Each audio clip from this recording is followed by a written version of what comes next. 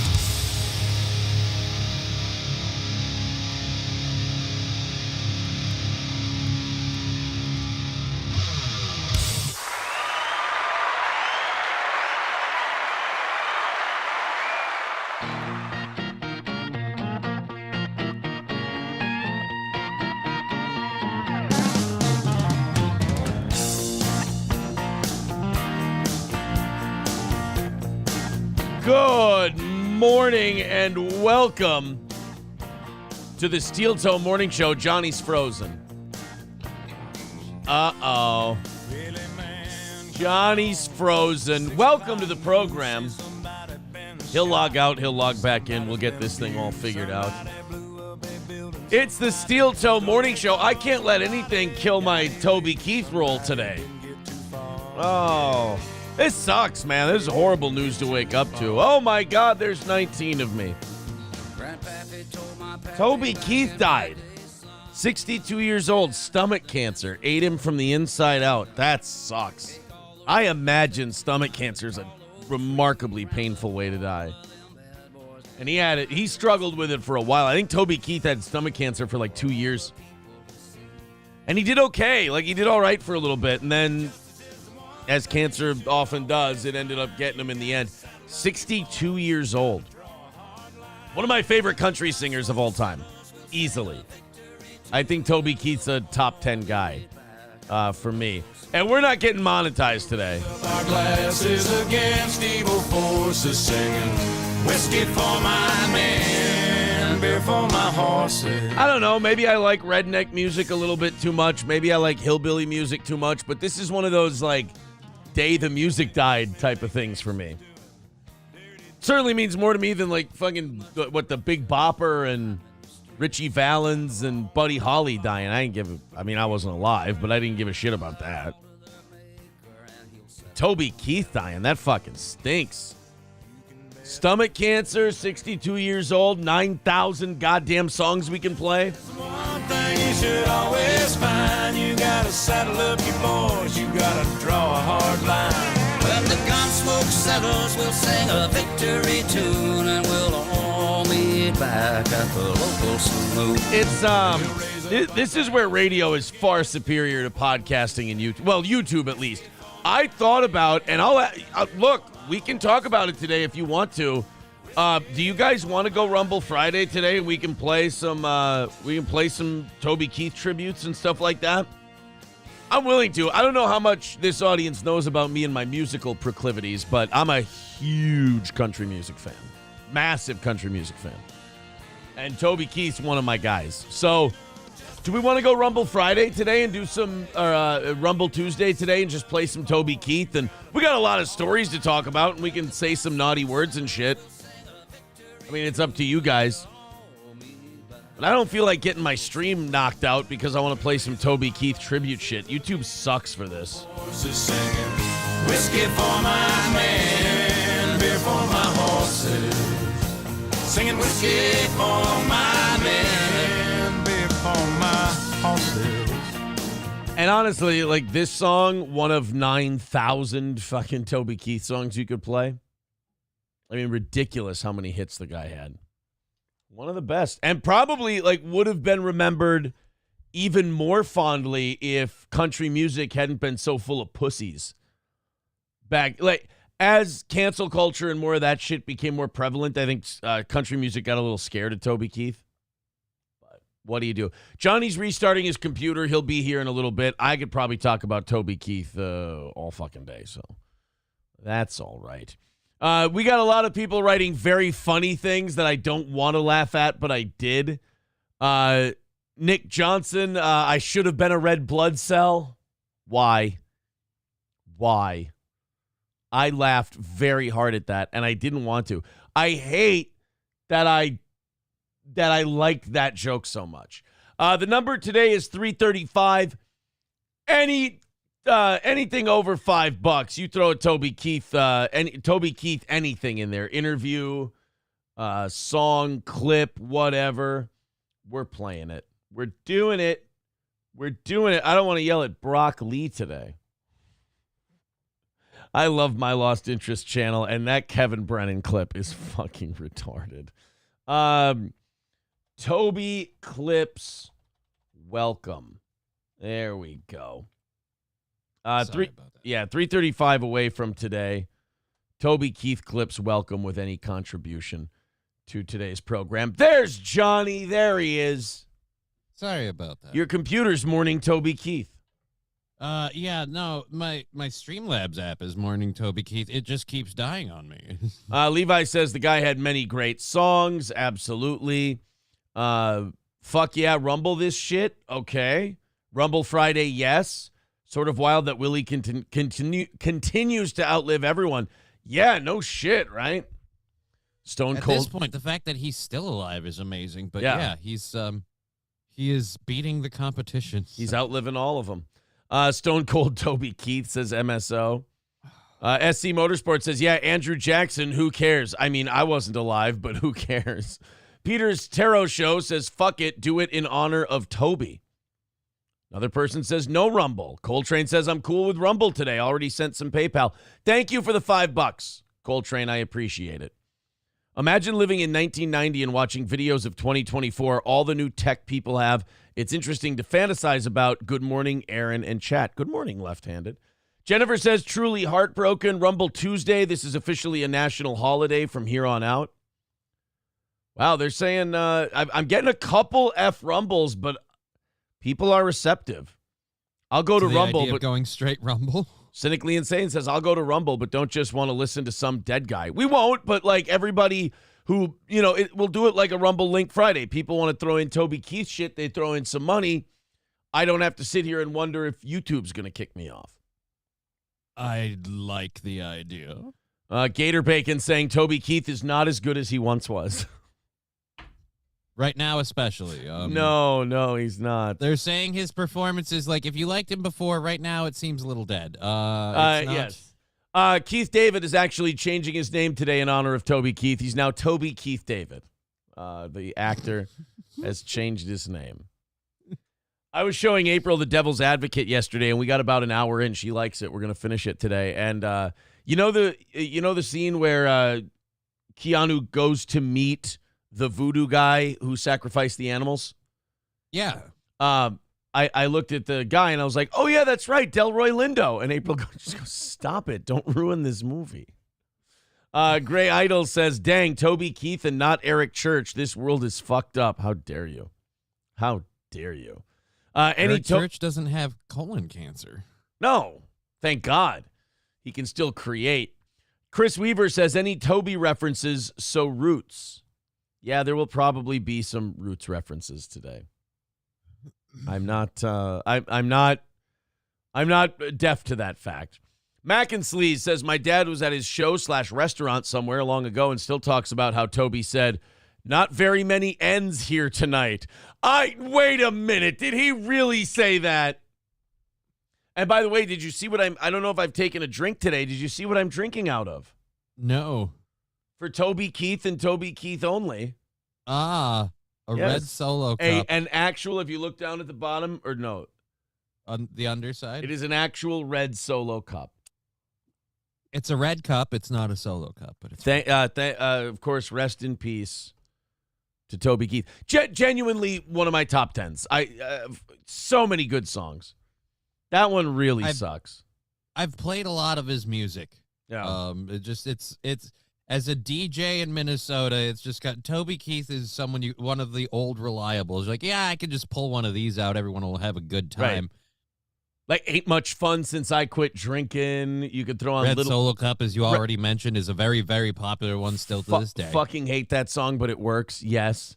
Should have been a cowboy. People sing that one. As good as Save a horse, ride a cowboy. Isn't that Toby Keith? That's not him, no. Beer for my horses. But anyways, Toby says, Toby Keith was a real one. Yes. People are saying go Rumble today. SC Motorsports, defibrillator for my man, beer for my horses. BJ says R.I.P. Kunta Kinte. His name's Toby. How dare you? Red Fox Mad says Toby Keith was an awesome guy. I got to meet him at WeFest. I want to make sure we catch up with everyone, and then we're going to put up a poll to see if people want to go Rumble today or if we'll just keep it the way it is. Dr. Silverwolf says, you know what? Just for Toby, I'm going to fly a flag out in my front yard until the day that I die. Well, you also have to want your mother, your brother, your sister, and you to grow up and live happy in the land of the free. Corn Diff says, wow, I don't even like country, and I was just singing a Toby Keith song last week. R.I.P. Toby. How about with that accent, Corn Diff doesn't listen to country music? Yeah, that's surprising. That's the most shocking thing I've heard all day, and I heard Toby Keith died. Corn Diff. Your mother, your brother, your sister, and you grew up in the land of the... Don't. That was the uncensored version. We weren't supposed to sing that one. SC Motorsports says Eric Church isn't sick. Then what's wrong with him? I know he's just too talented for you to comprehend, perhaps. Annoyed Wawa Supervisor says, I once got food poisoning at Toby Keith's I Love This Bar and Grill. I was sick for days. It was my Abu Ghraib, and the chicks didn't lift a finger to support me. Oh, no. Yeah, people are pointing out to you, Johnny, that's big and rich. Save a horse, ride a cowboy. Yeah, it's almost like I was doing a bit. Johnny, Paul McCartney died. Oh, my God, that's terrible. I love brown sugar. That's not, Johnny, why would you? There's no reason to be. Johnny, John Popper from Blues Traveler died. Oh, my God, I love Tiptoe Through the Tulips. Levi says, Aaron, you shouldn't kiss me like this. Look, that's a great Toby Keith song, but that's the wrong phrasing. Hobo Chili Recipes with a quote says, everyone should own a black. Sincerely, Toby Keith. Cynically Insane says, Carl Weathers, Toby Keith, who's going to be the third? That's a good question. Hopefully not Willie Nelson. Nick said, John. Oh, go ahead. I was going to say, I'm just really going to miss my favorite Toby Keith song. Yeah. I Hope You Can Dance. That's not, but that's somebody else. I Hope You Can Dance is not even close to it. I don't know why you would say that. My favorite Toby Keith song, of course, The House Next Door to Me.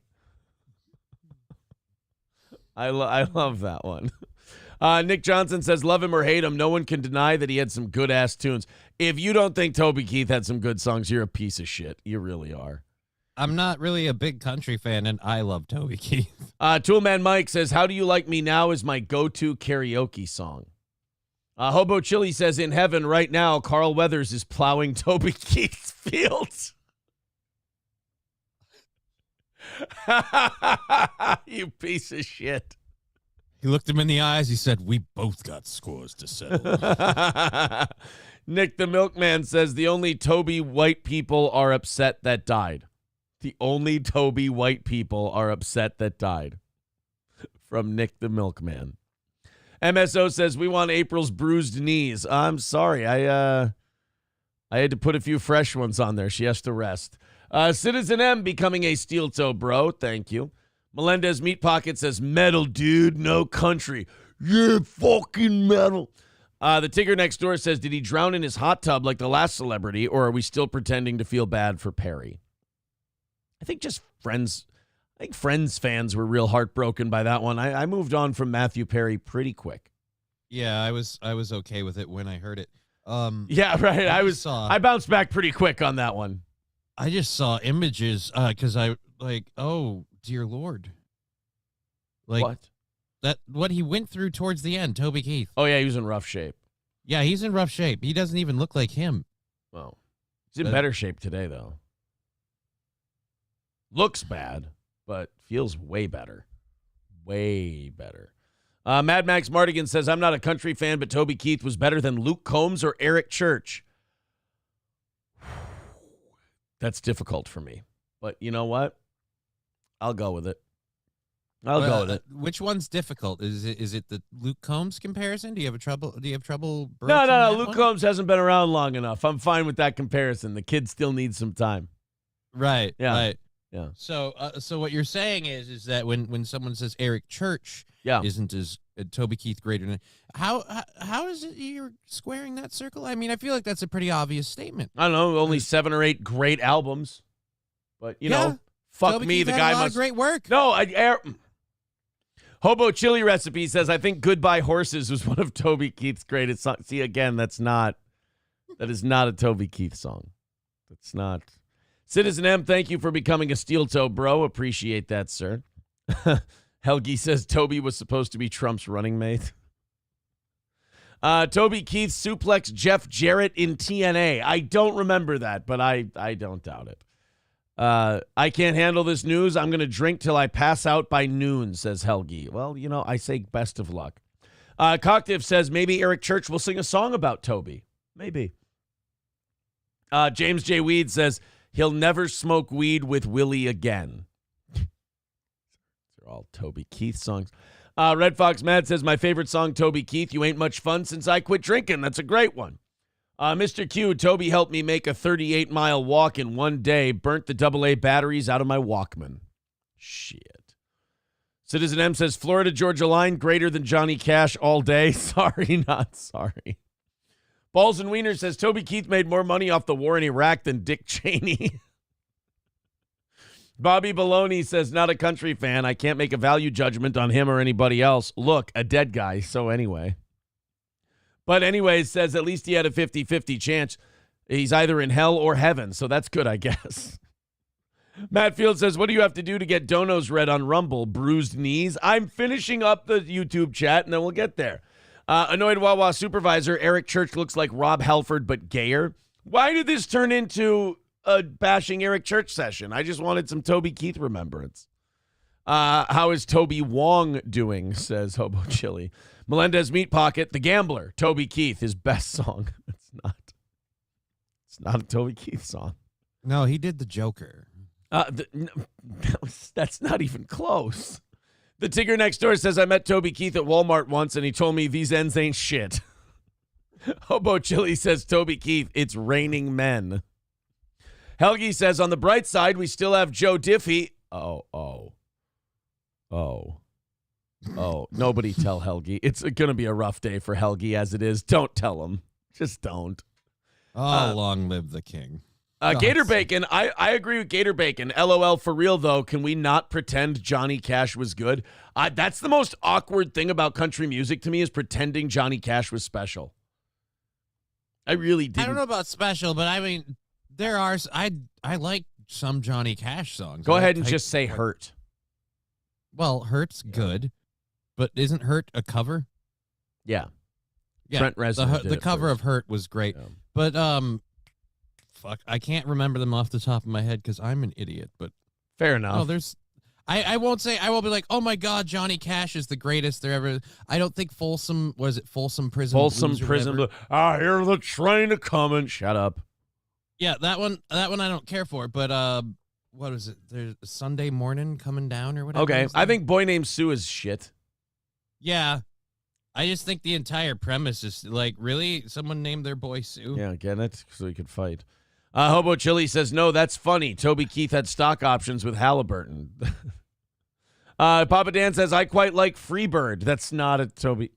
Most heartbroken over Toby's death, Sean Hannity, says Scarface. We got Toby Keith, Strawberry Wine is a banger. That's not a Toby Keith song. I think we've got to go Rumble Friday today because I think the $5 contributions with people requesting Toby Keith songs and them not being Toby Keith songs potentially is too funny. Yeah. That could be hilarious. I'm putting a poll up to see if we're doing Rumble Friday today. Rumble Tuesday for Toby? Yes or no? Let's, all right, you guys get to decide. I think in the next 5 minutes or so, we'll make that call. I think Rumble Friday could be a lot of fun today. You guys go ahead and vote. I could be wrong. You guys might not want it. Dewey Cox, greatest country stare ever. Toby was an alcoholic his whole life. No one except you, Aaron, is surprised he died from stomach cancer. Well, then, fuck him, I guess. I thought it was colon cancer. No, stomach cancer. Not Fred says those are his most famous songs. You don't know anything. You're probably right. You're probably right.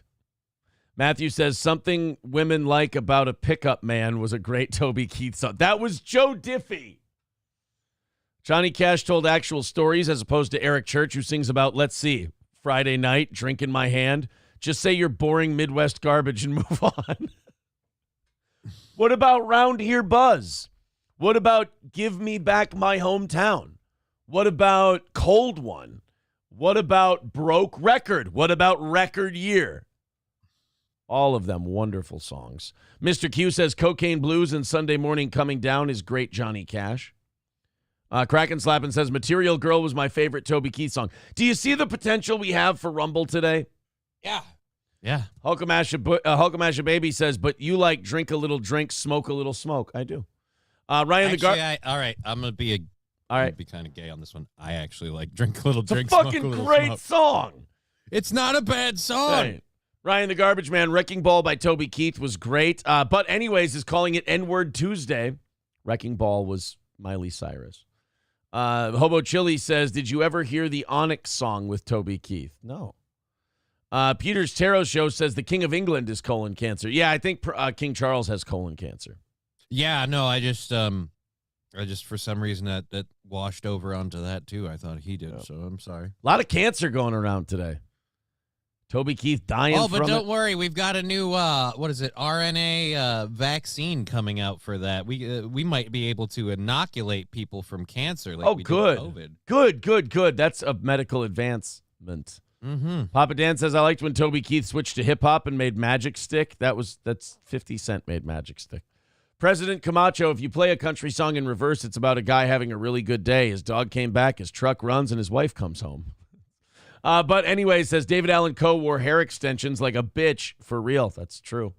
Not Fred says his lesser-known songs are good, but the pop ones like hurt. Los Federales, I was really looking forward to the Toby Keith Eras tour. That's Taylor Swift, but okay. I really liked Muskrat Love by Toby Keith, says the Real Stonies. Yeah, I don't think you guys are as big a Toby Keith fans as you say you are. Skills Carmine. How does everyone forget Toby Keith's greatest song, Tub Thumping? I mean, that wasn't even close to him. Skills Carmine says Nas is slept on, no cap. All right, Nas is slept on. Annoyed Wawa Supervisor, Aaron, you're a Minnesota kraut with a cold ball sack of a hairline and you work in broadcasting. Eric Church's music is perfect for someone who wants to tailgate out of his murdered out Tahoe. Blech. Trugger 18-wheeler, Roller Coaster is Toby Keith's best song. That's Roller Coaster is Luke Bryan. Eric Church is for whiny middle-aged gays. Perfect for Aaron. Long Stick Go Boom is my favorite Toby Keith song. MSO says Toby didn't die. He just went to Rumble. Mr. Q, favorite Toby Keith song. I wish I was an N-word. God called Toby up to heaven because he really wanted to have an in-person performance of California Love. Yeah. It's the only way to do it. That's the wrong guy, God. Dub with $5 over on Rumble says, good morning, 07. Greasy N-word with $5 says, suck off Toby Keith like you're Rob Smith, you effing N-faggot. God damn. Oh, man. 325. Some people really like Rumble. 325 is today's number. And right now it's 51. The eyes have it for going to Rumble and letting people just play whatever they want. A lot. I feel like this bit works a lot better on Rumble. I'm just looking at some of the stuff people are writing. Grinch Girl says, so sad I'll never get to hear Wet Ass Pussy live from Toby Keith again. Into Club is an awesome Toby Keith song. Like a Virgin was a Roller Coaster is Red Hot Chili Peppers, you stooge. Fuck that. I'm feeling like playing music today. Jesus Christ, I got here and fucking Eric Dumbass Church is already in the conversation, says Matt Melt. Show up a lot. President Camacho, I should have been an N-word. I should have learned to rob and hide. President Camacho says, okay, fuck it, let's rumble. I'm Thurgood Stubbs on there, y'all. Coltrane says if it's that close in the poll, I would just stick here and stream on both until YouTube kicks you. Well, maybe that. Let's go with that.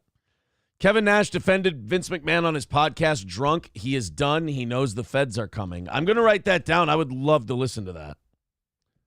Nash defends Vince. All right. Nash defends. I, honest to God, think that nobody had funnier Vince coverage than we did.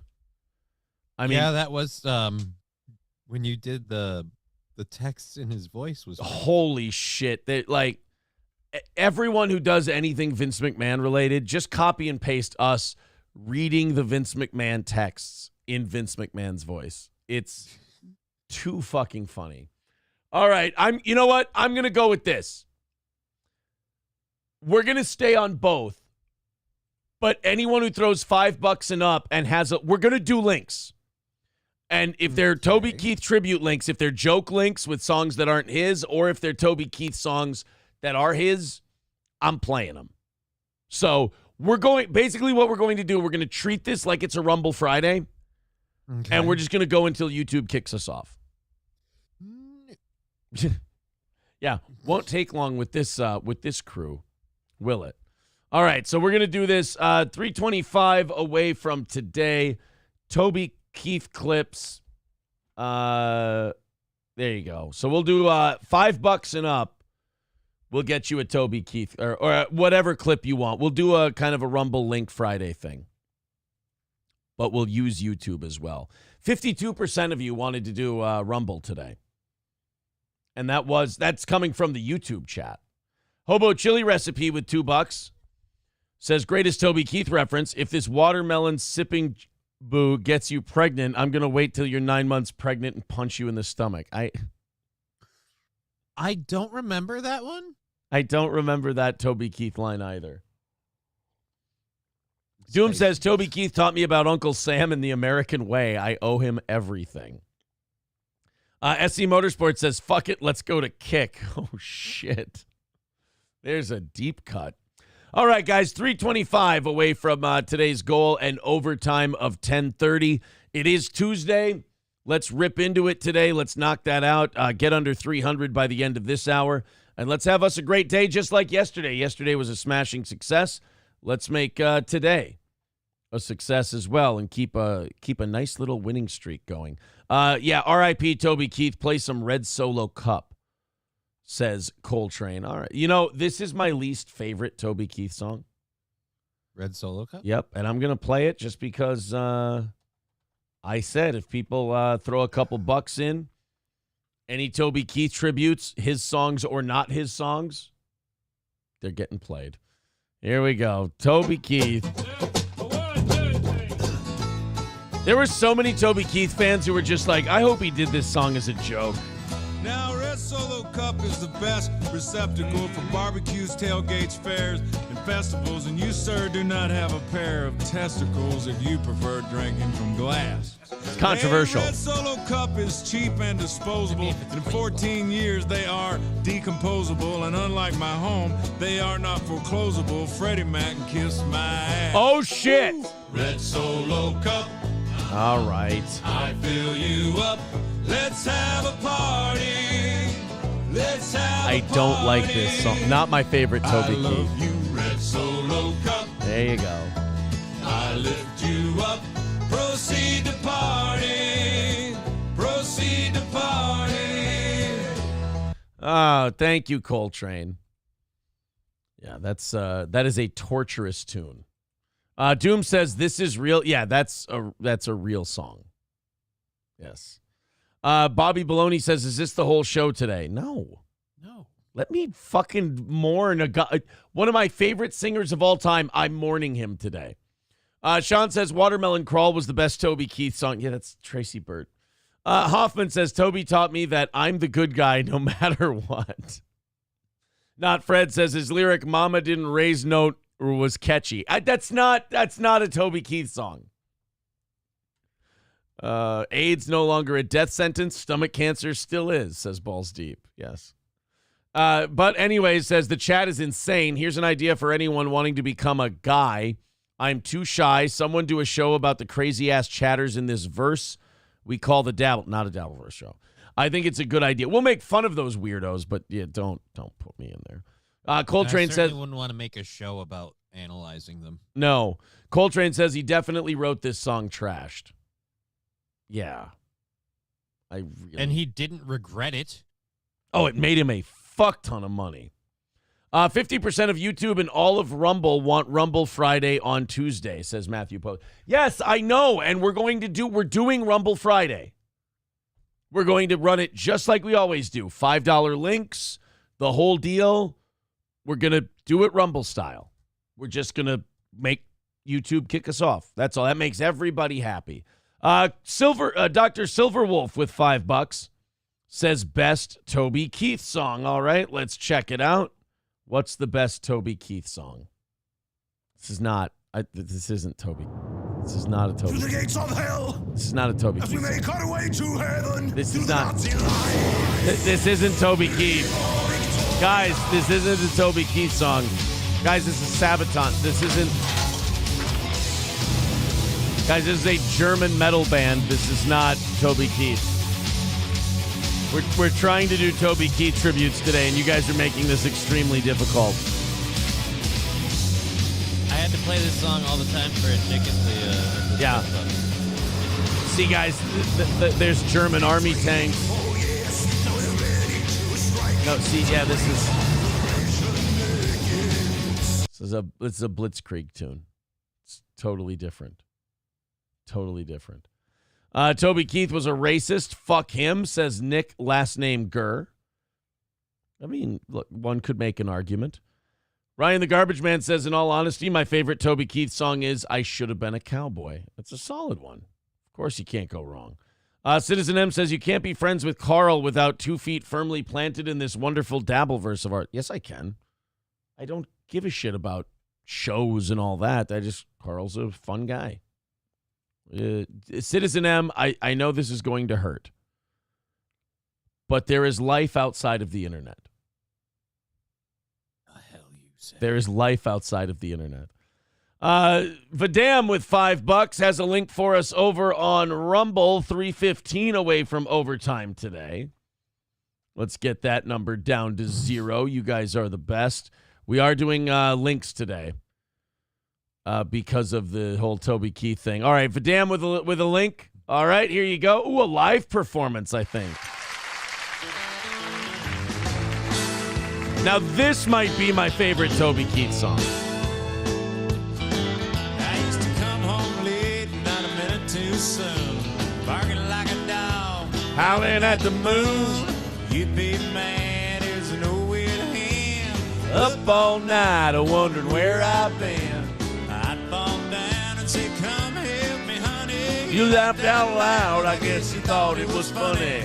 Now I'm sobered up, and I got to thinking, girl, you ain't much fun since I quit drinking. This is such a country song. Gone and lost all my good sense. Ain't too much of work, it's hot for your head.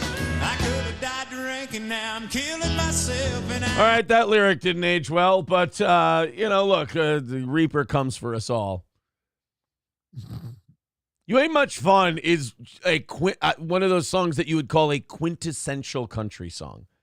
My wife, I feel like that's a song that somebody got in a fight with because, like, they were having a fight. And the person was drunk, and so they just started playing this too loud, and they started singing it to them. Like, you ain't much fun since I quit drinking. But they had a drink in their hand, and it just caused a whole domestic dispute. The wife's nagging you about your drinking, so you quit to make her happy, but now you're miserable. This song is Oklahoma's national anthem, I think. I'm beating a dog, sacking the trash. It's honey do this, honey do that. I sobered up. I got to thinking that you ain't much fun since I quit drinking. Toby Keith, 33 years old when he did this performance.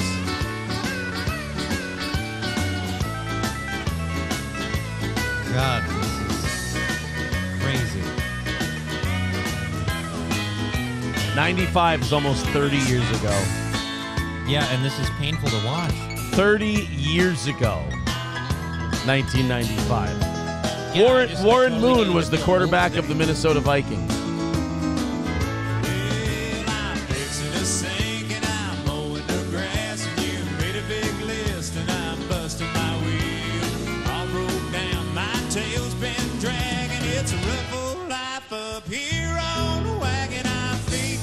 God damn, it's a country song. All right, thank you, Vidam. Always a pleasure to play your links, sir.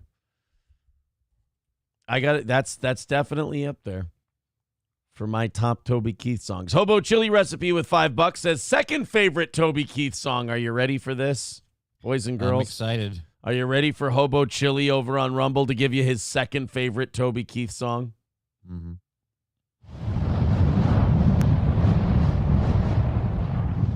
This doesn't sound like a Toby Keith song. I'm having serious. Yeah, this doesn't sound like a Toby Keith song. I don't think this is Hobo. I don't think this. I think you got this wrong. About to make them dance now. No, I don't think Toby Keith. No, we're not. No, we're not gonna throw that. We can't throw that boy pussy. No, that's not. No, that's not a Toby Keith song. No, that's a bunch of gay guys shaking their asses. That's not. Throw that boy pussy is not. Yeah, you got me looking. That's not a Toby Keith song. Throw that boy pussy by Fly Young Red. I'm not casting aspersions on Fly Young Red. I'm just saying throw that boy pussy.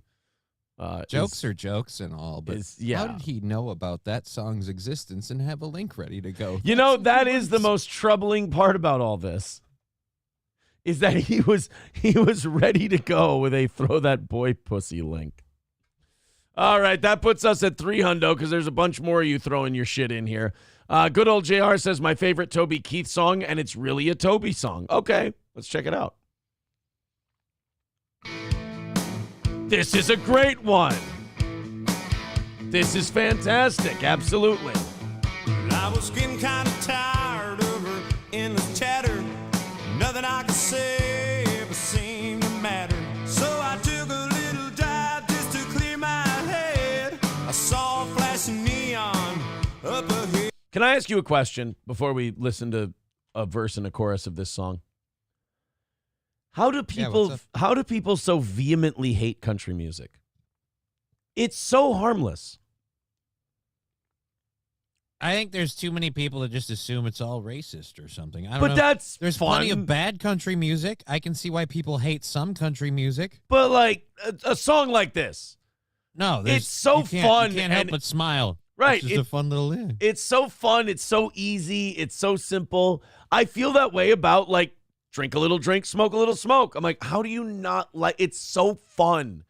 It's such most of the people that hate Toby Keith or like vehemently hate Nickelback or whatever. Because again, if you don't like the music, you can just not listen to it. Right. But anybody that like puts energy into hating it, I feel like is one of those people that either A, just hates everything in general and can't enjoy life and doesn't want the rest of us to either, or B, is one of those people that loves music where it's like, no, you have to be a tortured artist and life has to be pain. Right. It's like, I like a good sad song too, but come on, man. Fuck off. Well, I've heard a sad song says so much. Put it on. Put on those sad songs. When all hope is gone, you know a sad song says so much. That is. It looked like a place to find some satisfaction with a little less talk and a lot more. Yeah, we're trying to do some fucking over here. Don't talk to me. Although I like talking during sex. I'm an auditory boy. It gets me. I paid the man at the door and pushed my surprise, surprise. Even in the sack, you can't stop yapping. I like to tell a woman how much I appreciate her form. I'm not gay, but I'm just saying if you were a dude, you'd be better at this. When I'm behind her, I say things like, wiggle for me, you bitch, or I'll cut your fucking ear off. I say sexy things. For drink over a screaming guitar.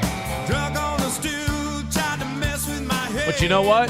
Didn't even listen to a word he said. I knew somewhere amid all this distraction was a little less talk and a lot more action. Little less talk. Get him, Toby. If you please, a lot more loving is what I need. Let's get on down to the main attraction with a little less talk and a lot more action. You know, I will say this about the Red Solo Cup. It holds an alarming amount of liquid for an unassuming-looking cup. Mm-hmm. I will give it that. K. Fallin the Great with $5 says, my favorite Toby Keith song. All right, let's check it out. Favorite Toby Keith song from K. Fallin the Great. What is he like?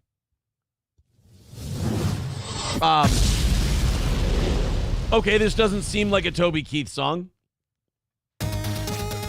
This certainly, I don't know. This doesn't sound like... I don't know if this looks like a band called Ailstorm. Oh. This doesn't seem like a Toby Keith. That man is not Toby Keith. Nobody in this video is Toby Keith. And this is cultural appropriation. When the quest is over, got the battles won. There's a land far to the south where we go to have some fun. The wenches, they are plenty. The alcohol is free. The party lasts all through the night, and the alcohol is free. Yeah, I don't. Look, I'm not trying to criticize anyone. Everyone mourns in their own way, but I don't believe that's a Toby Keith song. I could have swore that guy was riding Toby Keith at the end of that song. That looked just like him. See, that was a donkey. That's different. $5 from Dr. Silverwolf says, okay, sorry about the confusion. Now I have a Toby Keith song. Okay, well, that's good. I mean, now we can see a real Toby Keith song from Dr. Silverwolf. Let's check out a Toby Keith song. This guys, this is when the sun goes down.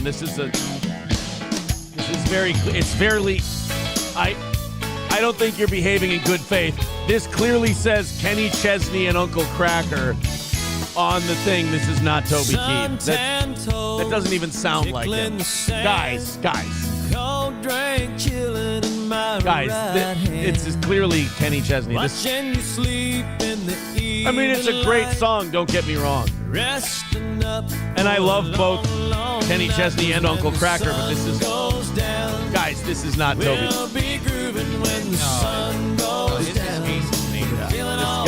Guys. Sun sinks down over the water. Yes, very great song. Wonderful. When the sun goes right. Yeah, but that's not okay. Thank you. I appreciate that. And we are doing this Rumble Friday style, but I'm telling you, it's not a Toby Keith song. We've got more. In fact, we've got a lot more. 1, 2, 3, 4. Let's 280 away from today's goal with Rumble Friday rules for our tribute to Toby Keith. Vidam with $5 over on Rumble.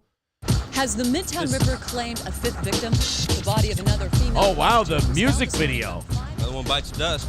Let's get out of here. Police are baffled by this. No, you're going to make the call, aren't you? We need a profiler. He's not going to do it. Yes, he will. Not a chance. I can talk to him. No, you can't. Yes, I can. No, you can't. What are you, 6 or something? Hey.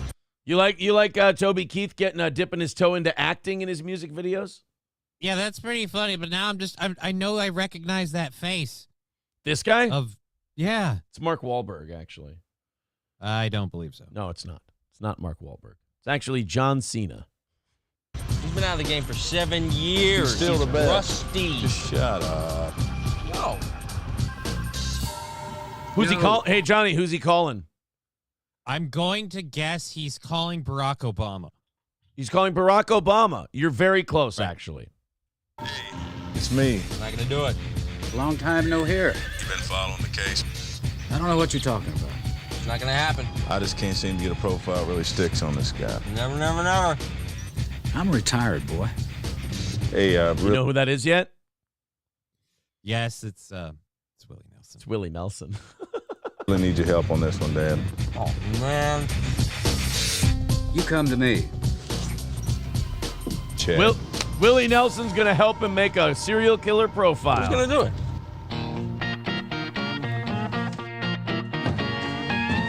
Back again.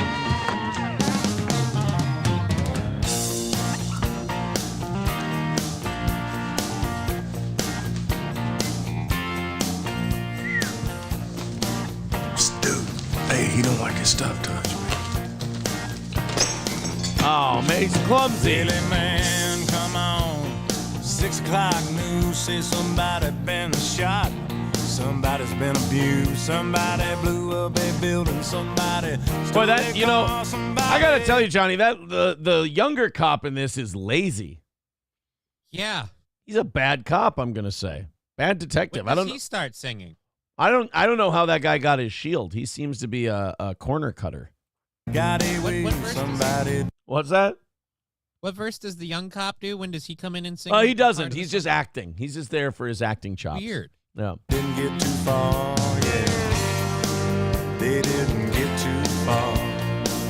Oh, I love a good Willie Nelson verse. Pappy told my pappy back in my day, son, a man had to answer for the wicked that he done. Take all the rope in Texas, find a tall oak tree, round up all of the Negroes. No, Willie, No. we can't. Willie, we can't say Negroes in this song. You have to say something else. I know it was. Rounded up all of the red men. And no, Willie, we can't. Round up all of those wet back. No, Willie, we can't do that one either. Round up all of those slant. No, Willie, we can't. No, you can't do that one. No. Round up all of those big notes. No, Willie, no. Round up all of them bankers. Willie, no, Willie, we can't do that. round up all of them bad boys. Bad boys, there you go. For all the people to see. All right, thank you, Vidam. We got a lot of catching up to do. A lot of links flying in on the Toby Keith Tribute Day. Let's keep them going. Trucker 18-wheeler says gayest Toby Keith song. Are you ready for the gayest Toby Keith song? Okay. All right, here's the gayest Toby Keith song. Hey, fuck you! Wait a minute! First of all, this is not a Toby Keith song. Second, this is not gay. Turn the quiet up. Quiet up. And turn the noise down. Let this old world just spin around. I want to feel it sway. I want to feel it sway. Oh, want to feel it sway. I always thought he said I want to feel his sway. Put some feel. I want to put some feel good in my soul. I'll drink a little drink. I want to grab his butt and plumb his hole. No, that's not. He doesn't say anything about anybody's hole in this song. He wants a little more right. I want a little more right. And a little less left. And a little less left. A little more right now. A little more right now. A little less what's next. A little less what's next. Let's act like tomorrow. Act like tomorrow. 10 years away. 10 years Reach around away. And just kick back and let the feeling flow. Back and let the feeling flow. You know what we should do? Drink a little drink. Drink a little smoke. No, we should not have sex with guys. I was asking you what was coming next in the song, and it was. I could have swore that's the verse. No. Drink a little drink and smoke a little pole. No, that's not. Okay, I'm going to play it again, and you're going to tell me the right lyrics. Are you ready? Kick back and let the feeling flow. All right. I still feel like it's going to be drink a little drink and smoke a little pole. Let's feel see. like I'm close. Let's see if you're right. Let the feeling flow. Drink a little drink, smoke a little smoke. It's smoke a little smoke, Johnny. I dare you not to hear smoke a little pole from now on. Drink a little drink, smoke a little pole. It's a responsible song, though, because it's just a little. It's just a little. Don't go hog wild or anything. I did not inhale. You guys played this.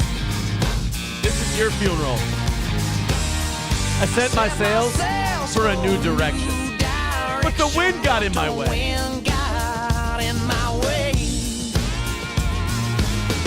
I changed my course, but my definition of change just ain't the same. I'm going to sit right here. Stay away from there. I'm going to make pretend I just don't care. I just don't care. I could get up. Go get her back. Or... But I got him right next to me, and that's not the next lyric. I'll prove it to you. Or maybe I'll just let her go. See, he's like, I don't need to go get that bitch if she's going to have a fucking attitude. Right, because he can drink a little drink and smoke a little pole. No, he's not smoking a little pole. Oh, it's a big pole. Drink a little drink, smoke a little smoke. See, he's smoking. The song's called Smoke a Little Smoke. There should be no confusion in this matter. But you keep saying smoke a little pole, and that's incorrect. YouTube, we're going to... it was darker. YouTube, we're going to get to you guys in just a little bit, but I got to catch up with this Rumble stuff first on a Toby Keith Tuesday. Vidam has another one. Wants to remember Toby. Okay. See, at least Vidam is playing Toby Keith songs. Can you do me a favor, since he died? Can we all sing the same part of this song together? Okay. You know what part I'm talking about. In honor of Toby's death. And American guys will always stand up and salute. We'll everybody's doing this together. Recognize when we see your glory flying. There's a lot of men everybody dead, at once. So we can sleep in peace at night when we lay down our heads. Ready? My daddy served in the army, and he lost his right eye. Flag out in our yard till the day that he died. He wanted my mother, my brother, my sister, and me to grow up and live happy in the land. Holy shit, his dad really did look like him. Fuck. What, at the end or in the back? Oh, Jesus. That's Toby Keith's dad, also a giant of a man. Jesus. The Keith family raised some big, intimidating racists. Also died of stomach cancer. Oh, he had a cast iron stomach, that guy. Vidam with another one. Let's check it out. What Vidam bring us for Christmas on Toby Keith Tribute Day? Oh, I forgot about this song. I didn't think it was Toby Keith. Made in America. I forgot about this one. That old man spent his life living off the land. Dirty hands and a clean soul. Bad stomach, though. It breaks his heart seeing foreign cars filled with fuel. It isn't ours. And he didn't like them Mexicans. And wearing cotton we didn't grow. Uh-oh, cotton easy. He's got the red, white, blue, flying high on the farm. Simplified tattoo on his left arm. Spent a little more in the store for a tag. In the back it says USA. He won't buy nothing that he can't fix. With WD-40 and a Craftsman wrench, he ain't prejudiced. He's just made in America. I mean, in fairness, he probably is prejudiced. I mean, I'm sure it's prejudiced. Well, he kind of is, just by how he's behaving in the song already. Right, in the song, he seems a little prejudiced, very prejudiced. but that's fine. Paying tribute to Toby Keith today. People are sending in their $5 links, 270 away from today, and I have not added up the YouTube yet, so we're thank you guys very much. Scarface with $5 has a Toby Keith tribute. Multi-platinum selling country artist Toby Keith is here. Oh boy. It ain't too far. This is the roast of Toby Keith. Looks like Britney your hat. It's so beat up and floppy it looks like Britney Spears. Oh boy. It's great to see Toby Keith. Toby, I'm glad you could take time out from spitting on Mexicans to be here, Toby. Toby, you put the big in bigot. I loved your last song. Get out of my country, you camel jockey, wetback faggy Jew. I have to say, this is a truly special so much. He was so good. night for me. This is the first time I've ever seen Toby and Larry without their hoods on. The only black thing you'll see at a Toby Keith concert is a woman's eye. That's pretty good. Toby Keith. Is Toby Keith your real name or the first two guys you blew? Good to see my buddy Toby here tonight. He's a good buddy of mine and a good American. His blood's red, his picket fence is white, and his last album blue. The legendary Toby Keith. I love this guy. Give this guy a round of applause. Look at him. Bring it on, baby.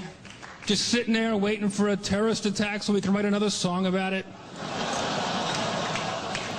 But you and I, Toby, we have a lot in common. We both support the Second Amendment, mostly because your music makes me want to shoot myself. Toby Keith, when you wake up tomorrow, there's still going to be liberals in the world, Mexicans and blacks and Muslims and Jews and high school graduates. And everyone else who hates your music. Is that Marsha Brady? I have no idea, but I think that's funny. Marie McCormick. There are bright spots for you, Toby. As long as there's a flag waving, a honky-tonk left standing, or a pregnant woman in stretch pants on her second pack of Marlboros beating her kids in a Walmart, you, Toby Keith, are loved. All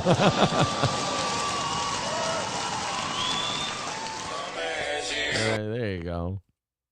That's a fun little. I think that was Scarface who sent that one in. Remembering Toby Keith. That's what we're doing. Eagle of America with $5. This is not a Toby Keith song. It's raining tacos. It's not Toby Keith. From out of the sky. It's raining. It's a good song. I'm not shitting on the song. No need to ask why. It's just not Toby Keith. And close your eyes. Sounds like It's raining Oh, wait, no, this is Eric Church, right? It's not Eric Church. This is, look, it's a fine song. It's great for your children. I like it myself, but it's not. That's not all you can, yeah. Lettuce and shells, cheese and meat. It's raining tacos. Yum, yum, yum, yum, yum. It's like a dream. Right, yeah. Bring sour cream. Yeah. So Toby does a cover of this. Bring your sour cream. Yeah. Toby Keith would have hated this song. It would have reminded him of Mexicans. Cheeseburger pie with $5. I got to do some adding here. We're just looking at the Rumble end of things right now. Oh, my goodness. Crazy. We got to knock out 85 more here. That puts us at 185 for today. I got to get through some of these. First of all, $100 from Rogue Veda says, making another request for full-time Rumble. YouTube is for gay F words. Okay, let me catch up with the YouTube super chats. And we might go Rumble Tuesday if people are. It's getting a little loose in here. If people are throwing us a shitload of money and we're playing all this music, then yeah, we might have to go Rumble. Let me add this up here real quick. 1520. 1520.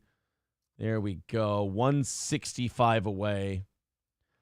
I'll say this: if by 10 after 7 we're under $100, we'll go all Rumble. I think Rumble's getting ridiculous. Oh no, we're 160 away because we got 5 in PayPal as well. Somebody with a request there, so 160 away from today. Thank you guys, and I guess we have to thank Toby Keith. Hokamasha Baby with $10 says Toby's best work. Oh, this is good. Toby's best work. Let's see. I've been selling my home. This is not it, guys. This isn't. All day. This isn't Toby Keith. Overtime hours. This isn't him. For being real gay, no, so you can see that I'm queer. It's not him. So throw me a parade. Doesn't even look like him. Pipe that hole and blow my homies before away. the cancer got. I'm so damn gay, and I don't want dudes. The penis for me. The penis for you. Wish I could fuck some butts in a room full of dudes till I jizz. Till I jizz. Living in the gay world. Everybody. I'm a homo. These gay men, orphan gay men, all know they all just want to have their way with my home. Pussy clean and don't stink. Wanna blow us some dudes till the cream starts to flow. And I don't want some boobs, cause the pussy ain't shit. Come and grab my rear end. I love man's ass. I love man's ass. You really give her on that song. It's almost like you believe it. I fucking love that song. But it's not, okay, but I want to reiterate, not a Toby Keith song. But he did a cover. It's not, no, it's not a cover. It's not a Toby Keith song. Nick the Milkman with $10 says, third is Aaron talking dirty to April. Start at 18 seconds. You'll know when to stop playing it. Okay? Nick the Milkman, this is a tribute to Toby Keith. So we're going to start at 18 seconds. Train wreck, talk dirty to me scene. All right. Now, I will say this. I know that people like to make fun of me and everything else. I'm a pretty goddamn good dirty talker. But all right, let's go. I don't want to ruin anyone's illusion. Here we go. Whatever pops in, okay? Just try it. Just say anything. All right. I'm going to give you my full pecker. Okay. That's pecs, but pecker's kind of like my dick. Yeah, I got it. I understood what you meant by pecker. Okay. Fill you with protein. Yeah. I'm going to give you the protein you need to survive when you're making muscles. I'm going to put my green drink in you. Yeah. Beta carotene and vegetable mix. Can it not be about protein or energy or nutrition? Can you just talk about, like, sex stuff? All right. Yes, okay. Just sexy stuff. Okay, all right. Talk to me. There's no I in team. But there's an I in win. Can't spell victory without T-R-Y. Winning isn't everything. It's the only thing. Okay, these are just free. It's not how I dirty talk. I'm telling you, Nick the Milkman. I don't know where you got this idea. Those are Vince Lombardi quotes. Toby versus Double J go to 53 seconds in. Wow, Toby Keith really did suplex Jeff Jarrett? All right. And welcome back. 53 seconds in.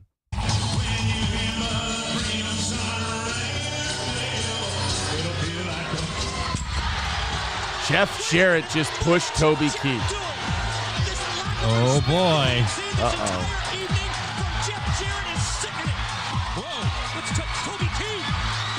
Toby Keith has come to ringside. Is he an entrant? What's Toby Keith going to do? He's not going to suplex.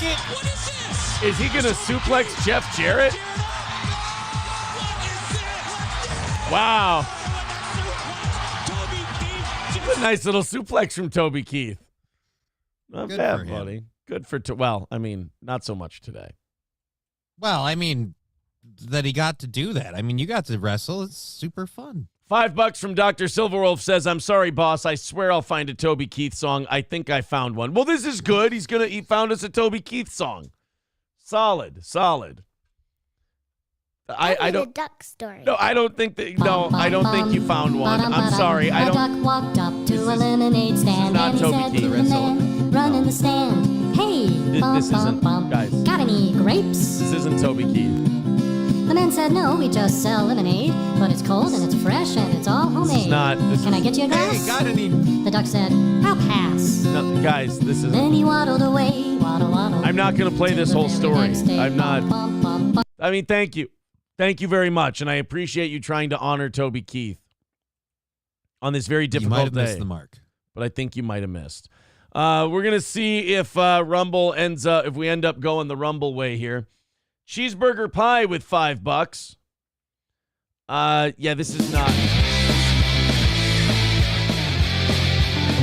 Blonde boy gets excited for diaper camp. Again, I'm going to go out on a limb and say this is not a Toby Keith thing. I don't. Blonde boy Ryan, let the padded adventure begin.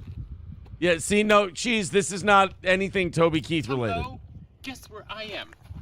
I'm at one of my favorite places. Fire Island? Sorry. Epstein Island? It's called Fox Haven. And that's Fox where Haven. Tomcat happens. And Tomcat happens not in 1, not in 2, not in 3, not in 4, not in 5, not in 6. All right, cheese, no offense. I'm going to be fucking sick. Once again, I have to say the fact that you found that and sent it to us raises more questions than the video itself. Yes. Vidam with $5 on a Remembering Toby Keith Tuesday here on Steel Toe. Oh, he actually, Johnny, an actual Toby Keith song.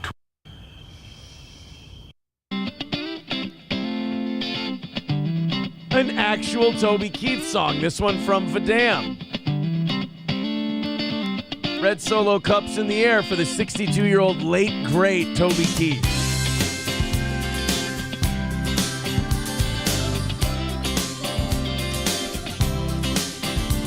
Yeah, I was always a crazy one. Broke into the stadium and I wrote your number on the 50-yard line.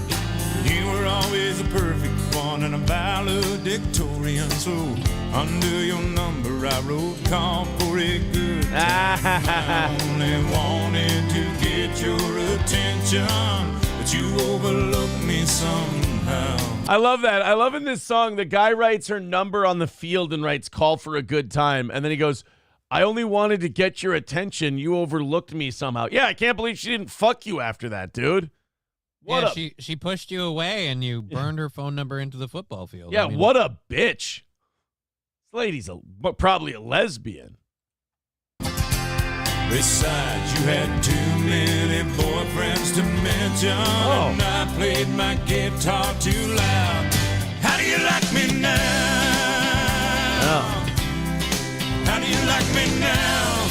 Now that I'm on my way, you still think I'm crazy, standing here today. Wait a minute, are you telling me that this chick he went to high school with would not have recognized that Toby Keith was a massive country music star, the guy she went to high school with? You mean the guy that kind of quasi-tortured her because she shot him down? She doesn't remember that I said no to Toby Keith and he made my high school life hell.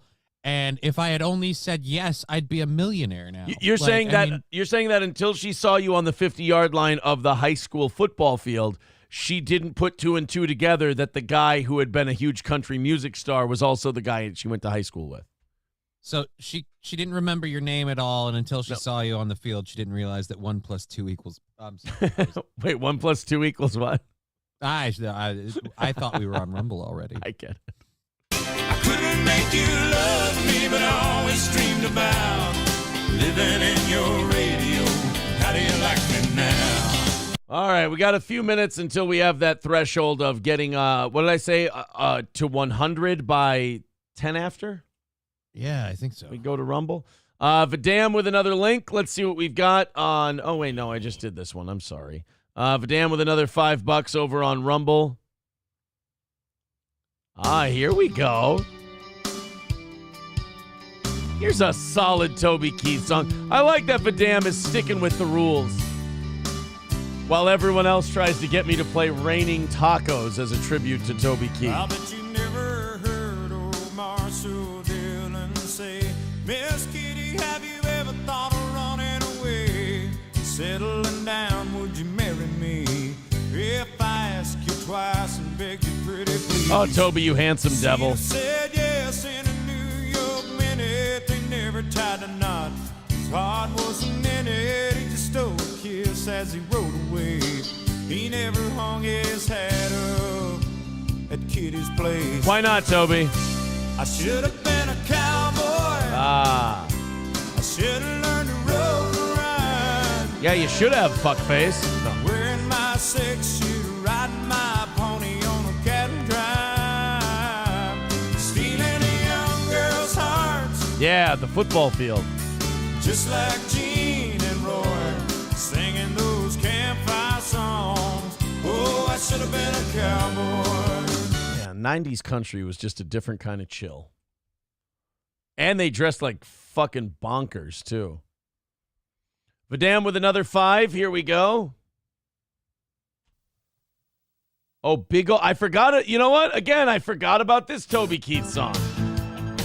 Yeah, you can see the girl coming from a mile away. You see, Johnny, you can see her coming from a mile away. Oh. What's your mouth all glued with cunning shoes? I asked you a question. She got a sunroof up. She got a window rolled down. I I forgot about this Toby Keith song.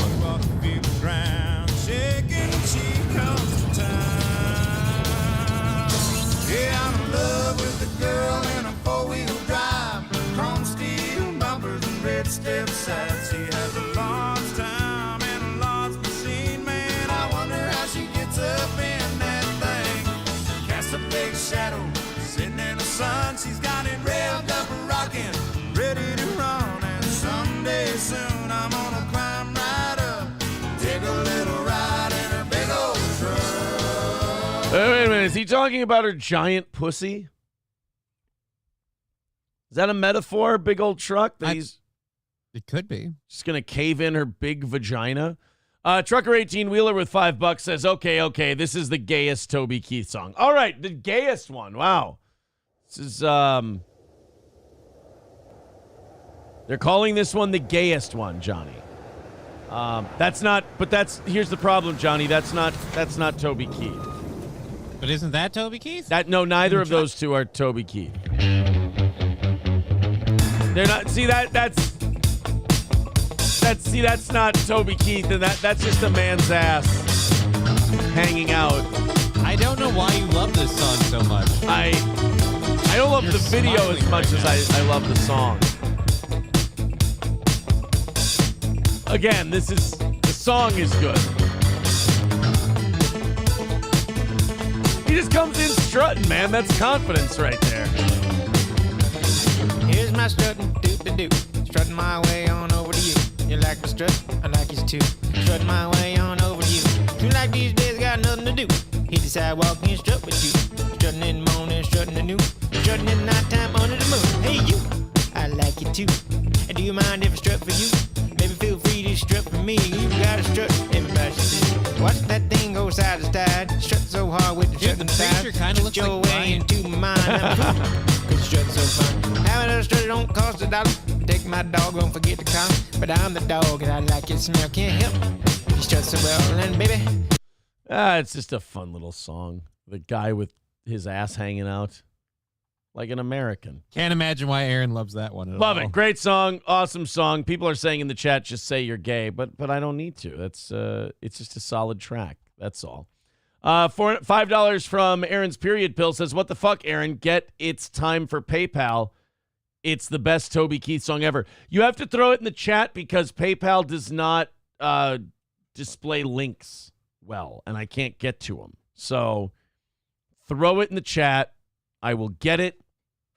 We'll click it. We'll play it. And then we're all caught up on the Toby Keith stuff, and I think we're going to stay on YouTube and Rumble for today because we didn't get under 100 by 7:10 or 7:15, whatever it was. It's 7:11 right now. But you guys are making great headway today. $5 from Poster. Let me see if this will copy-paste. Usually these don't copy-paste well from... See, now this is not... I don't think this is a YouTube or a Toby Keith song, but this is from Matt. This is, see, Matt, I don't think this is a Toby Keith. This isn't Toby Keith. I don't believe. Gangnam Style. Gangnam Style. This isn't Toby Keith.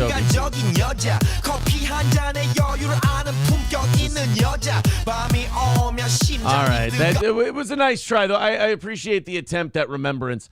Also, Aaron's period pill has one, but first, let's go to the phones. Hello, sir. In the young girl's heart, just like Jane and Rose, playing those campfire songs. Oh, I should have been a cowboy. Attaboy. Look at that. He's singing Toby Keith for the tribute day. You look troubled. Glad he wasn't here to see that. You look troubled. All right, my favorite Toby Keith song. This is from Aaron's period pill. Yeah, see, that link didn't work. You're going to have to send it in the chat, my man. Just copy paste it. Aaron's period pill, you should be a mod, shouldn't you? So you should be able to just throw that right in there, my friend. Let's see. Add as a moderator. Hold on. There you go, Aaron's period pill. Now you can just put the link right there in the chat. It's perfect. King Kong Dong says you missed Toby's highlights. That definitely was him. Oh, well, see, I didn't know. I don't recall. I don't recall those being Toby Keith songs. Here we go. We are 155 away from today. Thank you guys very, very much. Mr. Approachable says, how much to shut down the phone line for the rest of the day so that does not happen again?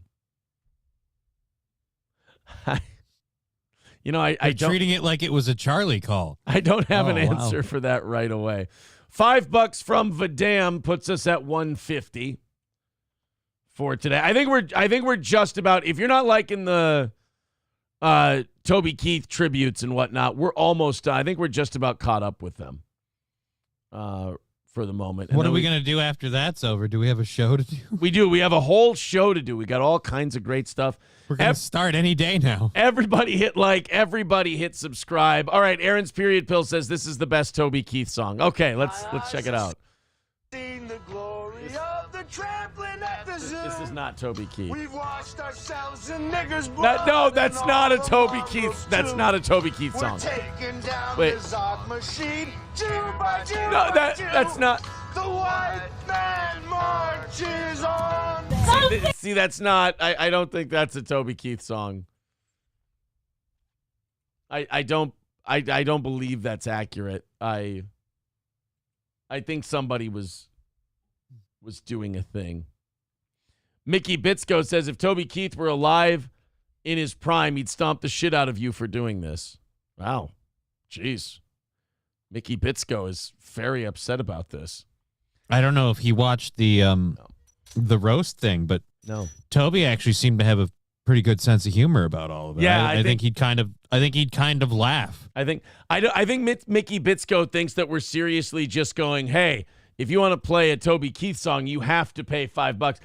You see, the audience is also throwing in the money to make jokes. They're putting up songs that aren't Toby. See, Mickey Bitsko, now I'm having to explain the joke to you, which fucks up the entire joke. They're playing songs that aren't Toby Keith, and they're doing it as a joke. Mickey Bitsko. Ryobi says to Mickey Bitsko over on Rumble, yeah, well, he's dead. Yeah, how about that, Mickey Bitsko? Toby Keith fucking croaked overnight, so there ain't nothing he's going to say about this one. He ain't got shit to worry about anymore. Mickey Bitsko. Toby Keith would stomp the shit out of you for this. Would he? No, Toby Keith would be upset. I like that you're showing what a grifting flim-flam man you are. A flim-flam man? Why, you better not. Them's are Donniebrooken words. Those are Donniebrooken words. I tell you what, you and I, Buster Brown, are going to go have fisticuffs. All right, let's go to the phones. Call from Toby Keith. Oh, my God, it's Toby Keith. Toby, how are you? Terrible question. My daddy served in the army. When he lost his right eye, put a black guy in his yard till the day that he died. Whoa. My brother, my sister, me to grow up and live happy in the land of the free. Thank you, Toby. I appreciate you calling, especially from the great beyond, but it wasn't black in our yard. I appreciate that. Very nice of Toby Keith to stop by today. Yeah, calling in from the afterlife to rewrite his song was unexpected. I appreciate him sending remixes to the program. Dr. Silverwolf with $5 says, I found a Toby Keith rap battle. Okay, a Toby Keith rap battle. Let's check it out.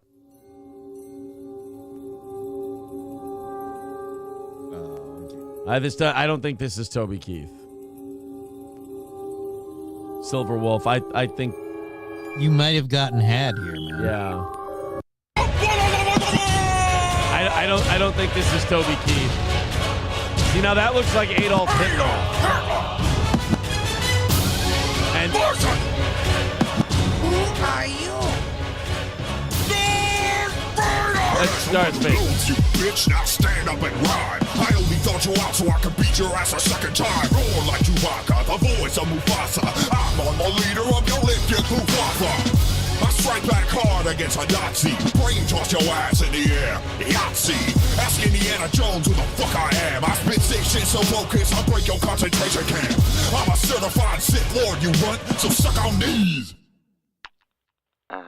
These what, sir? These robot nuts. I'm gonna enjoy watching you die. So let. I'm actually rooting for Hitler in this one. You? Kind of. This is one of those where it was really, really funny and awesome the first time I saw it.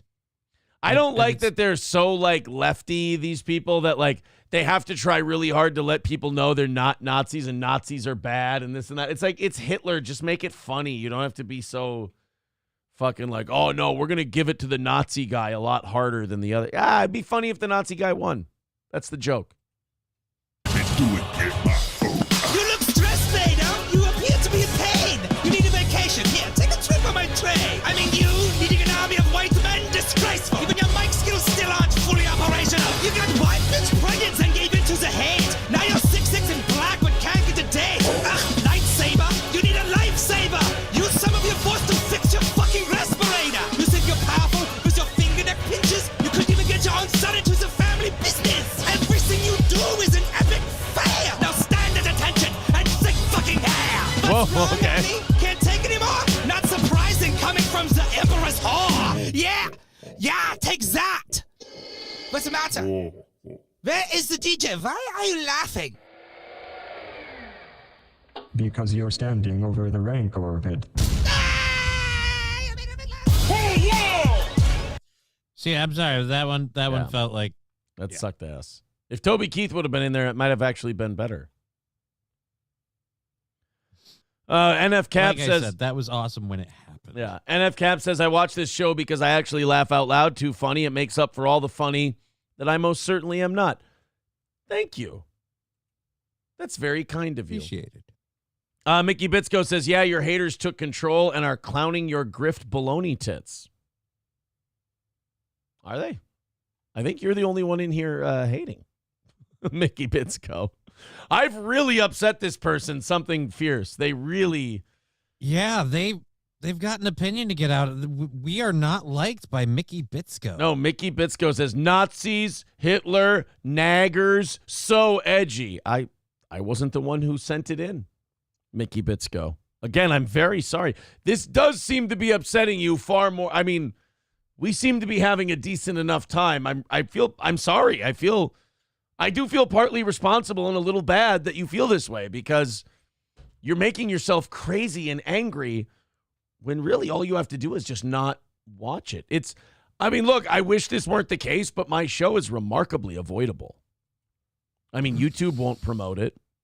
Rumble promotes it very well. Rumble's very cool at promoting this show. But, I guess. Thank God we have such an understanding audience that won't go after Nikki at all. Mickey, I'm really sorry. Mickey says, no, you haven't upset me. I think you mean you haven't upset me. No, you haven't upset me. I love watching your collapse. Collapse? I never had a rise. What the fuck are you talking about?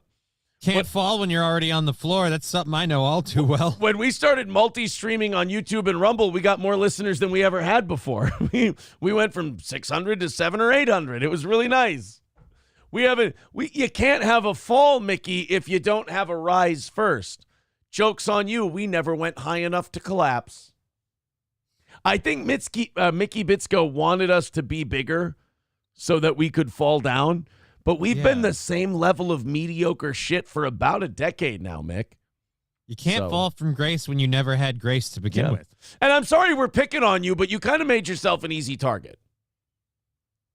I mean, you kind of came in here and you were just absurdly angry. And let's not forget, you came in here white knighting for dead Toby Keith. You came in here going, I know what Toby Keith would like, and Toby Keith would not like this. Yeah. You know what else Toby Keith didn't like near the end? Pretty much anything going down his digestive tract. It was all bad. Mickey Bitsko says, again, double down. I'm not doubling down. You came to me, and I'm just telling you what we're doing. I'm sorry that this is upsetting you.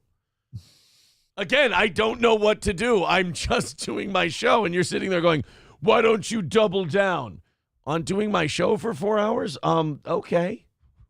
I guess if it's not for you, that's fine. Like we said, it's not for a lot of people. The entire internet is your playground. You can find something better. I mean, don't get me wrong, Mickey. We are having a lot of fun just kind of teasing you and messing with you, but you come back at us so hostile and angry that what are we supposed to do but laugh?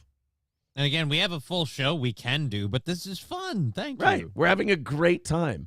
We're having fun. We're having fun. We're doing it. Veldrain, becoming a member for 20 months, says if you want to get on Aaron's good side, request Pete Holmes content on Fridays. Don't you fucking do it. Hitler Diff says Bitsko is an N-word and his smoke alarm is still beeping. Oh, boy. Mickey Bitsko says, Aaron, your detractors aren't angry or upset. This is the entertainment. Watching you clown yourself daily. I'm sorry. I think you're missing a little something called self-awareness. I don't think the person coming in and being laughed at by hundreds of people can really say anyone else is clowning themselves. Mickey Bitsko says, you're not having fun. You're humiliated and you know it. Quit projecting and wishing things into existence. It's okay. You came in here. You were too hostile. The rest of us are having a great time clowning and dunking on you, and you're not handling it very well. Just admit that, and we can move on. And then you can be a fan, and then we're all going to have a great time together. Or we can have a great time making fun of you. It's really up to you, Mickey. We've got both speeds ready to go. Yeah. Right now, we're hurting you, and you're very upset, and it's a lot of fun. But you could also join in on the fun, and it could be a good time. If you also want to get on his good side, send him a gift card to Golden Corral, says Hobo Chili Recipe. Oh, Balls Deep is calling Mickey a fucking mark. Scarface wants to know who hurt Mickey. I think I did. I don't know what I did, but I've hurt Mickey something fierce. The Burnside says, I'm here every morning to look at Aaron's awful upper body. Yeah, hate us like Burnside does. Burnside hates us in a very lovable way. It's a nice relationship that we had. Mickey Bitsko says, you and self-awareness have never been uttered in the same sentence. Yes, they have. I just did. Just a little bit ago, I did. Have you not been paying attention? Dude, how many times have people said Aaron has no self-awareness? That's right. Both in the one sentence. Those words are used in the same sentence all the time. In fact, didn't you kind of just say that same thing a moment ago? Mickey says, break out the begging plate, Aaron. We haven't had to use that in months. We're doing too well. I'm sorry. We're collapsing too hard. Sorry. Mickey Bitsko says, like you hurt your last two boxing opponents. Oh, you mean the one that I beat and knocked down in the third round? Yeah, he was actually pretty hurt. You don't usually He hit hasn't boxed since. Yeah. Actually, neither of the guys I fought have boxed since. So, something there, Mickey. Sorry. I mean, again, I'm sorry that all of your talking points fall flat. That's not my fault. You keep coming to me with complaints you have about me. They fall flat, and then you get angry at me. The person you should be angry with is Mickey Bitsko, that this is where you've gone to with your life. Greasy N-word with $2 says, the best part of shows like Nightwave and Asmongold is the audience trashing. I love this shit. Keep it up. See, the audience is really enjoying us making fun of you. April, please stop using the Mickey Bitsko account, says Ryobi. Yeah, fuck you, dude, saying to Mickey Bitsko, it's 7:30 in the morning. Why are you so angry? You'd think this person, I mean, after they kind of just, all of their little best shots just kind of ping off of us and we just kind of taunt them and tease them, you'd think they'd understand that they're embarrassing themselves, but they just keep going, and I'm here for it. Play Your Chandler song sounds a little like Toby Keith. Oh, you mean this one? It's David Chandler. He's my best friend. Every once in a while. By the way, I have to admit, Mickey Bitsko, that's not mine. David Chandler showed me that, and I stole it. I know. The people on the internet are like, Aaron produced his own David Chandler song, and it made like Mickey and all these people really upset. And I'm like, guys, you're taking this shit way too seriously. I did not create that. I stole it. I would not put that much work into this. Like, no offense, man. Oh, God, this Mickey's hilarious. I'm enjoying you very much, Mickey. People are going to think that you're actually working for me. Yeah, this is going to be the new thing coming up. Mickey Bits goes an errand bit because he can't do a show, so he needs a villain, so he made his own. Mickey, you're doing so well for me that I actually think you might be hitting me up for a Venmo request later. Mickey Bits go, yeah, Aaron, bury your head and create your own fake narrative. I don't think we've created a narrative. Every time Mickey Bits go post something, Johnny's hands are off screen. He's typing it in. Go for a job with the mainstream media. I mean, okay. I'll try. Will you be a reference for me? If they'll take me, I mean, shit, dude. Joshua says, I'm here to defend Mickey. What's the deal, guys? You know what? You're right. Trucker 18-wheeler says, Mickey, are you overtired? Mickey, I think you might just need a nap. It might fix everything. Does Mickey get a 1099? Mickey Bitsko says, no, Aaron, I always want you to be just successful enough to have a show. It's entertaining, but not how you think.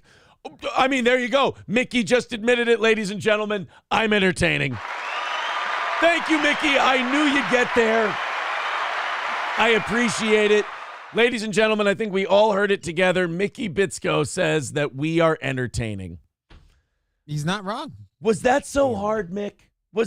I mean, you got so angry, you got so upset, you got made fun of, you look silly. And in the end, you just did what I told you to do anyway. So thank you. Ambivalent Bastard with $5 says this is the best Toby Keith song to commemorate Toby Keith on this sad day for Toby Keith fans. Uh-oh, the link isn't showing up right. But we'll get there. Here we go. All right, this is a Toby Keith tribute. Welcome to the cum zone. This only come inside anime girls. No, we're not going to come inside anime. Clit, double-jointed pussy. This is not fresh balls. No, we don't. Elegant ejaculation. This isn't a tribute to First Toby Keith. the kiss. No.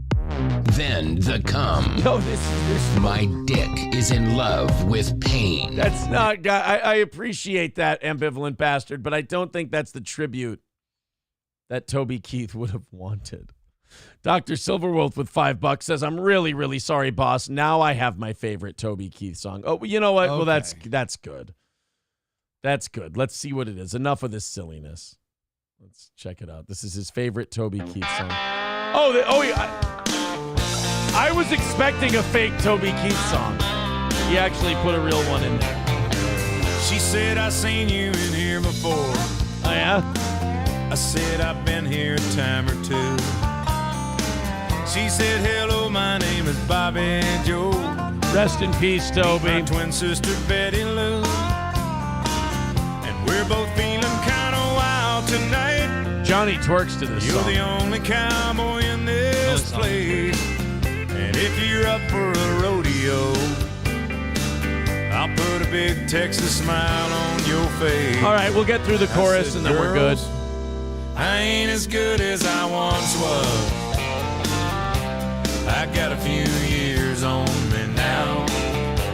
But there was a time back in my prime when I could really lay it down. You and me both, Toby. And if you need some love tonight, then I might have just enough. He's talking about his dick. I ain't as good as I once was, but I'm as good once as I ever was. Oh, that's a lovely. You can't really go wrong. You know, somebody sent Big Old Truck in today as a Toby Keith tribute. I forgot about that song. I feel terrible. All right, let's catch up with Mickey, and then we'll move on to what we've got today. Thank you, boys and girls. Mickey Bitsko. Sure, I'll share links to this show with any prospective employer. Why would you share my links to your employers? Are you trying to get us advertisers? This is the show I secretly really, really like. I just want you guys to take a look at it. And they're like, get the fuck out of here. What's wrong with you? This guy is very mid. You shouldn't really be putting any of your attention into him. I mean, sure, he's moderately chuckle-worthy, but I don't see why you have to hate it so much. I mean, it's really just kind of slop. Yeah, they're making like off-color racial humor jokes from time to time, but I mean, if you're taking these people seriously, he's wearing a Hulkamania t-shirt. He's wearing a Hulkamania t-shirt and playing American History X clips. I really don't think you need to get so worked up about this. The other guy has a Deadpool figure sitting on his mic. These are giant children. Mickey Bitsko goes to complain about our show to people, and they go, what the fuck is wrong with you? And Mickey Bitsko then has to confront the fact that maybe they've gone a little overboard with the internet stuff. They're like, every time you guys, they really suck. So then don't watch them. Right. No, but they're still on. I have to tell them that they're delusional. They probably are well aware. They do a podcast on the internet for donations. They probably know what pieces of shit they are. They think they're succeeding. They're talking about their show constantly being one cunt hair from canceled, and the other guy is actively saying he has a Deadpool going on him. I don't think they are in the throes of success. I don't think these guys are flexing, Mickey. I think you're just having problems. Mickey says circus freaks were entertaining. Congrats. Yes, exactly. Thank you, Mickey. We win again. We're entertaining. When have we ever said peanuts? When have we ever said that we're above circus freaks? Find me one time. Please, Mickey. I actually consider circus freak a compliment. That means I've got some sort of innate talent. Mickey says donating the money to the Toby Keith Foundation, right, Aaron? No, never said I was. Why the fuck would I? He's fucking dead, Mickey. It's a little late. Yeah, it's a little late now to give any money to the Toby Keith Foundation. This is to the Aaron's gonna have a cookie this afternoon foundation, Mickey, you fucking mark. Mickey, if I scroll down and I don't see a new comment from you, I'm going to be a little depressed. Helgi says, play Vidam's missing links. Uh-oh. Did I miss some from Vidam? Let's see. This one? That's why I wish we could have, like, a... Oh, yeah, I did. Okay, I missed this one.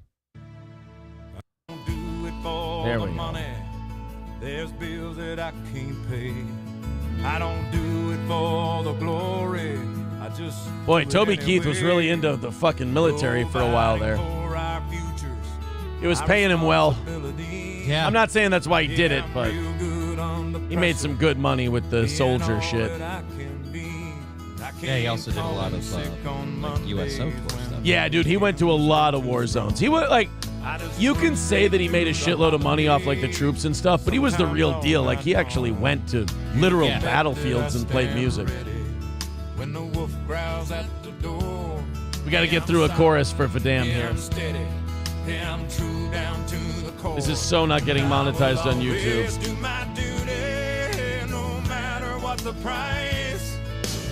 Thank you, Vidam.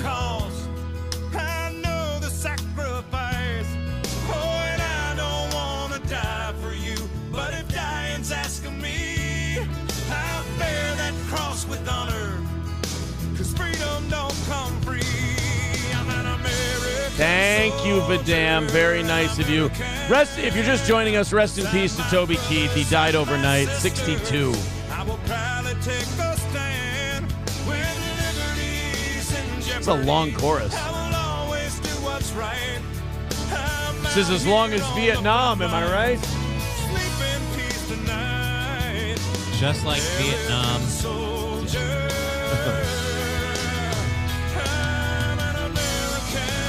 Thank you very much, Vidam. Appreciate that, buddy. He says I missed 3 of them. But I don't think I did. Oh, wait. Yeah, I did. Okay, here's another one that I missed. Trailer Hood. I don't remember this one. Oh, sorry. Ah, fuck me with my fat fingers ass. Cunt piss. Neighbor Carl, he lives next door. Pink flamingos on his porch. Oh, you know what that means? Pink flamingos on the front porch. That means, you know, bring the neighbors over for a little fun.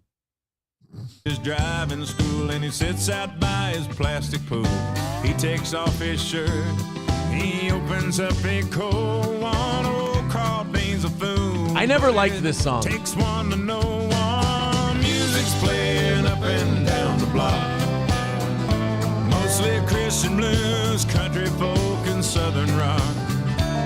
It's a little piece of paradise way out here in the woods. There's always something going on down in the trailer hood.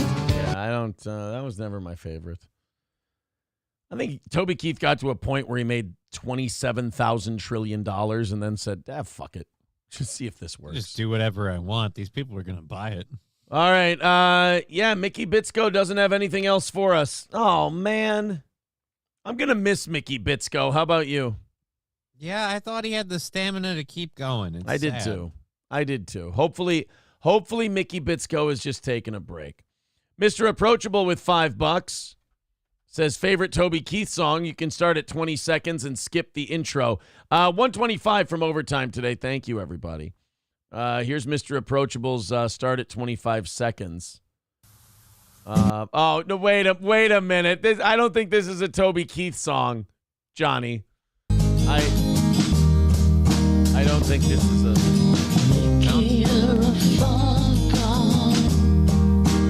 It's called Mickey, You're a Fuck Up. I don't think this is a Toby Keith song.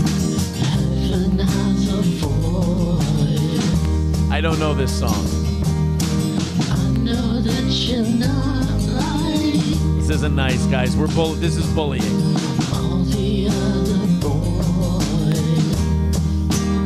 This song is mixed horribly. It's really bad. Really bad. Almost as bad as Mickey. All right, let's go. We got to catch up with a couple more here.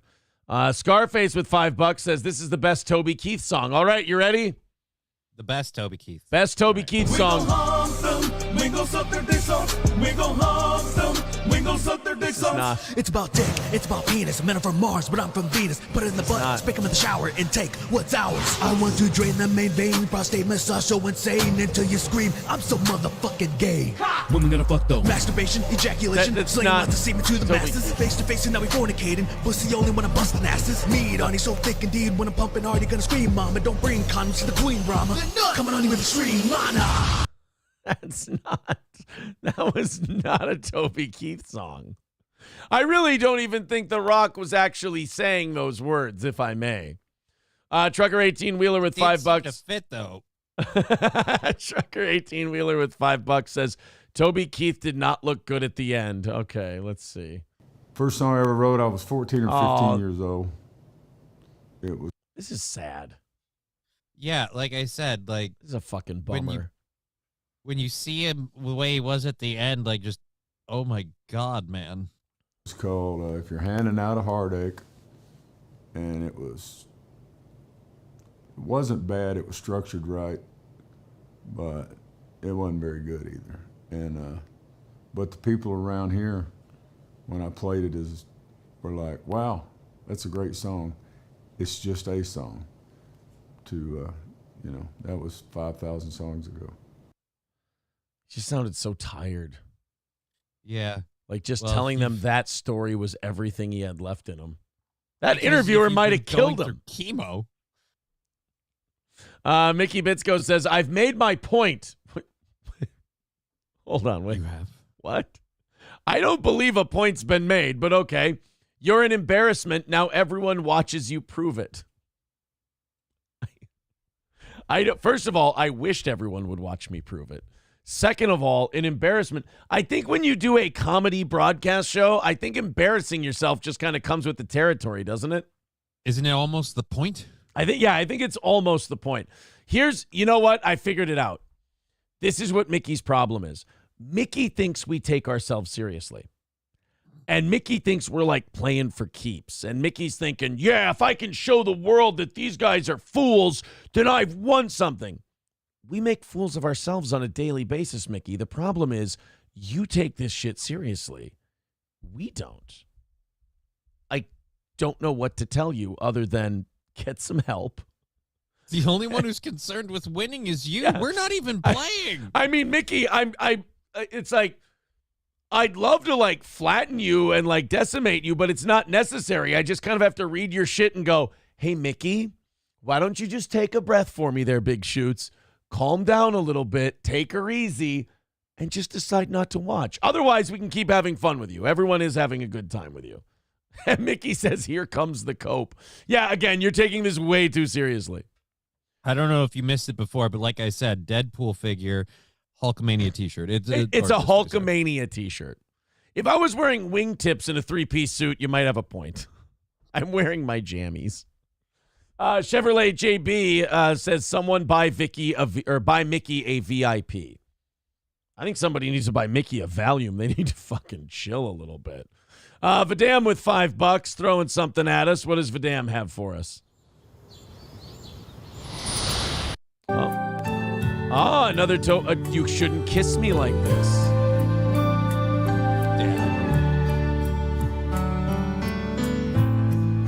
I got a funny feeling. Do ya?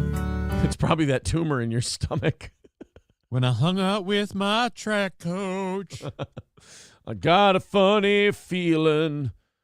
I ain't gone to the bathroom right in a week. I probably should have a CT scan and let the doctor have a peek.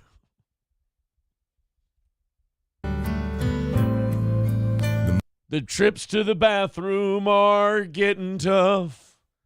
They think it's cancer. I think that it's bubble guts.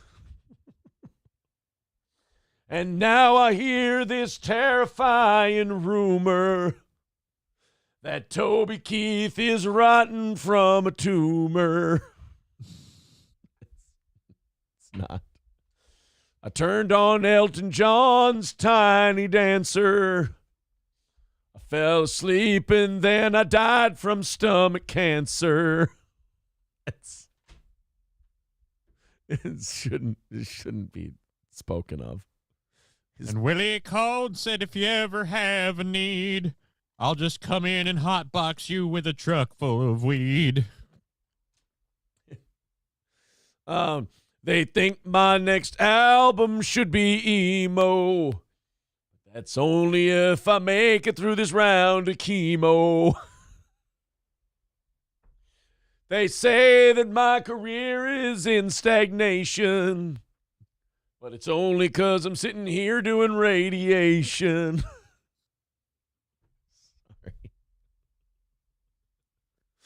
Oh. My red Solo cup used to be full of beer.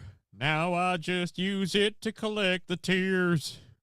They say that I should write more musical notes, but this stomach tumor spread out to my lymph nodes. Oh, dude, how big was that shoehorn? This isn't funny. This is so bad. Oh.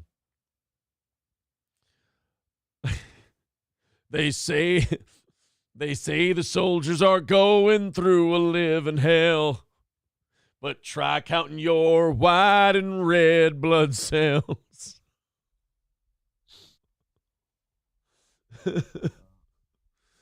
They say they're having MREs for dinner.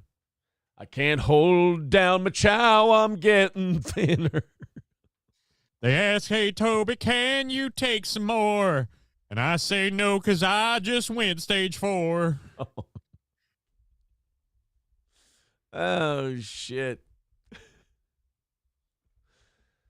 Oh, they say this show makes Aaron look like such an ass. But at least I'm not sitting here with an inoperable mass. Got my shoehorn out for that one, too. Red Fox Mad with $5. Let's see what he's getting at here. Why do you think you're such a good spokesman for Ford? I think they thought I was. I didn't think I was. It was a perfect. I mean, shit, I drive a Chevy. I don't know what the fuck they were asking me about. Yeah. Ford Truck Man. I'm a Ford truck man. That's all I drive. I ain't got no boundaries. I don't compromise. I'd rather walk 10 miles and beat down on my luck than ride around a block in another kind of pickup truck. Well, I'm a third generation. He's a Ford guy. Well, I mean, he was.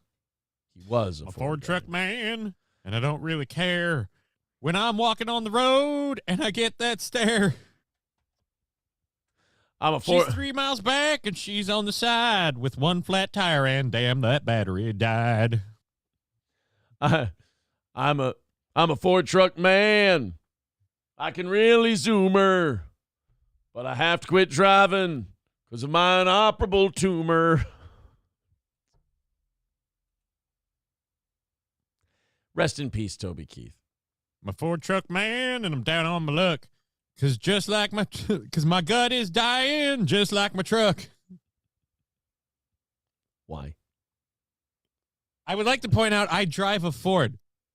While I'm singing all these lyrics, I drive a Ford. Yes, you do. Yes, you do. $2 from Greasy N-Word says, you do know you're going to hell, right? Shoehorning like that? Lord save us. Oh, we're going to be right next to Toby. Mickey Bitsko says, so political rants are a joke. Got it. Yeah? Yeah. Why? Mickey says, squirm, Aaron. Mickey thinks that us sitting here calmly in the pocket picking him apart is making us squirm.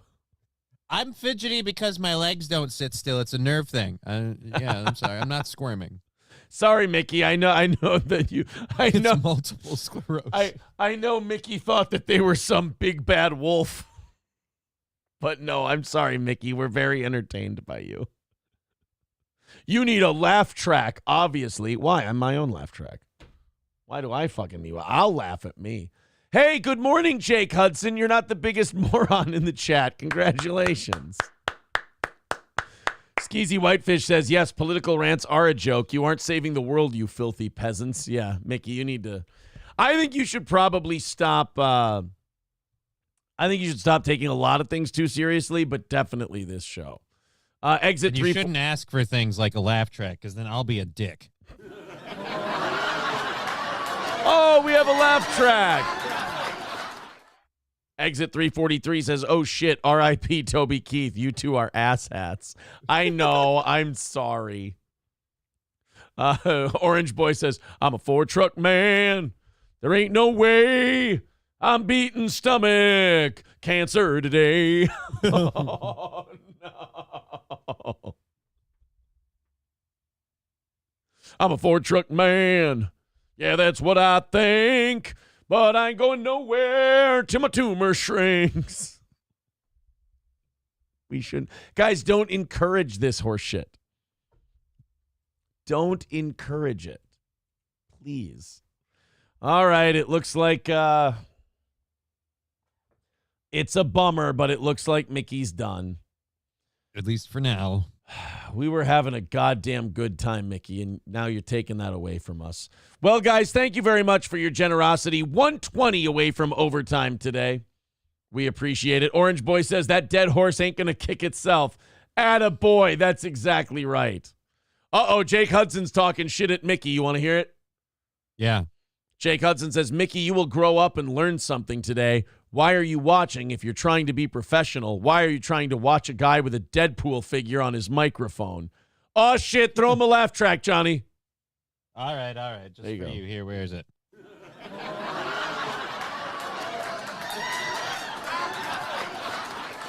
Hey, Mickey, Jake Hudson just served you. Drop that bomb.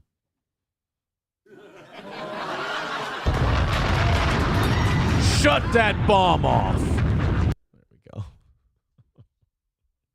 Mickey, I'm sorry. We're just having some fun with you. I know you don't have a sense of humor about it, but someday you will. Exit 343 says the laugh track makes this 1,000 times better. See, you know what? Maybe Mickey gave us something productive. Yeah, dude, you're being so helpful today, Mickey. Thank you. Thank you, Mick. We appreciate it. Red Fox Mad says Mickey ain't much fun since he started drinking. Oh. Sorry. Mo Green says, Mike, I was making my bones in this town when you were still in diapers. It's banging cheerleaders, Mo Green, but that's okay. Mo Green also pointing out Emily Willis OD'd. When will it end? Yeah, did you hear about the porn star who OD'd on drugs? That is shocking. That never happens. Oh, my God. I saw that on TMZ yesterday, and I put it in like the 8 o'clock hour prep sheets, and I was like, this is news? I mean, a porn star ODing on drugs? I thought we just... You're telling me that to take miles and miles of dick and be just defiled in some of the most disgusting ways for money, she had to cope with drugs and took it too far? Wow, never happened. Are you saying having your mouth pulled open at both sides and having a dick shoved in it, there may need to be some kind of coping mechanism for that? I'm shocked.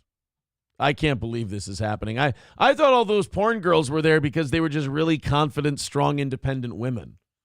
I thought they all got their rectums prolapsed because it felt good. You're telling me she needed painkillers? Wow. You're saying that they're taking 9 black dicks in a shoot because it's the money? I mean, I thought it was for love of the art. This totally ruins the mystique of pornography for me. I can't believe that this is the case. Wait a minute. You're telling me that these videos are fake? I thought they were all real. That guy's not really delivering a pizza? That's not really her stepbrother? Then why am I hard? There was one when the whole stepbrother stepsister thing came out, like started being a big deal years ago. Oh, that's gross. There was one where like the guy was like ripping at his like stepsister's like Spanx and like her like yoga pants and shit. She's like, "No, stop it. You're a dick." And he was like shoving his dick in her mouth while she's like protesting. And I remember I was watching it and I'm just like, it's the only time I've ever watched porn as a study. I was watching it going, like I was waiting for someone to step into the frame in the actual scene and yell cut and just go, "Guys, we're making an R-word video. This is not okay." Yeah. The fuck are we doing? She keeps protesting. Fauci's Pangolin says, "Go on." Ryan the Garbage Man. Ryan the Garbage Man says he doesn't fix the cable. Outrageous. There was a video once of like a woman in the real world trying to do porn with the plumber. I want to see if I can find it. Porn plumber real life. I want to see if I can find this. Reality porn the plumber. Is this squat thrust shows the plumber? I think this is the one.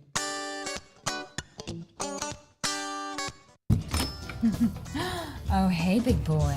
Did somebody call for a plumber? Oh, you bet I did. My pipes are all clogged. Oh, it's okay. I brought my industrial strength snake. I bet you know how to use that industrial strength snake. Never had any complaints. Oh, that's what I like to hear. So this is where I'm gonna need you to work it. This is where you need my help? Yeah, this is where the problem is. Well, let's have a look. Okay, let's. This might take a little while. Oh. Oh, my. Let's see. It's just a loose connection. Oh, yeah? Yeah. Oh, there we go. All fixed. Oh, it's all... Done. Didn't take as long as I thought. No, are you sure it works? Yeah, look. Watch. See? On, off, on, off. It's all good. Well, now I need to pay you. I can't charge you for that. That was like 4 seconds. I was just driving by. Hey, next time you call, though, you might want to try calling J&L Plumbing, because they're right around the corner, and they probably won't even charge you like a visitation fee. So, have a good afternoon. Well,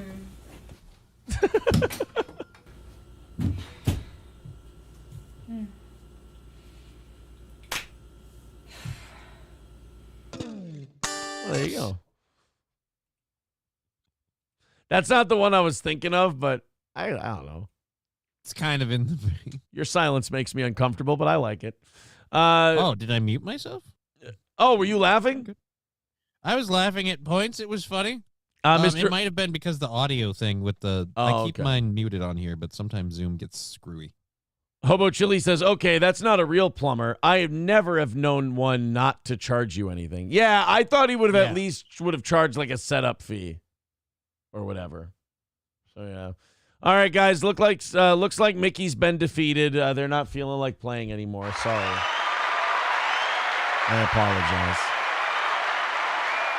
What do you do? We can't. I got them so good. They went and they coped for like 2.5 hours and finally tapped out at 10:30. I fucking ended them. I wish they would have stuck around and played a little longer, but what do you do? Look, you can't. Now we have to do a show. Damn it. Now we have to do a show. This sucks. Oh, by the way, our second cancer story of the day, King Charles has been diagnosed with cancer. This poor bastard. So he had to wait decades for his old-ass mom to die. Right. Finally gets to be king for like a year. and gets asshole cancer. I think that's what it is. I think it's going to end up being colon cancer because he went in for an enlarged prostate. Right. And they found cancer, and they said it's not prostate cancer. So, I mean, if you're going in, you're looking for a prostate problem, and you find cancer, that's got to be colon, right? More than likely. I mean, I'm not a doctor, but... What? I'm amazed they let... Yeah, dude, not a doctor. I just Shit. spend a lot of time in hospitals because I'm looking for chicks. But, you know, because, like, dude, seriously, maternity ward, you don't even have to wonder. You know they're open.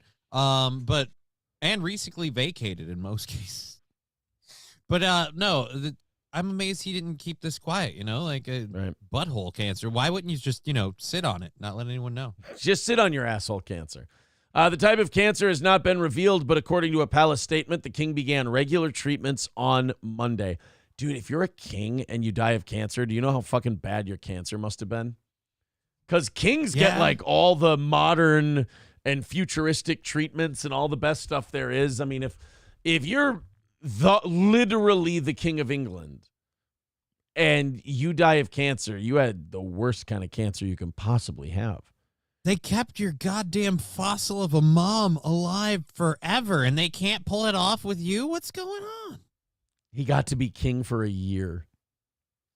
1 year, and that was... No, wait, I don't even think he's been king for a year, has he? I think he became king... I don't think it's been quite a year. Yeah, he became king this summer. Oh, God damn. Fauci's pangolin telling us he probably has AIDS cancer. Oh, see, I didn't know that. I wasn't sure. Need Trump says no prostate cancer means he just has a problem pissing. And I just watched the news. How you get it is from the dye is in our food and smoking. Kotod says waits his whole life to be king, gets cancer a year in. Suck it, Chuck. Mr. St. Caesar says Princess Diana is laughing right now. Ha ha. That's right. Your mom had me killed, but guess what? I'll get the last laugh. So he's, I guess, going through treatment. He's canceled all his appearances.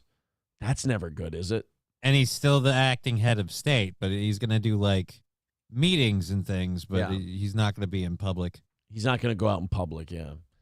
That's never a good sign when they say, yeah, we've canceled all of his public events. So we'd like you to speak to the peasants. Oh, tell them to blow it out their ass. Well, you certainly won't. Tell them lovingly to blow it out their ass for those of us who cannot. I want to dig into this immigration bill because everyone seems to be talking about it. I know somebody was in our chat yesterday telling us, oh, yeah, if the Republicans care so much about the border, why don't they pass the border bill?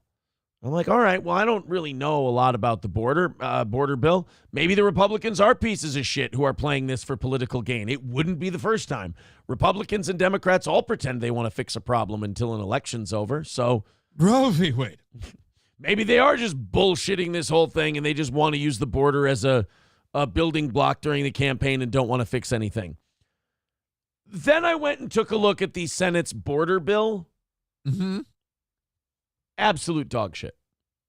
Really? You're telling me they put a bill out that isn't just what it says? It's just not about the border? They're calling it a bipartisan border bill, but it's bipartisan in that you have like the military-industrial complex Democrats and the military-industrial complex Republicans agreeing on it, but these people have always been the same people.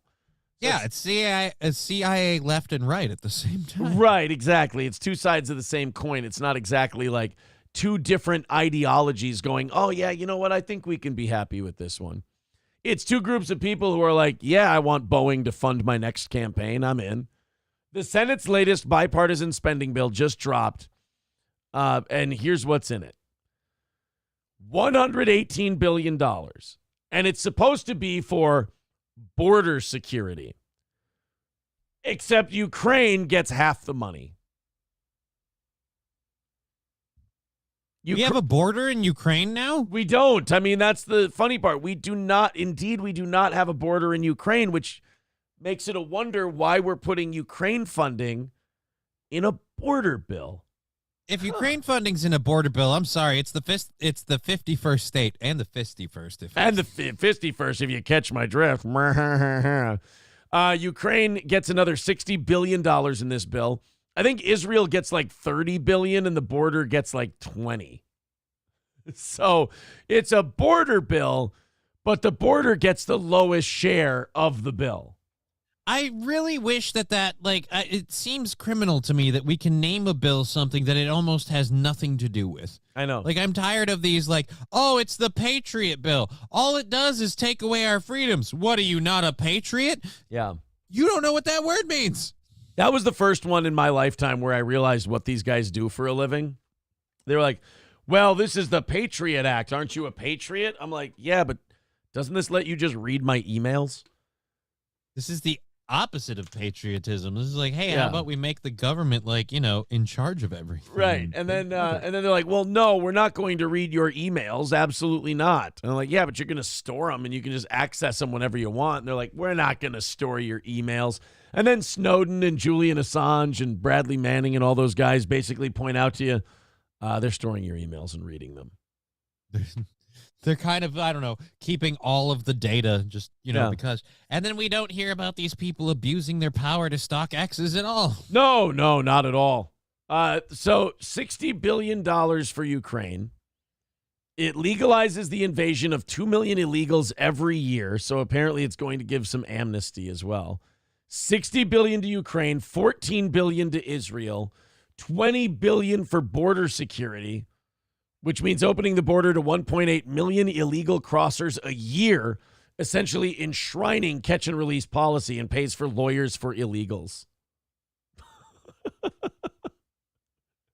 So 70% of the American people want what Texas is doing. Barbed wire on the border, building walls, enforcing, immigration laws, everything else. So the Senate goes, all right, well, let's honor that. Let's, do something about the border. That's what 70% of the country wants. So they're spending $20 billion allowing 1.8 million illegals a year and paying for their lawyers. Wow. Again, it's just at a certain point, why am I bothering to be an actual American citizen? It seems like I'd be a lot better off if I was just an illegal one. Yeah, I can sneak under the wire tax-wise. I don't have to worry about that. If I'm an accused terrorist, I get at least 1 year to roam around the country, no holds barred, unrestricted, unsurveyed. Yeah, that guy was wandering around Minnesota for a year, and he was on the list of terrorists. And then, if they don't vote for this bill, they really do. They run ad campaigns going like, oh, can you believe he didn't want to fix the border? Can you believe this guy? No, he didn't want to fix Ukraine. Right. $60 billion for this fucking money laundering war. $14 billion for Israel to do some pretty nasty shit. I mean, you can't sit there and go, well, we want to avoid Islamic extremism. We don't want to become the victims of terrorist attacks. And then also go, by the way, we're going to give Israel 5 times their annual funding to go ahead and fight in the West Bank and Gaza Strip. I really don't want to support Israel. I'm not sitting here going, oh, they're guilty of genocide. Here's why I don't want to support Israel. Let them fend for themselves, because quite frankly, if everybody stops supporting them, you'll watch Hamas continue to attack them and everything else. Yeah. They'll have to defend themselves. And then we can sit there and watch everyone go, well, Hamas is just trying to secure some land for themselves and some peace. But yeah, but they are murdering people left, right, and sideways. Right. Again, there's no good side here. Like I said yesterday, Israel's committing genocide. Yeah, but if they didn't, then Hamas would commit genocide. It's one or the other. They're going both. What's the old saying? If Palestine put down their weapons, there would be peace tomorrow. If Israel put down their weapons, they'd be slaughtered. I don't believe that there'd be peace tomorrow if Palestine put down their weapons, though. You think Israel might just push them all the way out? I think they've been muscling them out through legal practices and the camps and stuff, and just kind of edging them out a little bit, the same way we kind of keep pushing on Russia's doorstep with more and more countries joining NATO. So I think no, they're going to do it pacifistly. So you're saying the Israelis have become soft Nazis? Yeah. Okay. And if you fight them on it, then they go hard Nazi. And they're like, all right, we'll just blitzkrieg your ass. Right. Steve C. says, my mom died from cancer before she could retire. Cue the laugh track, Johnny.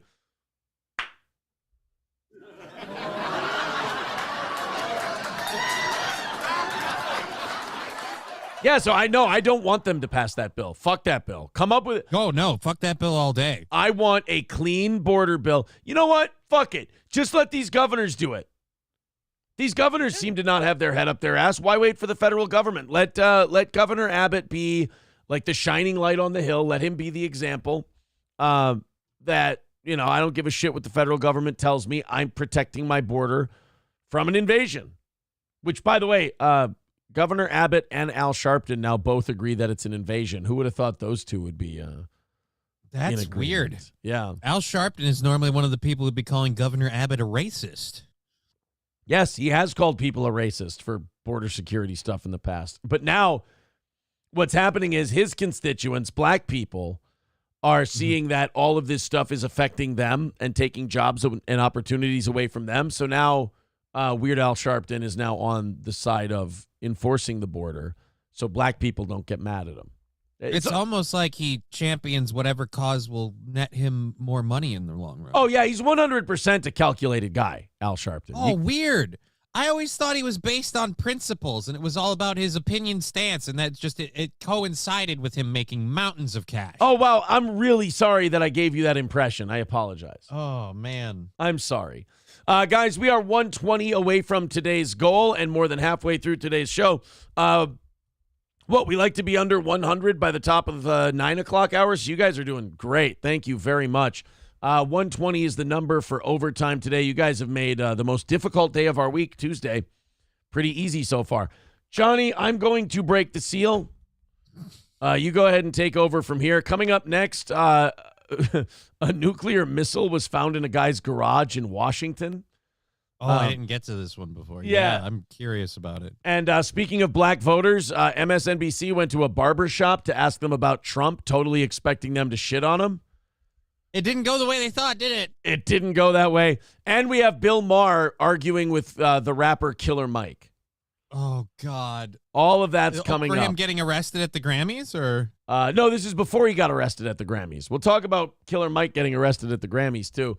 That's all coming up in just a little bit here on Steel Toe. Hit like, hit subscribe, follow our channel, whether you're on Rumble, YouTube, whatever.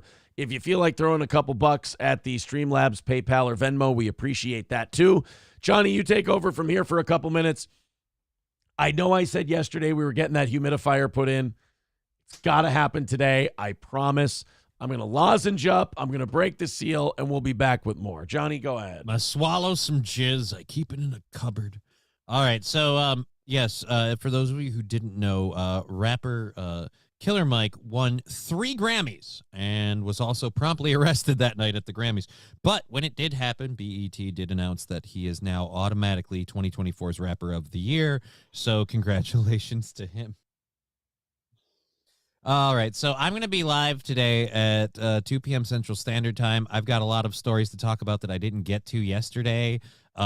There's a billionaire, if we don't cover him today on this show, there's a billionaire who wants to start his own version of the Olympics, literally involving steroids. I'm a big fan. I can't wait to talk about that. We've got a video about where's the link for the video?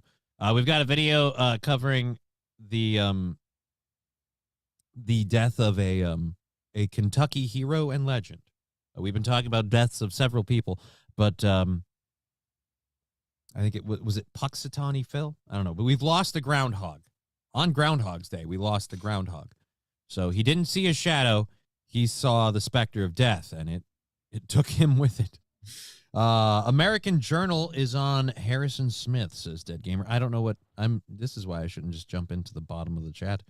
Let's put some rooftop Koreans on the border. Oh, my God. But you know what, Eating Clams? That's not a bad idea. It's certainly better than what we've tried. And at this point, I'm like, hey, we've tried the open border thing. Maybe the rooftop Koreans would be a good call. How do you have the same National Guard put them up and then like the federal people come by and take them down? I don't know. What's that now? Eating Clams is suggesting rooftop Koreans on the border. You know what? Maybe it would work. Maybe they would do it for King and Country. Who knows? But I know if you pay them, maybe. Put some Irishmen on the border. I don't know.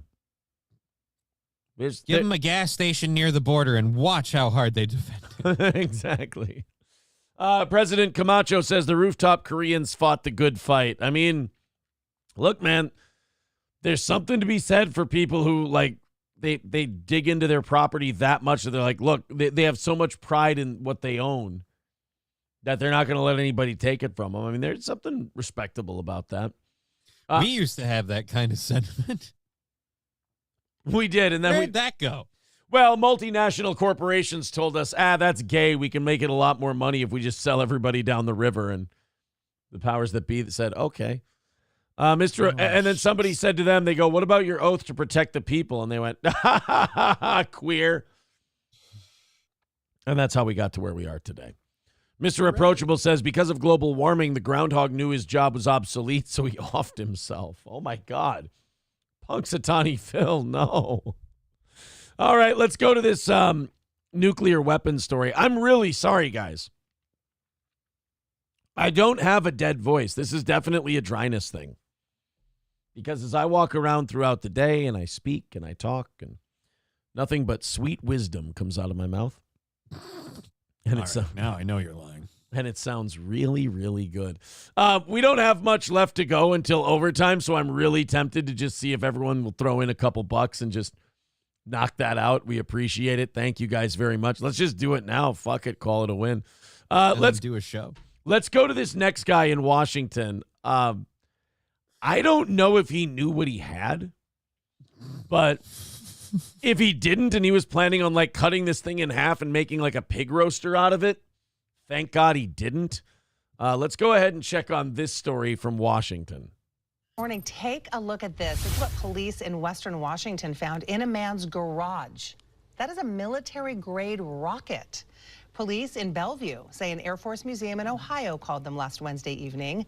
Museum officials told police they got a call from a man who wanted to donate a rocket that belonged to a neighbor who'd died. Well, that man told police their neighbor had originally bought it from an estate sale. The police department's bomb squad went to the man's home the next day. They did deem that rocket inert. They said it contained no rocket fuel, so there's no risk of it exploding. Police just left the rocket in the man's garage so he can ultimately donate it to a museum. Can you? So this guy went to an estate sale, bought a rocket, and now they're saying that it's an inert nuclear missile. So if it's inert, then they have to have removed the radioactive material and all the rocket fuel. How you don't turn that into a fucking barrel smoker, I'll never know. Right? That'd be the coolest barrel smoker ever, a nuke barrel smoker. It's coming out the back end of the rocket, just like it's actually burning. Yeah, dude, no, that's the best thing ever. I'm painting it red, and I'm putting a hammer and sickle on it. You're making yourself a nice little Russian commie smoker. Yeah. I like it. People are like, where'd you get it? Oh, Russia dropped it off. Yeah. It just fell out of the sky. Eating Clam says, better get that checked, Aaron. Michael Douglas sounded like that when he had throat cancer from eating clams. Have you ever heard the Gilbert Gottfried Michael Douglas jokes? God, no. And I would like to. They're so good. First, let me say thank you to Balls Deep gifting 5 memberships. Alex, Mad Mardigan, Frog Tosser, Meat Drapes, and Omega Wolf. You guys are down to 110 away. There's all the links in the chat. Tantalizingly close to being done with that today. Thank you. Producer Robert says, are we going to do rocket puns now? What? No, I feel like rocket puns wouldn't work. The whole thing would be a failure to launch. Yeah, I don't think we need to do any rocket puns right now. To be honest, they'd all burn up in reentry. And not only that, but if we do rocket puns, there's no payload. The thing could blow up in our face. I mean, think about it. Think about this, Producer Robert. If we do rocket puns, right? And we sit here and we tell all the funny jokes and we get really witty and all of that. Eventually, we're going to run out of rocket fuel. Plus, then what do we got to stretch it out? We'll have to do it in stages. You know, I mean. Right. And not only that, but like, it's going to start with all these big jokes, but then by the end, it's just going to be this little capsule. It's just going to be pathetic and it's not going to be good. And like Helgi says, rocket puns aren't going to take off. Tridio says, you guys will burn out with these puns. Exactly. And Robert, you don't want that. You don't want that. Trust me. You're trying to think of rocket. It would be like going from the surface to a forced air or surface to air. We both thought there would be more rocket puns, didn't we? Yeah. Yeah, I did too. I'm still looking for our buddy over on Rumble, and they left. I think they left. Let me get you the Gilbert Gottfried, Michael Douglas joke. It is so stupid and funny. Gilbert Gottfried, Michael Douglas. It's just so stupid and obvious. Years ago, I saw Natalie Portman on Broadway. That is the only time I've ever jerked off to a production of The Diary of Anne Frank.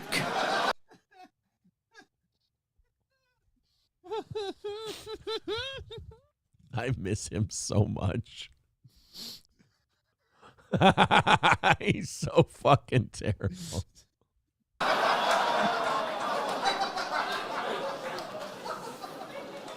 You know, Michael Douglas said recently that he thinks he may have gotten throat cancer from performing oral sex on his wife. I don't know. I think cancer is a small price to pay to lick Catherine Zeta-Jones' pussy. Oh, wait. He's not done.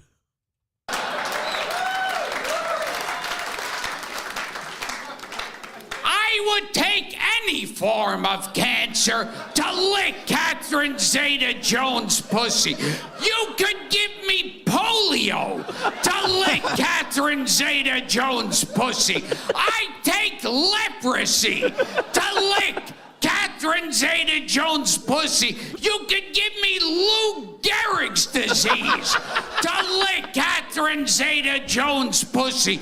To lick her pussy, I would take a form of muscular dystrophy so intense that while I'm eating her pussy, Jerry Lewis pops out of her cunt and goes, "Hi, the thing with the bison, hi, and he's eating the liver." Thank you. Good night. God, I fucking love Gilbert. Holy shit. He did like a collection of dirty jokes that like, they're like, what do you call them? Like public domain dirty jokes. Right. But with that voice, they're just, you'll never think of them as anything but Gilbert Gottfried jokes. Hold on. Gilbert Gottfried dirty jokes. Here's we go with here's a horror joke. We can do this one. Man goes to a whorehouse. He's only got $2. They say, "Well, go up to the room there. We have a dead hooker." So he goes, "Okay. We've all been in that situation. Don't act like you'd turn it down. Yeah, sure, you can scoff at it, but you figure, well, gee, but basically you sponged her off and okay."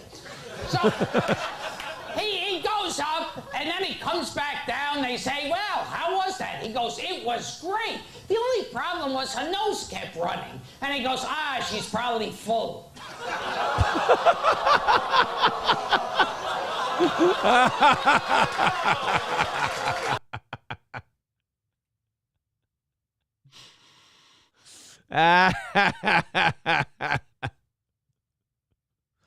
All right, I'm going to let you choose the last Gilbert thing we do today. Okay. You can do dirty jokes. It's 6 minutes long. We'll play like a minute and a half, 2 minutes of it. Or you can play one joke, Moby Dick, 2 minutes and 17 seconds. You want dirty jokes? Go Moby Dick. You want Moby Dick? All right, here we go. Just a little Gilbert, and then we'll move on.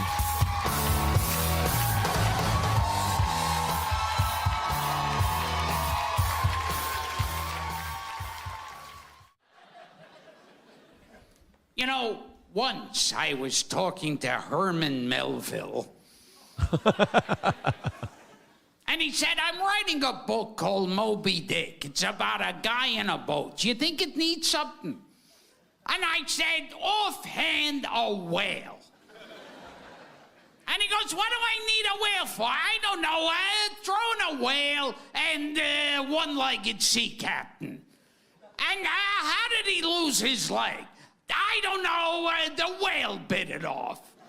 So what you're trying to tell me is a tiny little sea captain falls into the ocean and a gigantic whale with an enormous mouth swims up to him and he nips one leg off. He turns his head, looks at it, and nips one leg off.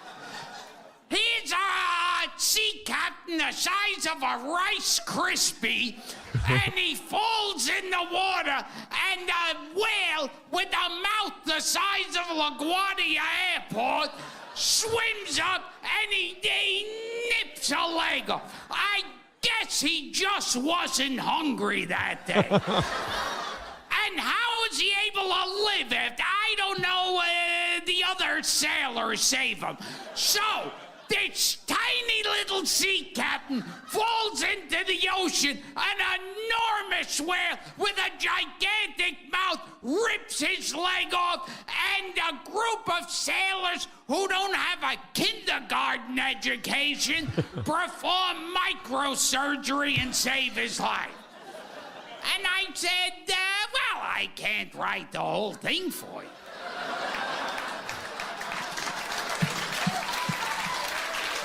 Thank you. That was it. Johnny, you could have picked better. I guess I could have. I've never heard the Moby Dick joke. I was hoping it. I haven't either. It's not your fault. It's not your fault. If I had known. Oh, no. Helgi in the chat is saying maybe Toby Keith licked Catherine Zeta-Jones' pussy. Worth it. Worth it. Worth it. All right, let's continue on here. MSNBC went to a black barber shop. Okay. And they figured that they would go to this black barber shop and they would ask questions about Donald Trump. And all the black people at the barber shop would go, oh, yeah, he sucks. Democrats rule. Democrats are the absolute best. You know, you can treat us black people like dog shit all the time, constantly, every year, every election cycle. And we'll just, oh, yes, sir, no, sir. We'll just keep voting for those Democrats because they're lovely. Well, it didn't go that way because apparently black people have a breaking point where they go, enough of the bullshit. Let's take a look here. This is from MSNBC. I am looking forward to so many more of these happening in the run-up to this election, just because you're not going to get people to just blindly follow shit when they have no money in their pocket and they're watching their cities be invaded. You can't just count on their vote.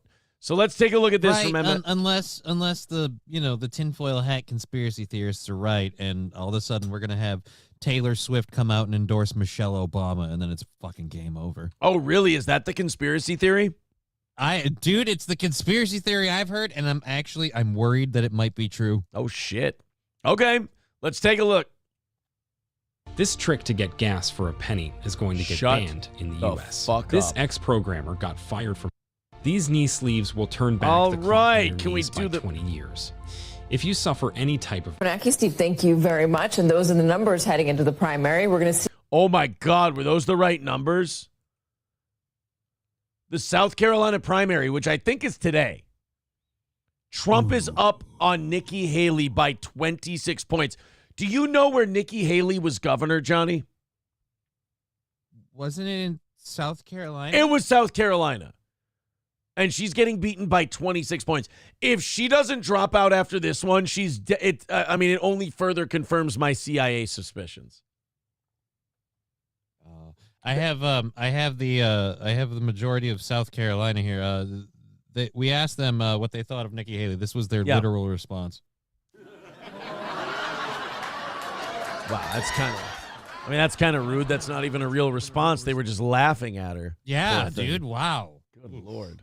Much, and those are the numbers heading into the primary. We're going to see where they are heading out of the primary tomorrow night, specifically where black men stand, because on paper... Away from their children? Specifically where black men stand. No. I don't know, usually on the other side of law enforcement? No, Johnny, we're not going to rewind this 80 times and keep playing it.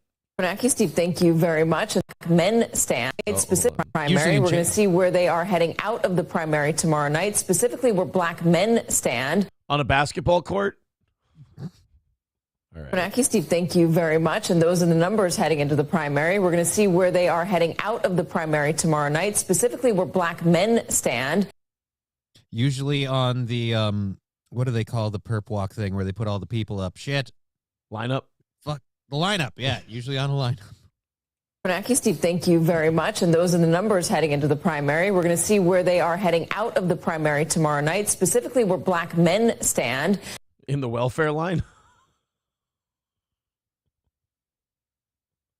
All right. Bernanke, Steve, thank you very much. And those are the numbers heading into the primary. We're going to see where they are heading out of the primary tomorrow night, specifically where black men stand. Usually at the Grammys right before they're arrested. Bernanke, Steve, thank you very much. And those are the numbers heading into the primary. We're going to see where they are heading out of the primary tomorrow night, specifically where black men stand. In line at Popeyes? That's where they stand. Bernanke, Steve, thank you very much. And those are the numbers heading into the primary. We're going to see where they are heading out of the primary tomorrow night, specifically where black men stand. Anywhere that their children are not. Bernanke, Steve, thank you very much. And those are the numbers heading into the primary. We're going to see where they are heading out of the primary tomorrow night, specifically where black men stand. Behind their fat white girlfriends when they cash their paycheck? What? Well, you laughed at that one. Was that? I don't know. It just did I do something wrong? Funny. What happened? I don't know what I did. I don't know. Oh boy, I don't know if I want to do this. Call from Ryobi. Hello, Ryobi. Hey, I'm a bit behind in the show, but I noticed that when you were playing that MSNBC clip, they were running some ads for knee pads, and I know the ads are always like relevant to things that you've done or watched. Yeah. Googled. Yeah. So, yeah, I mean, I know you suck a lot of dick. Oh, so I just wait. Hold on. Can I stop you before this goes any further? I don't understand that statement. You just said, I know you suck a lot of dick. That's mighty presumptuous. I mean, you're just assuming Gino and Nick both have a lot of dick. And yeah. Be a little dick. Oh, I mean, I thought that's what all the swinging was for, you know. You don't think I'm getting pussy? Anyway. No, not a bit. I don't like that. Like I'm fully willing to go with the swinging rumor and the swinging thing. I'm fully ready to go with that because we hang out with some full very compliance here. We both hang out. We hang out with some very beautiful people. So if there's a rumor going around that I'm smashing all this, top shelf pussy, I'm fully ready to go with that rumor. The only problem is nobody seems to give me the pussy to crush in the rumor. I'm just always on dicks. Yeah, because look at your uniform. Victor, can I get that clipped? All I'm saying is if you guys are going to make a rumor up about me going swinging, could I at least be having sex with the top shelf beautiful women that you guys are talking about? But then it won't be believable. Because okay. All right, I'll hang up and listen. For example, real quick though. Sure. Keanu and Gino. We can agree. Keanu Thompson, great beautiful girl, right? Absolutely. Beautiful girl.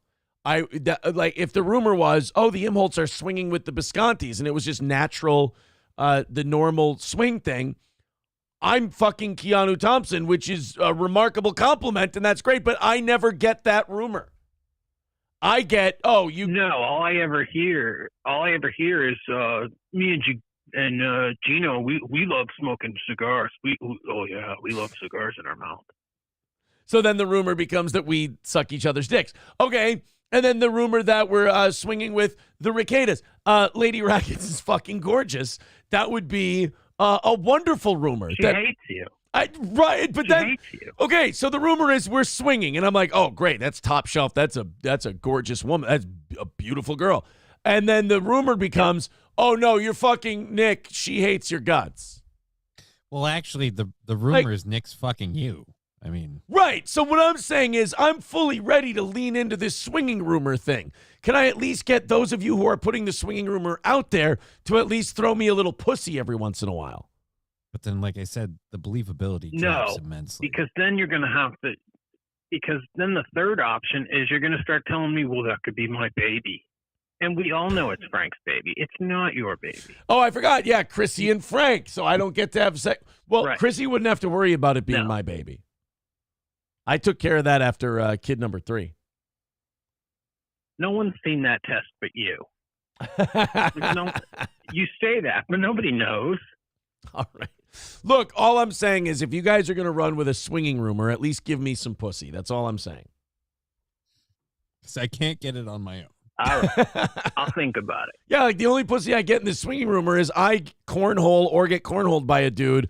And then, like, I guess what? After I fuck April, because that's part of the thing. I don't know. But, like, that's it. April's what? Off in a corner munching box somewhere while I'm, handling wieners? We assumed that's why she stuck around. Like, because, I mean, she wasn't in it for you. I mean. Oh, shit, I really don't like this. All right, Ryobi, thank you very much, buddy. I appreciate it. You got it. All right.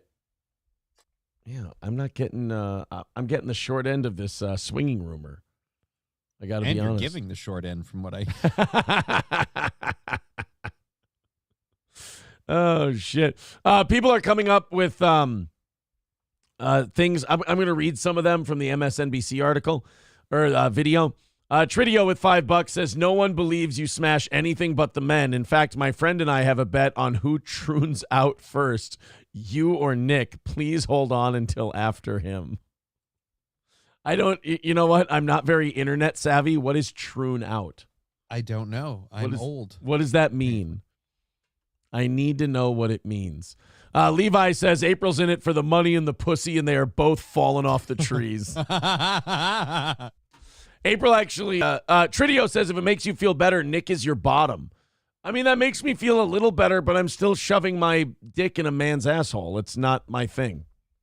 I didn't know that Nick was the bottom. I was one of weird thought that Nick was like, the what would you call it? The underdog, like the unknown top. Like, well, here's it. Here's looks like a twink, but boom. Here's the only thing. I'm bigger than Nick. I'm like a couple inches taller, and I'm about 40 pounds heavier. So the overpowering. Yeah. So when you're laying on the bed, he doesn't have to worry about you asphyxiating. He could just take it. All right, let's go to the phones. Caller, you're on the air. Yes, hi, sir. Hello. Hello. Yes, thank you. Fantastic. I just wanted to introduce myself. I'd like to throw my hat in the ring for possibly a swingers party. Okay. All right, go ahead, sir. That's my forte. Oh, yes, fantastic. Let me tell you, I've got a very nice little package. It's very quaint, and I've got wonderful little set of balls. Very nice, circumcised, mind you, very circumcised penis.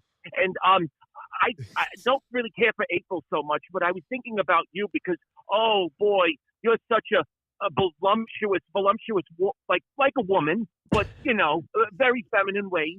And I was thinking, that shirt you're wearing today, oh, it's so becoming on you. And if I was that shirt, I'd be coming too. Thank you. All right, thank you. I appreciate that. That was great. Thanks, buddy. Scarface says, I heard the rumor was Gino and April were fucking while you and Keanu ferociously masturbated in the corner while reading super chats. Oh, yeah, that's right. Mr. Nobody says Nick is in the middle. Aaron fucks him and he fucks April. And Tridio says, no, Nick also doesn't touch anything but men. So there's all kinds of rumors going around. Apparently, Gino's the only guy getting the good end of it because Nick and I are gay and Gino has sex with April. Of course, the Italian stallion is the one locking down all the puss. Great, that's it. Great. The Italian gets all of it. Well, you're not going to give it to a Polak. Hey. Mick Luck says Troon equals going trans. Why would Nick go trans? Yeah, and no offense, I don't ever see Aaron going that way. He's too proud to be gay. Yeah. Wait, what? No. God damn it. Fuck. I thought you were helping. Nobody will clip that one either. They're also in the chat calling me very Rubenesque. I appreciate that very much. What Oh my kind God! word. I completely forgot to point. I'm sorry. I should have remembered pointing this out earlier. We had $100 donation before. Who did? You. Well, yeah, we read it. We have a rule over 20 or 50. Oh shit! I'm sorry. Yeah, anything over 20. I gotta find that thing again. Shit. You should just copy it down to your thing and just push You're a button. right. I should, but you know me. I'm fucking terrible at it. I'm garbage. I'm dog shit. Here we go. I'll just do your directing from that one. Respect the drip, Karen. So fucking dumb. There we go. I have another one. Sid Saraf with $70. Thank you very much, buddy. Respect the drip, Karen. Thank you very much. We appreciate that. Guys, we are $40 away from today. There you go. $40 away from doing the 10:30 thing on today's show. If you guys all want to team up and wrap that up, we appreciate it. We're right there knocking on the door. Very cool. Streamlabs, PayPal, Super Chats, memberships. I think, yeah, we got Tridio's $5 in there. Oh, yeah. As well. I'm sorry, it wasn't Sid. It was from Nikki Haley's South Carolina campaign who says, vote for me. Oh, there you go. Thank you to Nikki Haley's campaign.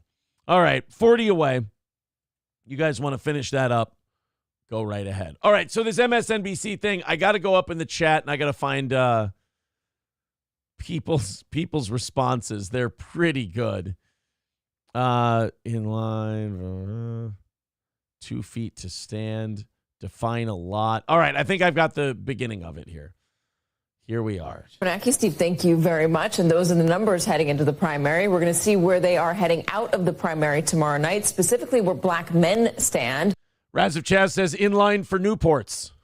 Oh, I thought they outlawed menthols. Bernanke, Steve, thank you very much. And those are the numbers heading into the primary. We're going to see where they are heading out of the primary tomorrow night, specifically where black men stand.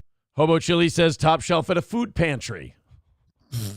Bernanke, Steve, thank you very much. And those are the numbers heading into the primary. We're going to see where they are heading out of the primary tomorrow night, specifically where black men stand. President Camacho next to a big fat girl like a black man at Wendy's.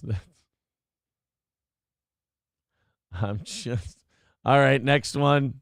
And those are the numbers heading into the primary. We're going to see where they are heading out of the primary tomorrow night, specifically where black men stand. Hitler Diff says for the free crack giveaway at 5 p.m.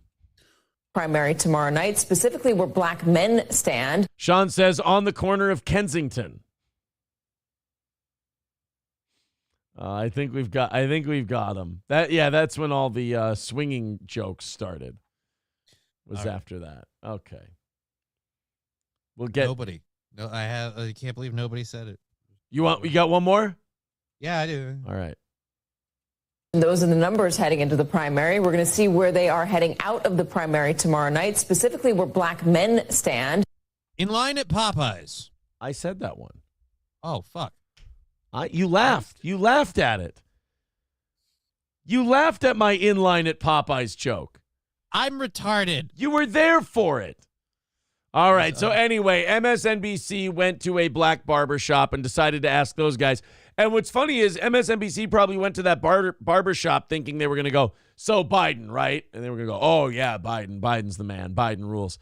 They didn't get that at this South Carolina barbershop. Because on paper, former President Trump has been luring some of them away. Joining us now from Charleston, South Carolina, is MSNBC correspondent Tremaine Lee. Tremaine, you've had a lot of conversations down there. What have these folks been telling you? That's right, Katie. I've been all around the country in recent years engaging with black voters, and this is one of the first times here down in South Carolina where black male voters in particular seem to be, or at least they're more vocal about exploring their options. Obviously, black voters have been very consistent in voting. Some of them are even considering dating other black women. See, considering some of them are even talking about holding down regular jobs. Oh, it's no. crazy. That's racist. For Democrats. But there are a number of issues that have black men, especially, again, considering their choices. Let's hear a little bit from what I heard. Let's hear a little bit from what I heard. There is some appeal there for some black men with Trump. What is it? Money. Yeah. And that's really what it boils down to for most people. They're like, yeah, I know. He says fucked up shit, but like we had money in our pocket when he was president. We had money. He was worried about stuff that actually, and again, no offense, he's going to do something about the border. It just seemed like he gave a shit about things we gave a shit about. Like he was cutting taxes. He was trying to do border stuff. He was trying to, make it easier to hire people and get jobs and shit like that. Whereas like Biden's like, let's talk about climate change. Like nobody gives a fuck, dude. I get it. Trump's really ego obsessed. All he thinks about is himself. But there is a slight silver lining in this. When he's the president, America doing well reflects well on him. Right. Well, and not only that, but like, okay, here's another example. Biden going, well, let's talk about student loan debt. Well, most Americans' position on student loan debt is they took out the debt, let them pay it back. It's not that complicated. I mean, Donald Trump has a reputation of being the money man. So beyond the projection of a businessman, what is that is appealing for so many black people, black men especially? I just think that Donald Trump, in spite of all the craziness he may have in his head, reading some of the things that he talks about with business, I can kind of agree with as far as business-wise, because I'm trying to grow my business. As far as Biden, I haven't seen Biden really care about business like that. And my concern is having my business so that I can build generational wealth so my kids can see and have something to. Democrats hate that because they're like, hey, black people, you're not supposed to talk about generational wealth. You're not even supposed to know what that means, you big dumb animal. Who the heck taught you these things? We've been busy trying to point out that you guys can't learn in schools. Democrats have been so obsessed with painting us all as different. And we keep, those of us who aren't Democrats or Republicans or whatever, we point out, it's like, you do know people, like, the color of their skin doesn't change what they want. It may change the way how we say it, but we all want the same things. Good economy, money in our pocket, jobs, upward mobility. Leave a little something for the kids. Leave a little something for the kids. Which is weird, exactly. Honestly. I did not expect that message for him. Like, generational wealth for my family. And I'm like, well wait a minute. Fucking asshole. To take the point where I'm not here. A lot of people admire the persona, and they want to be him. They want to enjoy the perks that he has. He seems to always be able to circumvent the rules. I think there's a lot of, generationally speaking, I think there's probably some familiarity with what he used to be. I'm gonna be honest, I don't really know why people are riding for Trump like that. You're hearing that too, that there are some people in your orbit who are either voting for Donald Trump or considering it? For sure. A lot of my friends are obviously. I love how the MSNBC guy asked that question like, you fucking serious? There's people who are thinking about voting for Trump, but isn't that batshit crazy? Wink, wink, wink, wink, wink.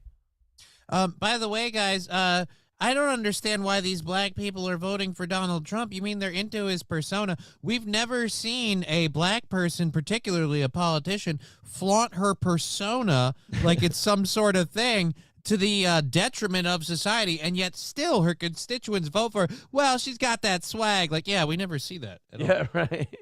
My age, so we're a little younger. We've only voted once, for a president, and Trump is kind of all we know, and they're kind of Trump and Biden. They're like, well, we were broke with Biden. We weren't with Trump. Yeah. And that's kind of the only thing that I'm hearing over and over again, is that. Yeah, like you can sit there and you can say whatever you want about Democrats, Republicans, and talk all this like high-level political operative bullshit. But at the end of the day, for most people, it's going to be like, yeah, who's going to put money in my pocket and who's going to make it so my life doesn't suck shit? That's it. And again, not to bring it back to the border thing, but if you're not someone who's doing well, if you're someone who's like relying on the social safety nets, especially right now, you really have to. You've also got to be worried, like, how long do these things hold because we keep taking on water? Right.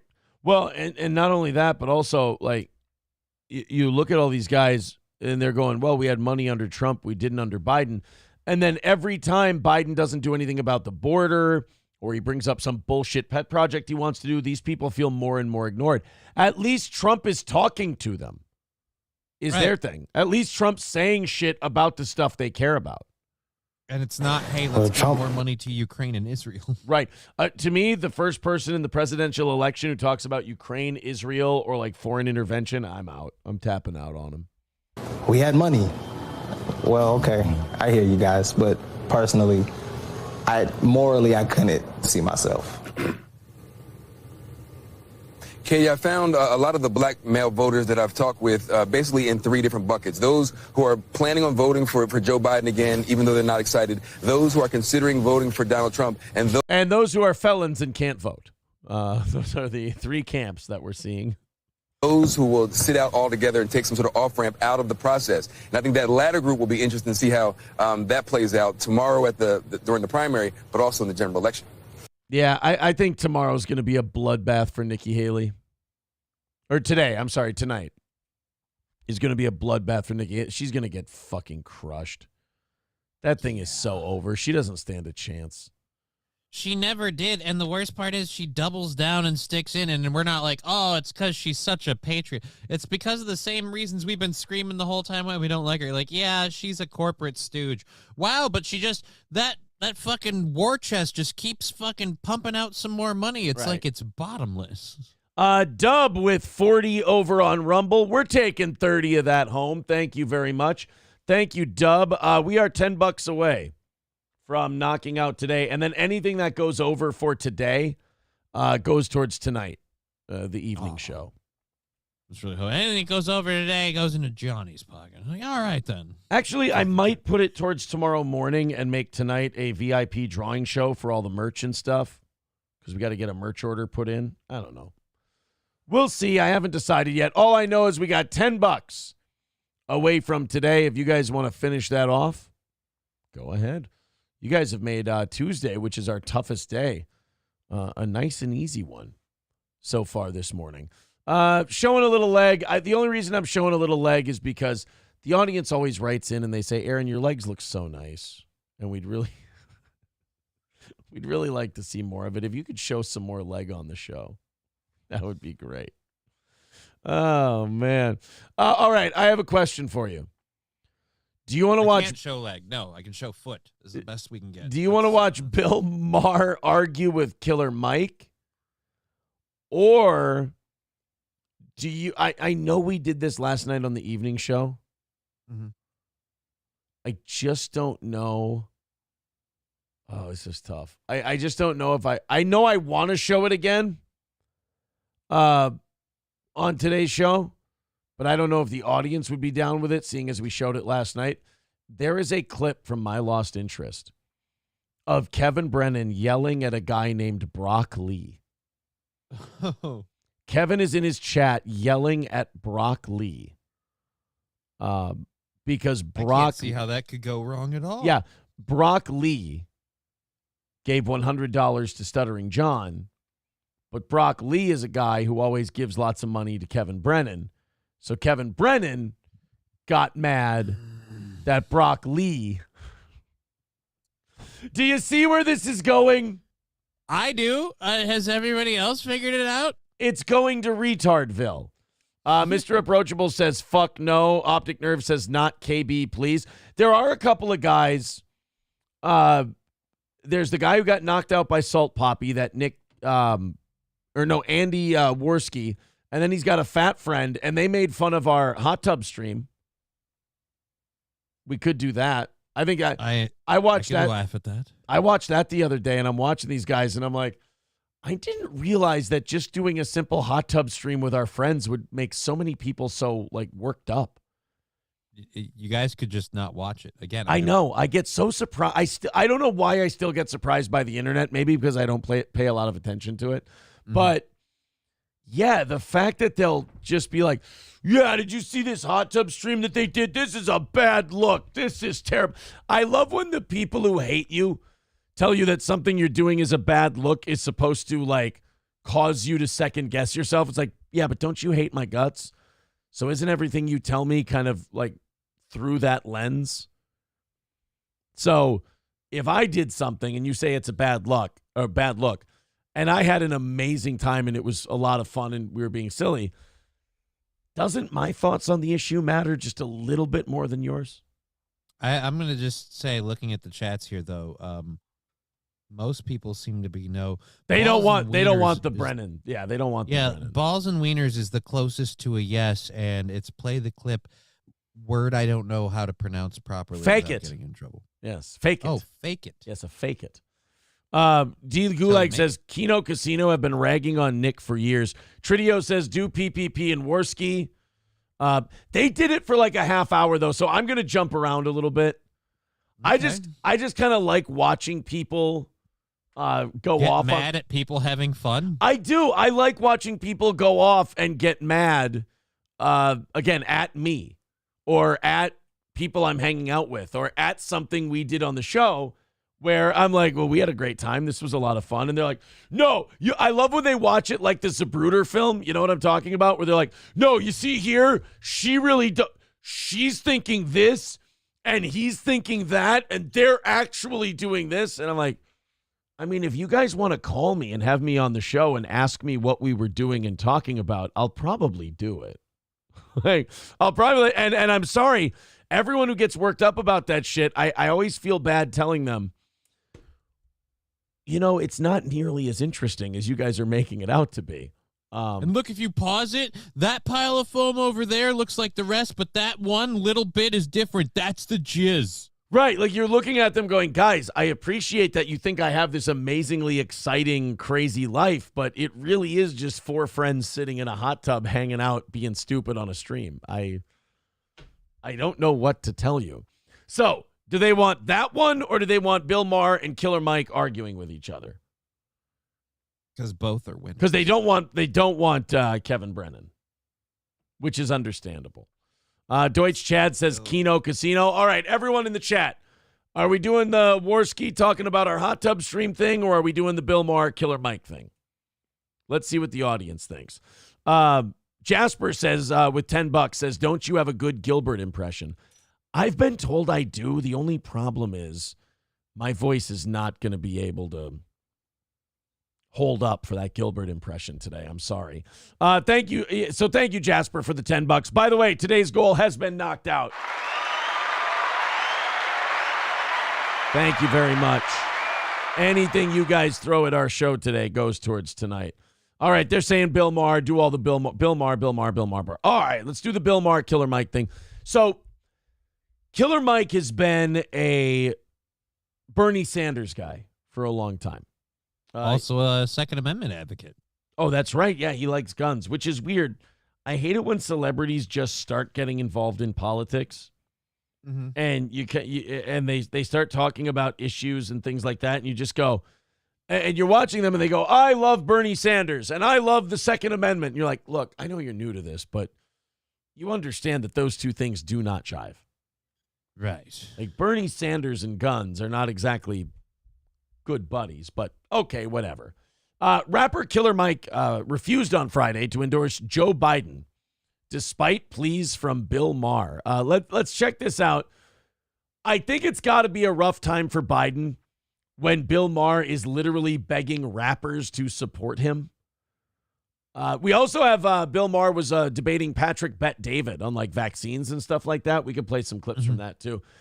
Here it is. Bill Maher begs Killer Mike to endorse Joe Biden over Trump. All right, Bill, go ahead. What are your feelings on the election coming up? I mean, Biden and Trump, are you as depressed about that as most people as a choice? My feeling is pick your policy, not your person. Find out. This is not the Dallas Cowboys versus your favorite team. This is the policies that will affect our generations for the next 20, 30, 40 years to come. So close your eyes, listen to the policies that are being pushed, and pay attention even to the people who don't have a chance of winning because they're going to say policies you may want to push. And I would say do that, but make it policy-based. I'm having a hard time disagreeing with a single thing Killer Mike just said. I've had that issue every time I've seen him talk on Bill Maher. So Really? I kind of like Killer Mike. You just watched Killer Mike? I don't like Bernie Sanders, but one of the things I loved is how adamantly he came out about guns. And the first thing he says, he's like, look, no matter what you want to say about these policies, they affect us first, they affect us worse. And he's kind of right. So, yeah, he wants people to be able to protect themselves, his people included. Like, I'm like, yeah, so what's wrong with this guy? So that means you're for... That means I'm for black people and happy Black History Month. But you're not saying one candidate over the other? Hey, man, my nigga, you ain't gonna get me in no trouble tonight. Well, I mean, Killer Mike, you were wanted on an assault charge or a battery charge, I think it was, and they did get you at the Grammys. Didn't he win 3 Grammys? Yeah. He won 3 Grammys and was taken out in cuffs. Yeah, Killer Mike won 3 Grammys on Sunday night, and then they arrested him on battery charges. So he's like, you ain't going to get me in trouble here tonight. Well, yeah, no, you're going to get yourself in trouble. Hey, man, my nigga, you ain't going to get me in no trouble tonight. Hey, no, that's your job with me, to get me in trouble. My grandfather gave me some stellar advice sometimes. He says, run from the white man. Well, it was a different time back then. Don't pay $5 when 5 fingers will get it done. Sometimes you just got to know to stay out of white folks' business. Oh, my God, I was right. I didn't realize how right I was. His grandfather really did tell him to stay away from whitey. Okay, that's refreshing. I like Killer Mike's grandpa. He's right, too. Gave me some stellar advice sometimes. He says, son, sometimes you just got to know to stay out of white folks' business. This time, I'm going to keep my mouth closed. I still like the policy that the old man had that I was supporting. I would encourage people to find who's supporting that policy and see what happens. But you can't get yourself to say vote for Biden over Trump? You want me to list it now? So now I'm just saying that. Can he get himself to apologize for the crime bill? Can he get himself to get his head out of his ass and say, black people, you are black regardless. I need you to tell me what I need to do. Can he pick a coalition of former people who are affected by drug laws, street gangs, recidivism and crime and say, I need you as a board to advise me how to fix federal prisons? If he can do that, absolutely I can. So my challenge is out there. Well, that means he's not going to be endorsing Joe Biden anytime soon. Yeah, Joe really doesn't like those things. Yeah, I don't think Joe's going to be apologizing for the crime bill. I don't think Joe's going to be putting black people on a panel to tell him how to run prisons. I don't think that's going to happen. You might be waiting for a while on that one. Look, the black criminals are just as good as the white criminal. I've got it. We got more Maher clips here. We got Patrick Bet David on Bill Maher's Club Random, and they're talking about Gavin Newsome. Oh, boy. Bill is buddies with Gavin Newsome. Gavin's been on his show multiple times. And Patrick Bet David, like the rest of the country, thinks Gavin Newsome has completely destroyed California and he stinks. Let's watch. Do you like Newsome? How do you feel about Newsome? Had him on my show Friday. I saw that. And I first of all, I love him. You just like a guy or you don't. I've known him for a long time. He's done my show for a long time. Do I love everything he does as the governor of California? No, I don't. I wouldn't say I'm undertaxed. You're overtaxed. I have issues with this state. He's a guy. One reason I want him to run for president, is because he's obviously a winner. This guy could fucking do it. It's insane that we have the guy, but we can't run him because we have to tiptoe around Biden and I mean, yeah, he wins elections in a fucking communist state.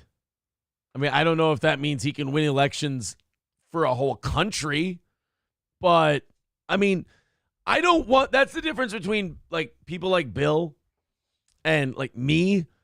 I don't want a guy just because he can win. I want a guy because because I like him and he's my friend. Yeah, I want a guy because I think he'll do a good job. But saying like, oh, he can win. Okay.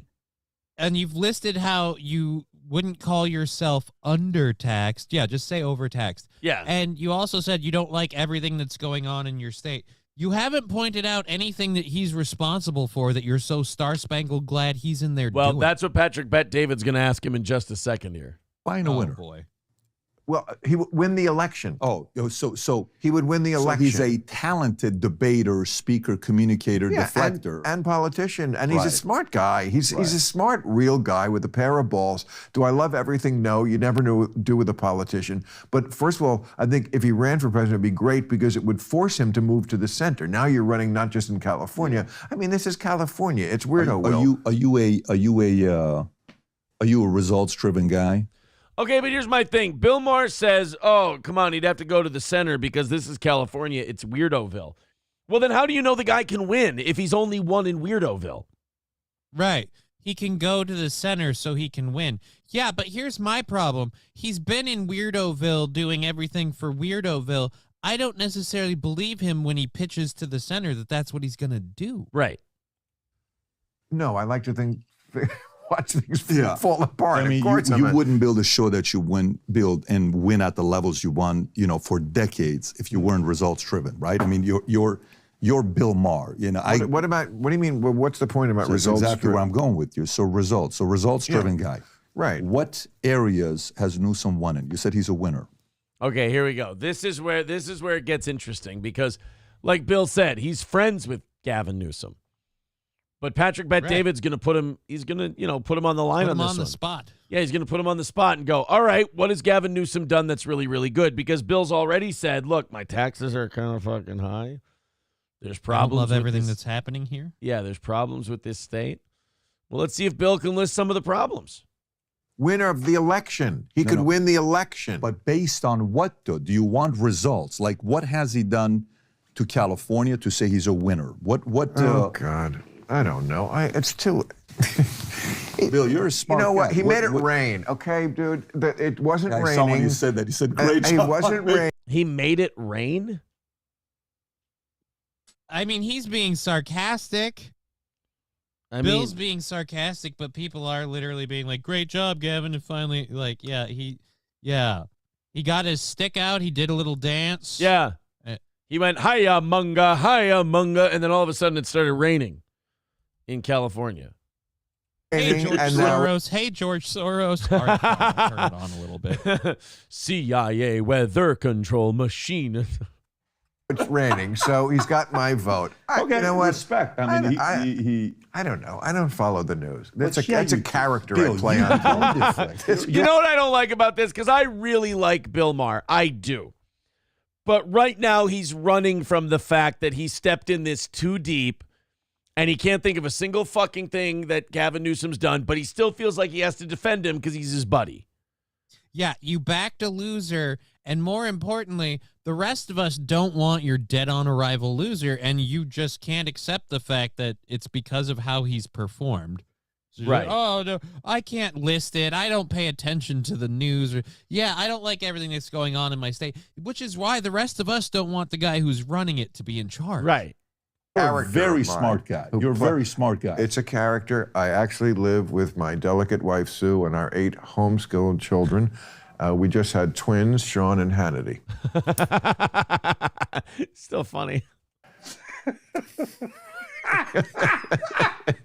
Don't believe everything you see on TV. So then what this does to me, this actually makes it easier for me to not even have to have this discussion and just move on to other things we can talk about, is you... Patrick Bet-David's like, so you're not going to tell me anything that Gavin Newsom has done well.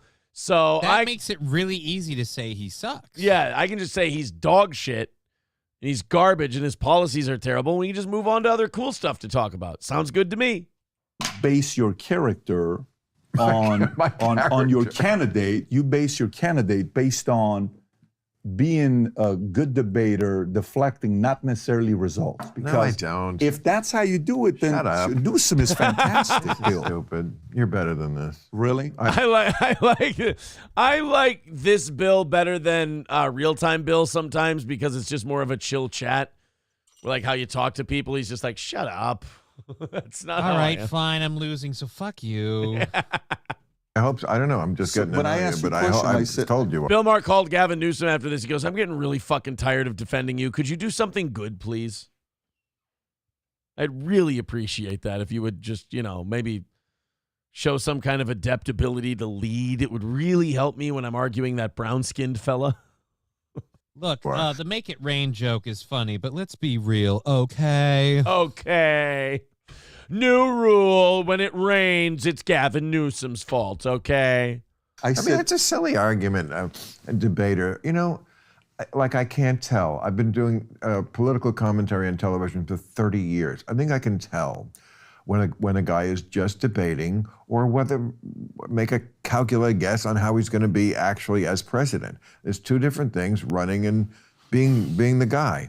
Do I like it that Newsom is good at the running part? I do, because that means he can get elected. Do I also think that if he got elected, he would be a good president? I do. Generally moving the country in the right direction. I would like to take him back a little toward the middle. Okay, so you like Gavin Newsom and you think he's doing a good job. That's all you have to say. But then don't say the other stuff where like, oh, California's got its problems, it's kind of shitty, so on and so forth. I mean, come on. And this is your feeling. Like, I've been doing this for 30 years. Right, but for the rest of us that have been watching Gavin Newsom be a governor for the last, 10 years or whatever, we've only seen that. And we haven't been doing your punditry for 30 years. So the rest of us are just going to go with what we know and just, again, not assume that it's just going to be great. Skeezy Whitefish on Rumble says, Bill is a party man, blue no matter who. How can Bill want another 4 years of Puppet Joe? Well, I think Bill made it very clear he doesn't want Joe Biden in there. He wants Gavin Newsom. He doesn't want Joe. He wants Newsom. Yeah. He wants Newsom to run because he thinks Newsom can win, which is something we've even said on this show. Yeah. Although I don't know, like you said earlier, like he's won in commie crazy Weirdoville, California. Right. I don't know if that translates. I just don't. Here's what I don't believe a word he says. Because as Gavin Newsom has been running that state for a while, he doesn't say, look, this state is a shithole. He's like, oh, this state is great. Everything's awesome. And it's like, no, it's not. There's a lot of really bad problems that you have not addressed. Yeah. Eaton Clam says, remember Newsom's party during the lockdown, violating his own restrictions? That's all you need to know about the guy. Yeah, he was another one of those pieces of shit who told other people they couldn't gather, and then he was gathering. Right. And it was always different when he did it. Right. Which is, again, why I think he is a carpetbagger, to use the term. He's going to say whatever he needs to make the sale. Right. Victor says they're planning on Weirdoville to be the center within another year. That's a good point. They're thinking that the whole country will just kind of go crazier, and then Weirdoville will be normal. Rusty Grammer says, cool, another lame centrist loser. Be better off scrapping the entire government. Larry Schulte says, because he is so full of hot air, it causes atmospheric disruption. Garrett says, Bill is a cuck for Gavin. That's kind of true. Certainly looked that way in that clip. Because again, when pushed to defend him, just not even like, oh, defend this thing that he's done wrong, defend that thing. Literally just, so tell me what he's done right that you like about him. Oh, fuck you. Yeah, it's fuck like, you. Well, so you're saying better than this. What, asking for facts? Better than that? Matt Melt says, results-driven. California is a dumpster fire as a result of the governor. Aristocock says, I'm not defending Bill at all. He truly fears Trump winning and never leaving. I don't agree with him, but he's allowed to be wrong. Yes, of course. Eaton Clam says, sounds like Bill just wants to win. To hell with the issues. He might just want to keep Trump out of there, yeah. Hobo Chili says, maybe it's me, but I never really thought Bill Maher was that funny, and it has nothing to do with politics. I love Louis Black, and he's as liberal as they come. Well, I agree. I like Louis Black. I like Jon Stewart. I like all those guys, and they're pretty lefty. But Bill, I've always liked. Bill's pretty funny. I loved his Religulous movie. I thought Religulous awesome. is a good movie, yeah. Rusty Grammer says, Newsom had a literal recall vote. How does anyone think he's worth a damn? Yeah, in Weirdoville, he had one. Aristocock TX says, Bill Maher is witty as hell, but not laugh out loud funny. All right. I think that's another fair take, if you will. All right, guys, I have to open up the 7 o'clock hour stories. I got to get into these. And while I do that, let's talk about All Care Towing of St. Cloud, 320-253-5203 for All Care Towing. Now, All Care Towing of St. Cloud has the trucks and wreckers that can handle the motorcycles to heavy-duty equipment and everything in between. They are there quicker than anybody else when it comes to getting your car off the road and where it needs to be. That is All Care Towing, 320-253-5203 for All Care Towing. Stoney's Bar in downtown Rockville. Cheetos and the team at Stoney's. Great place for you to go check out the Super Bowl and have some beers, have some cocktails, some Bloody Marys, play some darts, play some pool. Enjoy live music on the weekends on the Fireball stage. Enjoy it at Stoney's Bar in downtown Rockville. The best dive there is in central Minnesota. It's Stoney's Bar in downtown Rockville. Midland Armory in downtown Foley or at midlandarmory.com. Go to midlandarmory.com today and find whatever you need for the gun lover in you or someone else. You can even ask Derek and Tracy for their advice, numbers, emails, all of it included at midlandarmory.com and get all of your questions answered. If you're an FFL dealer, you can order a firearm from midlandarmory.com, have it delivered right to your door. If you're not an FFL holder, you can order it. It'll be sent to one for you to pick up from Midland Armory. When you go to midlandarmory.com and you make your order, of course, use the promo code SteelToe. And you'll get huge savings. That's midlandarmory.com. And if you're looking for coffee, you need Crescent Mount Coffee because it's Steel Toe Coffee. CrescentMountCoffee.myshopify.com. That's CrescentMountCoffee.myshopify.com. April's Magic Bean and Steel Toe Coffee, both of them delicious in their own separate ways. Ground coffee or whole bean coffee, shipping is included in the price. And if you become a subscriber to Crescent Mount Coffee, you'll get that order every single month with $1 off per bag. That's CrescentMountCoffee.myshopify.com. CrescentMountCoffee.myshopify.com. Johnny, coming up in a second, we're going to talk about how stupid wrestling fans are. We're going to hear what Russians think about Tucker Carlson. It's actually pretty interesting. And a Texas man who should not be in jail, but he should have a medal. I'm going to go pee one last time for today's show, making it 2. I don't think that's too bad in 4 hours. Especially after all the water I've been pounding to keep my voice good. And I'm going to throw one more lozenge in, and we'll be all right. Johnny, you good? Yeah, I'm great. All right, off we go. More in just a moment. Thank you guys very much. Hit like, hit subscribe, follow our show. Johnny's going to take it for just a little bit and tell you about his show he's got coming up this afternoon and fuck around with you guys in the chat. All right, so let me get the... Okay, so... This afternoon, I've got a couple of things. I've got a fun story about a small-town doctor. I've got a clip of Candace Owens saying she doesn't trust women to be pilots. I don't know what's better, the fact that it's Candace Owens doing it, so hating on her is almost technically racism, but she's being anti-woke. It's beautiful. So we've got that. We've got, again, the Olympics on steroids. I can't wait to talk about all of that. It'll be super awesome. And what is Crescent Mount Coffee featured at Big Lots and other dollar retails? Is that true, or are you just talking out your ass? I'm pretty sure you're talking out your ass. Aaron pounds almost as much water as he pounds man-ass, says the Optic Nerve. I mean, that's not wrong. Look, I've never partaken, but from what I've seen around there, probably a lot. All right, so as I said, we've got a couple of things to do. We have the Candace Owens things. We have a story about an Uber Eats driver that was arrested, and a police officer decided to finish his run. So a lot of interesting, weird, little funny stories, and whatever else we find today, as well as you guys hanging out in the chat.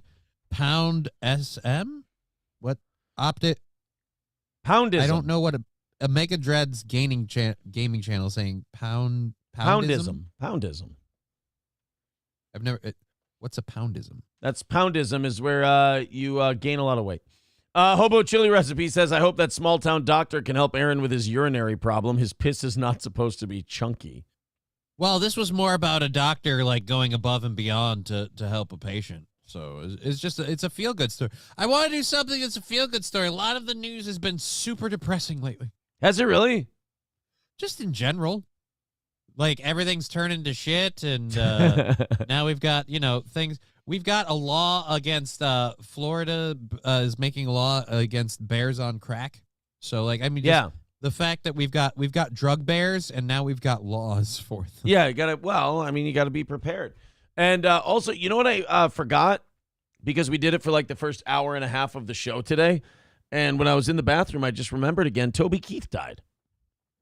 Oh, yeah. I had forgotten. Toby Keith passed away. I had forgotten, and then I remembered all at the same time that Toby Keith passed away. 62 years old, stomach cancer. Got to be a fucking brutal way to die. I mean, that's got to be. I'm guessing stomach cancer is extremely painful. Is stomach cancer painful? When they happen, symptoms might include indigestion and pain in the upper part of the belly. Later stages of stomach cancer might cause symptoms such as feeling tired, losing weight without trying, vomiting blood, and having black stools. God, that's fucking, like, cancer is one of those diseases that either proves there's a God or proves there isn't, and I'm not sure which one it is. Like, cancer is one of those diseases where it's so heinous and so awful, like, you think it had to be specially created by some omnipotent being. Yeah, but then every person who suffers from cancer is some sort of horrible piece of shit? I don't know. Or just like the cancer got created by God, and then God turned it loose, and the cancer got to just kind of develop where it wanted to. Like, maybe God doesn't have a direct involvement on where the cancer goes. Like, maybe God invented shit and just left it. I'll make good things and I'll make bad things. Look, a hummingbird. Isn't that beautiful? And lymphoma. Well, you know, Bundini Brown in the movie Ali. Well, he was a real guy, but Jamie Foxx played him. And he gave this speech about God. And he goes, you think God gives a damn about you? God don't care about us. We be. And that's the only thing he did. But that's good. That's why we free. But free is real, and real is a motherfucker. It's actually, now that I think about it, a pretty good acting job by Jamie Foxx as Bundini Brown. Hold on. Bundini Brown. God's speech. I mean, it feels so shitty. First we talk about Toby Keith, now fucking Jamie Foxx. R.I.P., man. Just R.I.P., Jamie. Why are you shaming yourself? Yeah, this is, where he yells at Bundini for doing drugs. Give it to me. What is wrong with you, man? Ain't nothing wrong with me. My head ain't bad. Leave me alone. Oh, we're not going to get the speech. You called me. That was a week ago. You're shaming yourself. Why are you doing that to yourself? Why are you shaming yourself? Ain't nobody shamed. Ain't nothing wrong with me. Oh, man, then it's only 30 seconds. Goddamn. He gives him this big speech. He's all geeked out on heroin and booze. Oh, yeah, this is where it's the one where he tells Ali he sold his belt. Let me go now. Don't know where the king is going back to his throne, from the root to the fruit. The rhymes is over, then you need to get some new ones.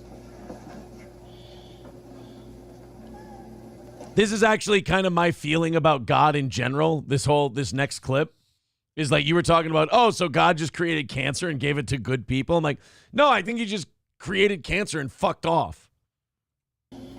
God don't care about you, don't care about me, and all of everything. We don't mean nothing. He don't know us. We be. And that's the only thing he did. But that's good. That's why we free. Free ain't easy. Free is real, and realness is a motherfucker. It eats raw meat. Walking this own shit. I don't know. And then after that, I don't know what the fuck that old heroin addict is talking about. But yes. Yeah. That's my position on God. We be, and that's it. And then cancer from there. God regretting making humans is a huge ouch, says Omega Dreads Gaming Channel. Does he regret it? Is that why he made the cancer? I feel like he could fix that pretty easily. He took care of the mistake he made with the dinosaurs really quickly. Or did he create... What's he waiting for? Or did he create the meteor, and the meteor just kind of fucked around for millions of years and then found the dinosaurs? Skeezy Whitefish says, cancer is the result of the degradation of creation due to the fall. Oh, shit. God damn, man. Somebody says, so who is Aaron going to Aaron, who is going to win in the Super Bowl, the 49ers or the Swifties? I like Kansas City. I like Mahomes. I like the Taylor Swift thing. I'm a Mark. I think it's all cool and awesome and sweet and funny. And I don't, but that's because I worry. You're worried she's going to come out simping for Michelle Obama? I don't. Here's my thing. I don't hate Taylor Swift. I don't mind her songs, particularly when they're performed by other people. And but my thing with Taylor Swift is she's remarkably mid, like as a performer, as a visual, everything. And yet this fever pitch thing about people around her and just everything. I don't trust the machines behind everything, and Taylor Swift looks like it's a product of some sort. So I'm sketchy. I'm not worried about Taylor Swift. I could give two shits about her being at the Super Bowl. And if I look like an idiot in a few months because she doesn't ever do anything political and Michelle Obama shit never happens, I'll be grateful. But can I talk you into then, instead of worrying about Taylor Swift in the Super Bowl, can I talk you into perhaps some Owen Benjamin Barr jokes? Yes. Okay, here you go. What's long and hard on a black man? 3rd grade.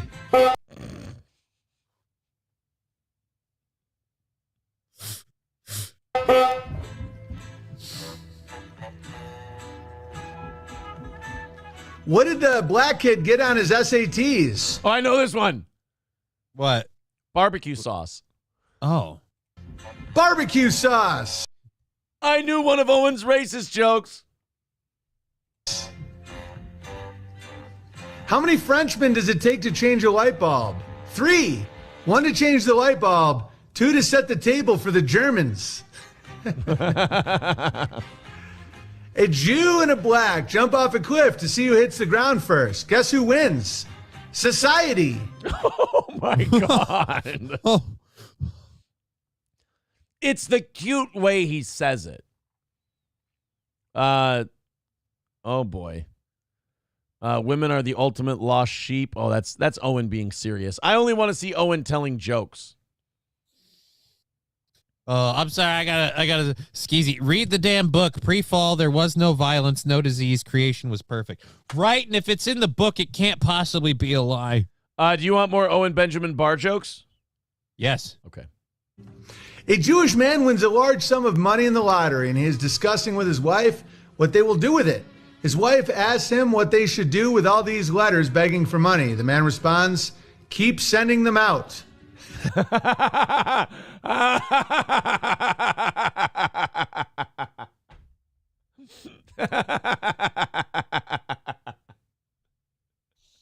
you like that one? Yeah, that's pretty good.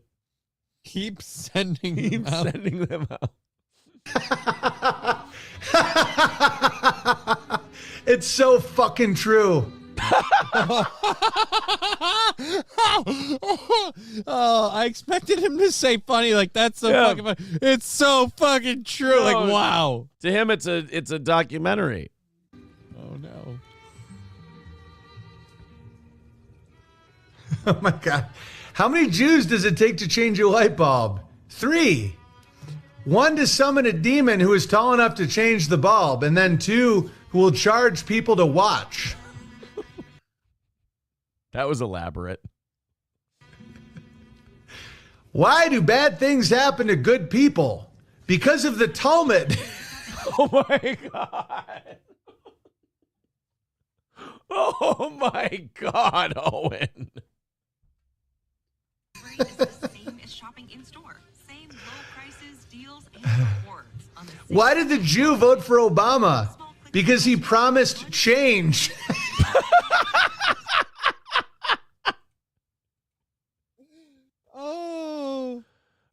Fucking Owen. God damn, man. He's harmless. He's just trying to have a little fun. That's all. People on Rumble and on YouTube are enjoying those jokes, it turns out. Wrestling fans are insane. They really are just out of their fucking mind. They take the shit too seriously. I peek in every once in a while, see what's going on with the wrestling world. Like CM Punk came back to WWE recently, so I was like, oh, what's going on there? And now The Rock is back, and I'm like, oh, that's interesting. Well, apparently what happened with wrestling is Cody Rhodes won the Royal Rumble. He was going to go to WrestleMania and finally beat Roman Reigns and win the world title that is the WWE title that his dad, Dusty Rhodes, never won. Right. Well, the Vince McMahon scandal happened, and now the WWE feels like they need some good news and some good publicity and, a lot of hype going into WrestleMania to get everyone's mind off this Vince McMahon thing. So they did two things. TKO, the company that just bought WWE, the UFC company, put The Rock on their board of directors. So Dwayne Johnson is now on the board of TKO Sports. And WWE brought The Rock back, and he is now going to wrestle Roman Reigns at WrestleMania. So he took Cody Rhodes' spot. The fans all want Cody Rhodes. He's their new fan favorite. They love him. Right. The Rock is one of the most recognizable figures in the country. Like, if you don't know wrestling, you still know The Rock. So they want. I even say globally, if you don't know wrestling, you still know The Rock. Yeah, you're probably right. So now The Rock is going to be headlining WrestleMania, which to the general public is a way bigger deal than Cody Rhodes headlining WrestleMania. And that's what WWE wants. They want good news, stop people from thinking about Vince McMahon. The fans, however, that are there and are investing their money and everything else, they wanted to see Cody Rhodes. So now they are pissed.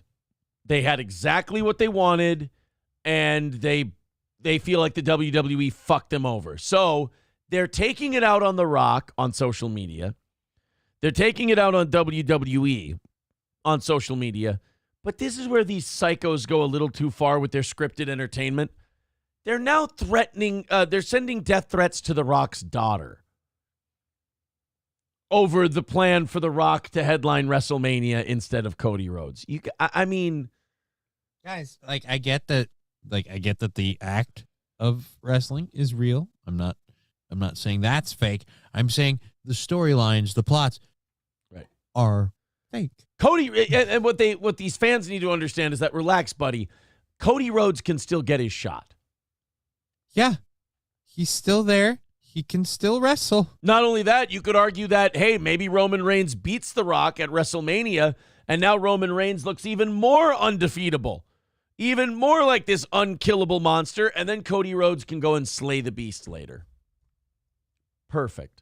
The Rock's daughter, who is a wrestler named Ava, says her inbox has been flooded with hate over WWE's new storyline involving her famous dad, claiming she's been on the receiving end of death threats over the whole ordeal.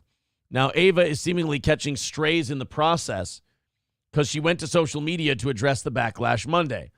Can y'all just leave me out of this for fuck's sake? I'm busy running a show, says Ava, the NXT general manager, adding death threats over a situation I have nothing to do with.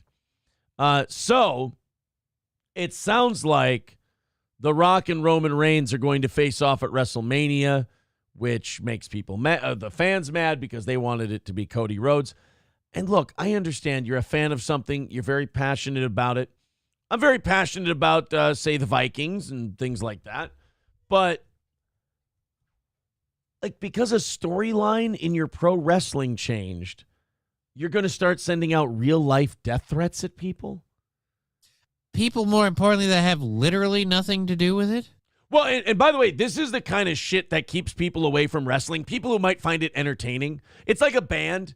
If the fans are really retarded and weird, you'll be like, I don't think I want to get involved. I'm not going to listen to that band.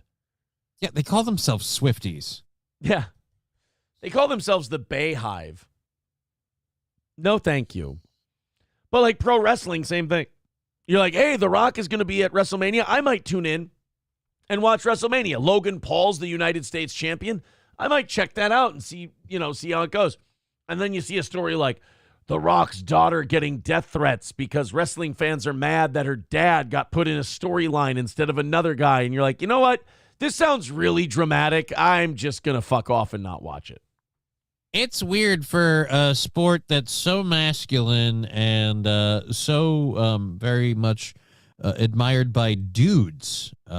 You guys are getting really drama bitch weird. Yeah, they're getting bitchy. Yeah, the periods all sync up. Like, what's going on? It might be a menstruation thing. It's totally possible. But yeah, the WWE stuff, the WrestleMania stuff, all of that. I understand why they're putting The Rock front and center, because then everybody will talk about The Rock, The Rock, The Rock, instead of, oh, Vince McMahon is fucking sex trafficking people. You know, Vince McMahon had a girl that he was banging out and then passed her around to everybody else, and now there's a lawsuit over it. And then the WWE's response is, hey, look, everyone, The Rock is back. Everybody loves The Rock. Yay. Yeah, but can we take a second to talk about how apparently Vince McMahon sharted on a lady? Yeah, can we talk about Vince McMahon sharting on a woman's head? That's right. You're going to suck my dick while I eat your pussy, and I just shit on your face. My shit fired. I fired. Oh, that's right. You suck it good and deep. I fired. Don't you dare wipe it off. You keep that poop on your head. I'm calling in Brock Lesnar to clean up the poop. I'm coming on top of it like the frosting on a cinnamon roll. There's nobody who can help you or the poop on your head. I'm going to make sure that no matter what happens, that poop stays on top of it. Oh, no. My God, it's Stone Cold. Stone Cold is coming to beat up Vince McMahon, and his wiener's out, King. Vince McMahon's wiener's out, and he just pooped on a girl's head. And Stone Cold is stomping a mud hole in his ass and walking it dry. And now, wait, Stone Cold's got TP. Stone Cold's got TP. Stone Cold's wiping the shit off the girl's head. By God, Stone Cold is wiping the shit off her head, King. The girl stands up to give Stone Cold a hug. Stunner! Stunner! By God, Stone Cold just gave her a stunner, King. And now he's pissing on her face. By God, Stone Cold is pissing on her face, King. He saved her from Vince McMahon, and now she's got piss all over her face. What? Oh, the puppies are out. Oh, no. By God, it's terrible. Stone Cold is just, this woman has been pooped on, and now she's been peed on, and now she is at the mercy of the Texas rattlesnake, Stone Cold Steve Austin. What the hell? This is terrible. The ass man. Yeah, I'm an ass man. King, it's badass Billy Gunn. Mr. Ass. Is here to, he's cleaning the pee-pee off her head. He's soaking it up with our new sponsor, ShamWow, King. Cleaning up horse faces from bodily fluids. Brought to you by ShamWow. I know. He's going to hose her down. I got to work on my cherry. That's, I think that's about all we can do on the Vince McMahon topic. Oh, boy. All right. I've got, hold on. Give me 1 second. Oh, no. Oh, that's right. I want you to suck my dick. And I'm gonna shart while I eat your pussy. And there's nothing that you can do about it. You're gonna take all the shart in the world. No chance, so that's what you got. That's right, drown in dookie. Up against a machine too strong. Pretty politicians buying souls for Yeah. Do you smell that? That's my poop.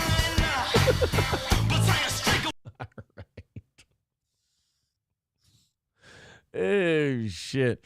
By God, that woman has a family. And now there's poo-poo all over her. Oh. There is actually, this has become such a big story that they were commenting on it in Uganda.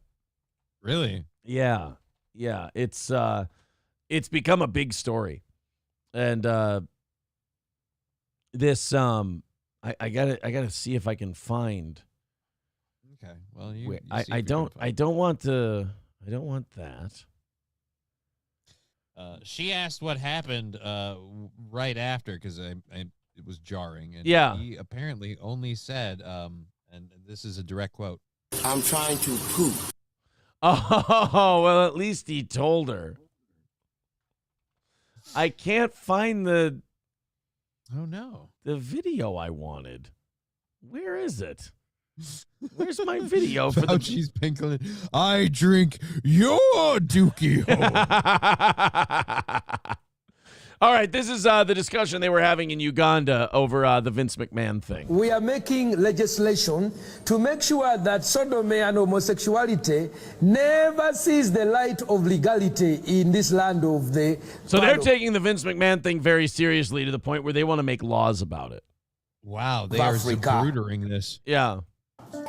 I've taken time to do a little research to know what homosexuals do in the privacy of their bedroom. One of the things they do is called anal leaking, where a man's anus is leaked like this by the other person, like ice cream. And then what happens, even poo-poo comes out. The other poo-poo's out. Huh? Now, first of all, I don't know that this part is true. I don't think anal licking causes poo-poo to come out. I just don't think it's a thing. Look, I don't know if it's a thing or not, but I will say 2 girls, 1 cup, sadly, is a real thing, so... And then they eat the poo-poo. Oh, no. The other one they do is they have a sex why practice. does he have a notebook? Is he writing this down like, all right, they eat Well, you the have to poo-poo? have notes about eating the poo-poo. You got to, okay, they eat the poo-poo, in case you're in shock and you don't remember.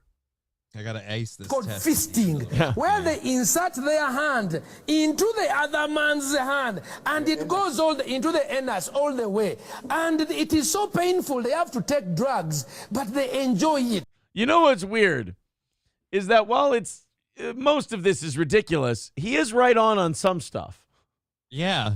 I mean, it being so painful that you have to take drugs, not wrong. Not wrong. It's almost like that orifice wasn't built for that purpose. I've enjoyed her bum says, do a Vince bit where he finds out he is caught with the trafficking. Oh, you know what? We can probably do that. Hold on a minute. Let's, Johnny, you have to inform Vince McMahon that he's been caught trafficking. You have to be the one to tell him. Let me know when we're starting. Go ahead. Mr. McMahon. Yeah. I regret. Yeah, hey, how you doing, pal? What do you got for me? I'm here on behalf of the federal government. Oh, that's not good. You've been found guilty of I'm sorry. Go ahead. There's allegations of sex trafficking, so we have to investigate these allegations. It seems like you might be guilty of sex trafficking. Sex trafficking? Well, let me tell you something, my friend. Let me tell you something. If sharting on a girl's head and then passing her around to all your buddies at work is sex trafficking, then Vince McMahon is the greatest sex trafficker there is. Because I am the genetic jackhammer. And if you're going to tell me that making a poop on a girl's head and then letting your best henchman fuck her against her will is trafficking, then Vince McMahon is going to tell you that you're fired. Go ahead. One, I don't work for you. Two, I wouldn't be admitting this right now. You should speak with a lawyer. I'm just trying to tell you that I'm not guilty of sex trafficking. All I did was shit on a girl's head and then make her fuck my friends. But that's kind of, I'll let them explain it. That's not, let me tell you what sex trafficking is. Sex trafficking is making your daughter marry one of your wrestlers so that the company can stay in the family. Oh, shit. I did that, too. Yeah. You're telling me that if I take a shit on a girl's head that I'm fucking, and then I tell her, you've gotta fuck my friends, and she says no, and I make her do it anyway, that's against the law. Actually, yes, that's incredibly against. Then I've got some things to tell you about Sergeant Slaughter. The fuck? So now Vince is ratting on everyone. The Road Warriors used to double team Wendy Richter. Vince is just stooging on everyone now that he's going to jail. He's like Frank Lucas. You're saying that I'm going to jail for sex trafficking? Yeah. Superfly Jimmy Snuka fucked a 10-year-old. What the fuck, Vince? You can't do that, man. It is not okay. Andre the Giant nearly choked a woman to death on his cock. You think that I shit on a girl's head? Andre the Giant shit on a girl's head and paralyzed her. You're saying that I have to plead guilty to sex trafficking? Is that what you're telling me? You don't need to plead guilty, but you look pretty guilty. Hogan fucked a border collie.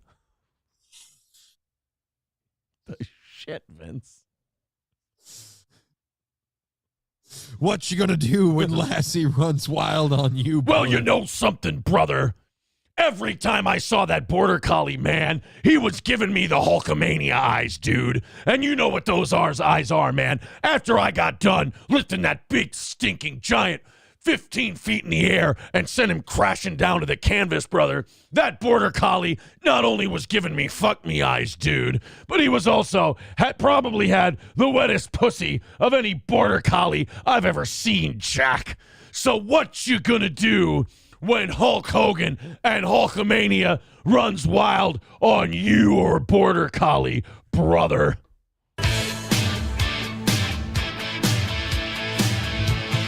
Bestiality is a crime, right? Well, you know something, dude.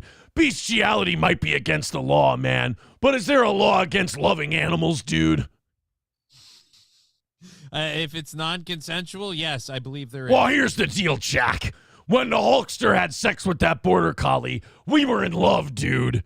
It wasn't just the Hulkster taking a piece of ass out of the kennel, brother. I was in there for the long haul, man. I bought that border collie a diamond-studded collar to show it my dedication to the rest of its life, dude. So what you gonna do when Hulkamania pledges its undying love to a border collie, brother? I mean, normally that's where we'd be filing charges. It just seems, honestly, I'm a little sick right now. Wow. Well, the next thing you're gonna tell me, brother, is that I can't sodomize Mean Gene while he cries and screams no, brother. Again, there's the consent issue that again feels like that might be crossing a line. The only problem is, dude, that his eyes said yes, brother. Yes, but if his mouth said no, that's the part you're supposed to listen. Mean Gene had very sensual eyes, dude, and they wouldn't tell me yes unless they wanted all of Hulkamania to come crashing down on him, brother. Yeah, but I feel like the tears and the sobbing and the repeated begging to please stop, I feel like those were signs that he would. Well, you know something, Jack. Sometimes you hear no, and Hulkamania hears please, brother. And again, that's where we have the legality thing that we were talking about. Well, next you're going to tell me, dude, that when Vince McMahon brings me a 16-year-old Filipino hooker and says, do her and I'll put the belt back on you at WrestleMania 9, Hulk, that you can do it, and you're telling me that that's going to be against the law. I'm telling you, brother, what you going to do when the strap is back on Hulkster after he ran wild on a Filipino sex slave, dude? You realize this whole conversation is admissible. I really don't know that I should be hearing these things. It seems bad. Hitler Diff says, ha ha ha, Mean Gene wanted it. Aristocock says, if this bit made you laugh, you have my condolences. Fuck you, everybody thinks this is funny. Aristocock, you're just being a naysayer. Mr. St. Caesar says, bestiality is not against the law in Hulk Hogan's America. Oh, boy. Vince is a true role model, says JB over on Rumble. Vince should walk into court with his music playing. Yes, I think so too. I think Vince should come into No Chance in Hell to accurately reflect the chances he's got of escaping these charges. Jesus. All right. Hogan started Barkamania. Well, look, Hulk deep down is an animal lover. All right. He just doesn't know how to express it. Let's go to this thing. Tucker Carlson is in Russia right now. Yeah, isn't he supposed to be like interviewing Putin or I something? thought he was going to interview Putin. I don't know if he is or he isn't, but I know he's in Russia. And believe it or not, the Russians kind of dig Tucker Carlson. They call him the machine. Wouldn't that be funny if Tucker Carlson came back and goes, I took a train ride while I was in Russia. And while I was there was a mafia boss. He called me the machine. Tucker Carlson is winning hearts and minds across Russia. Sputnik took to the streets of Moscow to ask locals. In my opinion, he's the bravest journalist and most courageous American journalist today, who has the fortitude to be frank and speak his mind. Tucker Carlson frequently appears in the news. He is known for telling the truth, which is why he often faces criticism in the United States. From what I understand, he has come here to Moscow, and I don't know if they'll let him back into the U.S. I deeply admire his courage and his ability to provide genuine personal insights into what is truly happening. Dude, the fucking Ruskies love Tucker. Is that good or bad? For us? I think bad. That's bad that they like Tucker Carlson? Yeah, the worst part is the reasons they like Tucker Carlson are not wrong. Right. They like Tucker Carlson because he's honest, he's got genuine insight, so on and so forth. Uh-oh. Are we the baddies? His rationality, logic, and understanding of good and evil are qualities worthy of respect. I also appreciate his boldness in expressing his opinions, despite living in a country that has cooked up this fascist mess, so to speak. Holy shit. So America is a fascist mess, and Tucker Carlson is speaking truth to power. What are we supposed to do when I start agreeing with Russians? The only thing I have against that is you guys, you realize you live in the country where your lead political, your leader takes out all of his political opponents. I mean, that'd be like if we had a leader, a president, if you will, who decided to use an arm of the government to aggressively pursue his main political rival to the point of, making him spend even half of his campaign money on just legal fees. I don't know anybody who would do that, though. That would be insane. That's something you hear about in a third world banana republic. Yeah, or some sort of, I don't know, communist nation or fascist society. I wouldn't... That's not a democratic society. Yeah, I really don't like that the Russians are kind of on the nose here. I was struck by how frankly he talks about the real problems in the United States. And his president doesn't poison him like ours does. He provides a very good presentation of information with a good sense of humor, adds Tucker. I've heard that he's come to Russia. Well, welcome. I believe that he holds the mark of a decent journalist, honest and open. It's appealing that he goes against the grain of anti-Russian propaganda. So these Russians like Tucker Carlson because he doesn't shit on them all the time. Right. But he's not seen as totally anti-Russia, so they like him.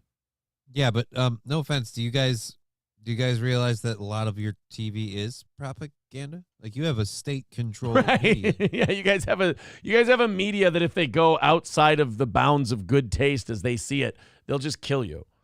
I mean, we have a state-controlled news media, but yeah, not the whole thing. Right. Пропаганды, которая в США проводится, и он высказывает свое. He speaks his mind. That's what makes him captivating.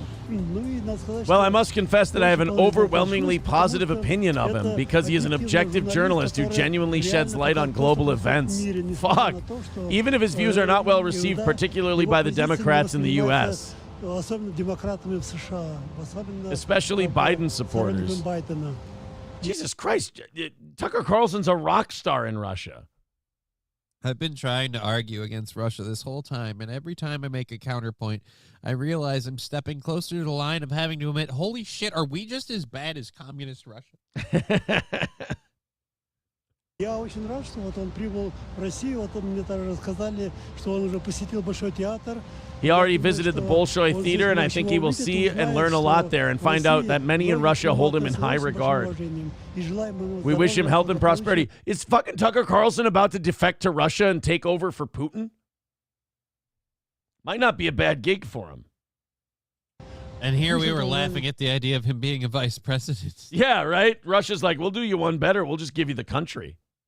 I would also be delighted if he were afforded the opportunity to meet with our president, Vladimir Putin. That would be absolutely fantastic. Wow. So goddamn, man, the Russians love them some Tucker Carlson.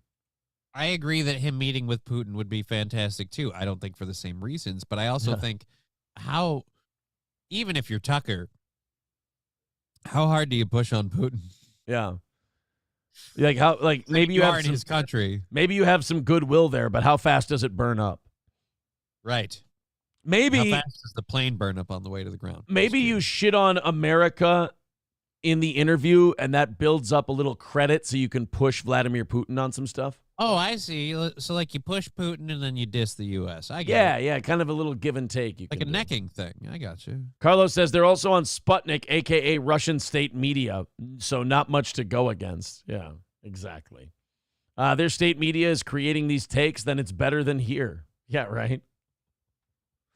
Well, look, man, I hope that Tucker gets an interview with Putin. I hope it's really interesting. But I'm floored that they love him so much. Mikey wants to know why you're so quiet. Am I quiet? Really? I mean, give me a quick test. Test, 1, 2, ABC. I mean, you could turn yourself up a tiny bit, but it doesn't seem so bad. I mean, I can turn it up more. I've been talking quieter early on because I, again, have a daughter that's sleeping in the morning, so I don't start out screaming. Yeah, but I have a question for you. I may have an answer. This next story here, you tell me, does this guy deserve a medal or a jail cell? A Texas man posed as a minor and lured a convicted child sex offender to his death because he felt law enforcement didn't do enough to keep pedophiles in prison. James Spencer III, 24, had been in contact with Sean Connery Showers. Yes, I do. I shower with 10-year-olds. Like, what? I'd like to have some time with your little boy.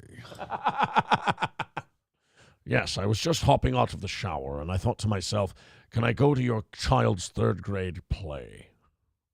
Can't really do Sean Connery very well. Mary had a little lamb, and I was fucking her the whole time, too. Oh, I saw your child was playing a recorder. I would like to blow into something else. Sean! You were getting weirdly, what's his nut from No Country for Old Men on that one. Oh, Shiger? Yeah, you're getting weirdly Shiger in there. Don't put that in your pocket. It's your lucky quarter. It's your lucky kid. I didn't sodomize you. It's lucky. You put it in your pocket, it gets mixed up with the other coins and becomes just a coin. Which it is. It's that big eyebrow look he gives him at the end that always creeps me the fuck out of that scene. It's one of the best roles that he does because he has a weird physical presence. But in that one, you really I watched that one. I'm like, he's not a method actor, right? Because if he is, there's a body somewhere. Yeah, Javier Bardem is not a method actor. Thank God. Real quick, I just want to play the eyebrow part. That's my fucking favorite. It's my favorite. Don't put it in your pocket, sir. Don't put it in your pocket. It's your lucky quarter. Where do you want me to put it? Anywhere not in your pocket. Or it'll get mixed in with the others and become just a coin. Which it is. It's that big eyebrow look with that fucking goofy hair that almost scares the shit out of me more than him threatening to kill the guy. He's one of my favorite Bond villains too. Like, yeah. When he takes the mouthpiece out at the end and talks about how his face melted off when he popped the cyanide capsule, but he didn't die. And I'm just like, oh my God, somehow this man is even scarier now. Right. There's that whole thing in No Country for Old Men, it's just, god damn, man, it's so good. I know the Coen brothers can write themselves a fucking movie, but that Javier Bardem thing took it to the next level. Like that scene with Woody Harrelson where Woody goes, you have any idea how crazy you are? You mean the nature of this conversation? No, I mean the nature of you. If the rule you followed brought you to me, what good was the rule? Good point. And then also the one he asked Carla Jean where she goes, you got say in it. The quarter don't have no say. He goes, I got here the same way the quarter did. Like, you know what? It's a fair point. So anyway, this guy in Texas, as I fucking fanboy out over No Country for Old Men again, a Texas man posed as a minor and lured a convicted child sex offender to his death because he felt law enforcement didn't do enough to keep pedophiles in prison. James Spencer III, 24, had been in contact with Sean Connery Showers, 37, on the messaging app Kik, where he posed as an underage individual as the two planned to meet up while some of their messages appeared sexual in nature. Showers had shown up to the 900 block of Northwood Street in Houston on May 29th when a car pulled up beside him before the driver fired numerous automatic-like shots and sped off. In 2009, Showers pled guilty to federal child porn possession and was sentenced to 30 months in prison, along with being required to register as a sex offender. So basically, this guy was pretending to be a minor. This guy was into it. This guy was ready to meet for sex. So basically, this was To Catch a Predator if you just executed the guy as soon as he got there. Right. So where are you at on this? I'm remarkably not against it. Right. The only hang up I have is like the guy hadn't, like he'd served his time for the first crime. Mm-hmm. And then he hadn't technically done anything in this one. But the part that makes me erase that right away is that he was showing up to do something fucking evil. Right. Like I have a problem with this because again, you're like, oh well, he just executed the guy, right? But he executed the guy like he didn't knock on his door and go, "You're on a sex offender list." Bang, bang, bang, bang, bang. Right. That's wrong. That's not right. That's not okay. There's no due process in that. He did kind of like leave a breadcrumb like trail that goes, "Hey, if you follow this, the gingerbread at the end is a little 13-year-old." girl, and he's like, oh well, I'll be right there, and then bang bang bang. So it's not like you can say, oh well, he trapped him into it. Well, no, the thing he was going there to do was remarkably illegal. He lured him there under false pretenses. Well, if the pretenses weren't false, would that have been better? Right. So Aristocox says Texas justice, end of story. I don't know if they will press charges against this guy. I think they kind of have to in a way, you know what I mean? Like, you can't just let somebody set a guy up and then whack him. Like, you're not supposed to let that happen. But I think they'll charge him. And Texas is a state that's known for having juries that will nullify shit. Mm-hmm. Like, they've had stories about guys who shoot pedophiles and they go up on charges and they go through the trial and the jury goes, nope, not convicting him. Not in a million years. So I think they could charge him. They could bring him through the whole process, and that would suck. But I think ultimately he's not going to serve any time in prison. Yeah, and even if he goes to prison, from what I understand of prison culture, I've never actually been in it, but pretty sure he'll be okay. Fanatical Bucks fan says, I hope the FBI finds, trains, and equips him. Yeah, kind of make him like an agent, if you will. Make him like one of your guys now. Why would the FBI do that? Is he setting up completely innocent, uninvolved citizens? Yeah. What is he trying to do? Make Trump supporters look bad? Then they would. Tridio says this guy was ready to reoffend. We should be letting this go. That's just it.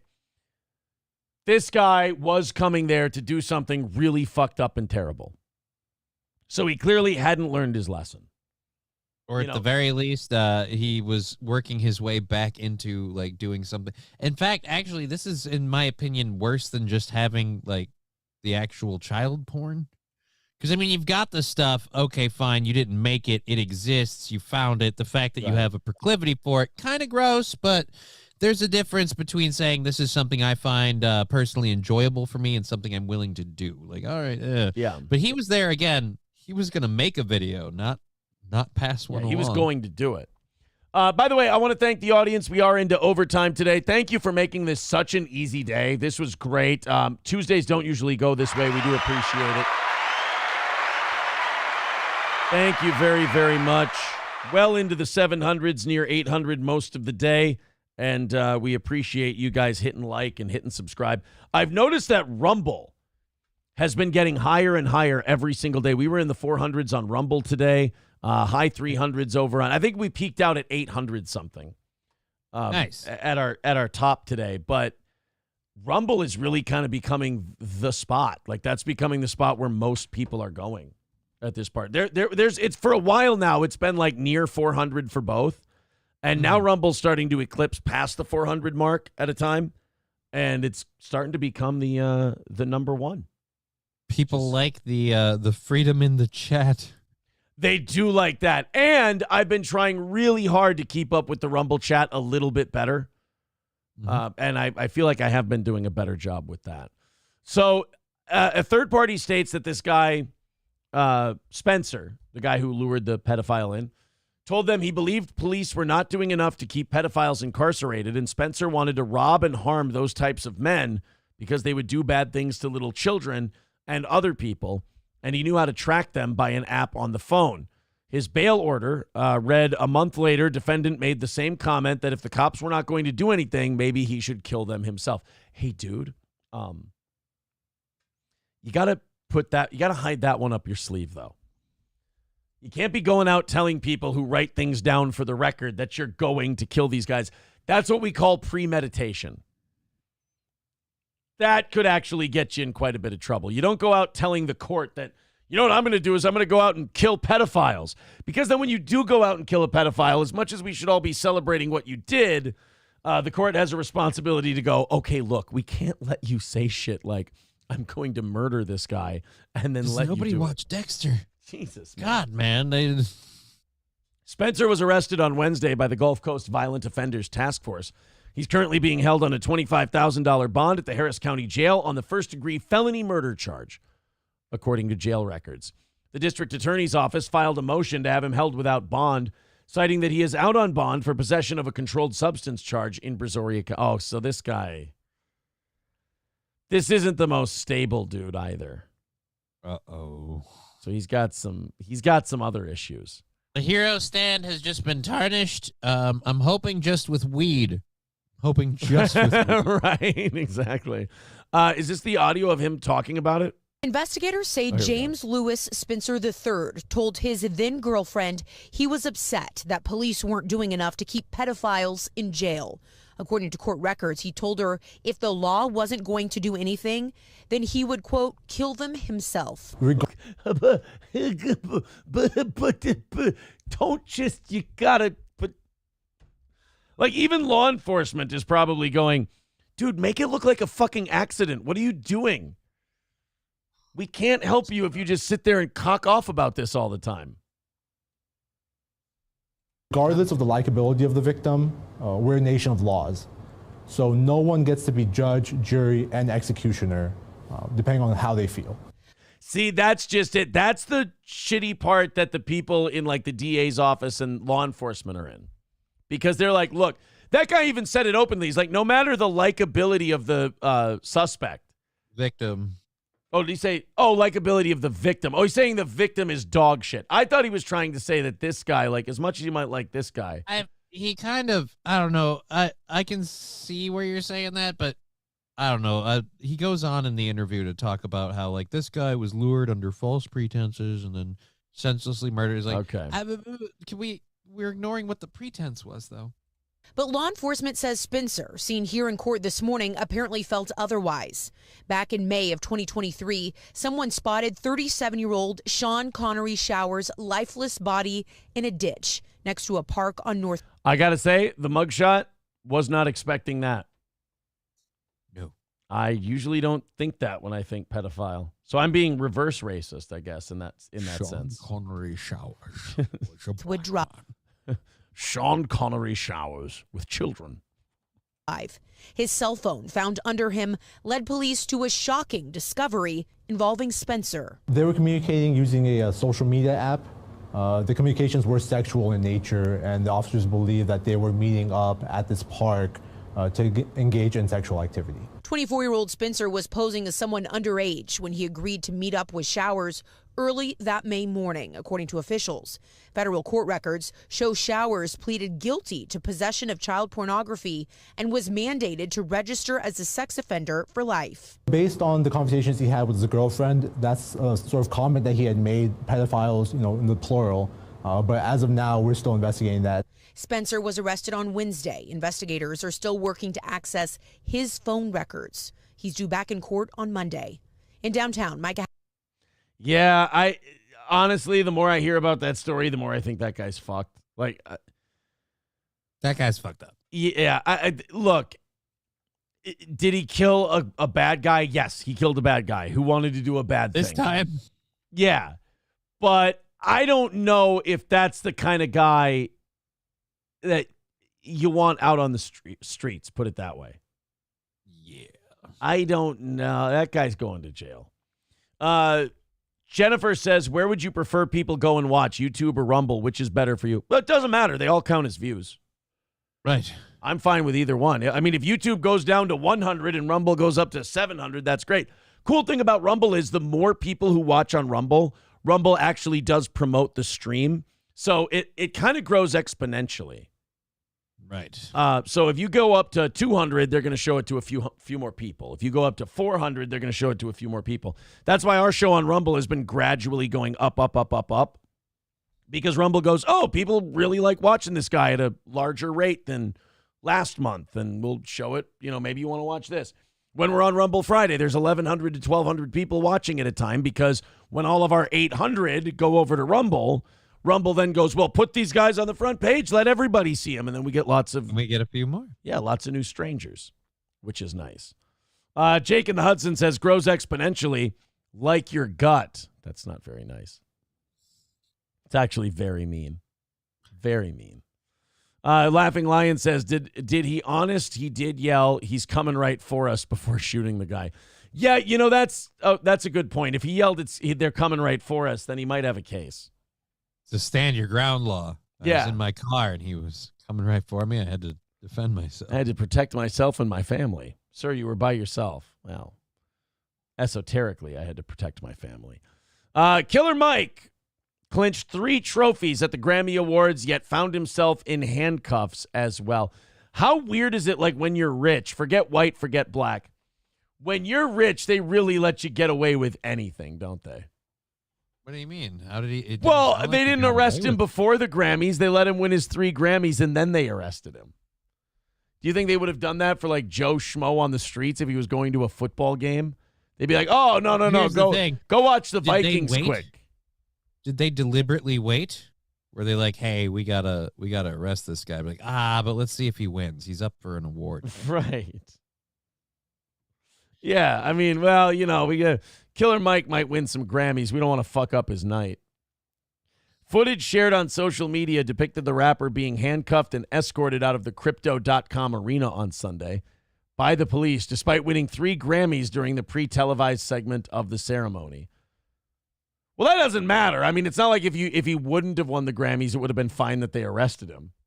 Yeah. Or like if he did win, it's weird that they arrested him. I mean, the cops, that's not really their thing. Let's go ahead and watch the video of this. This is Killer Mike being taken out of the Grammys.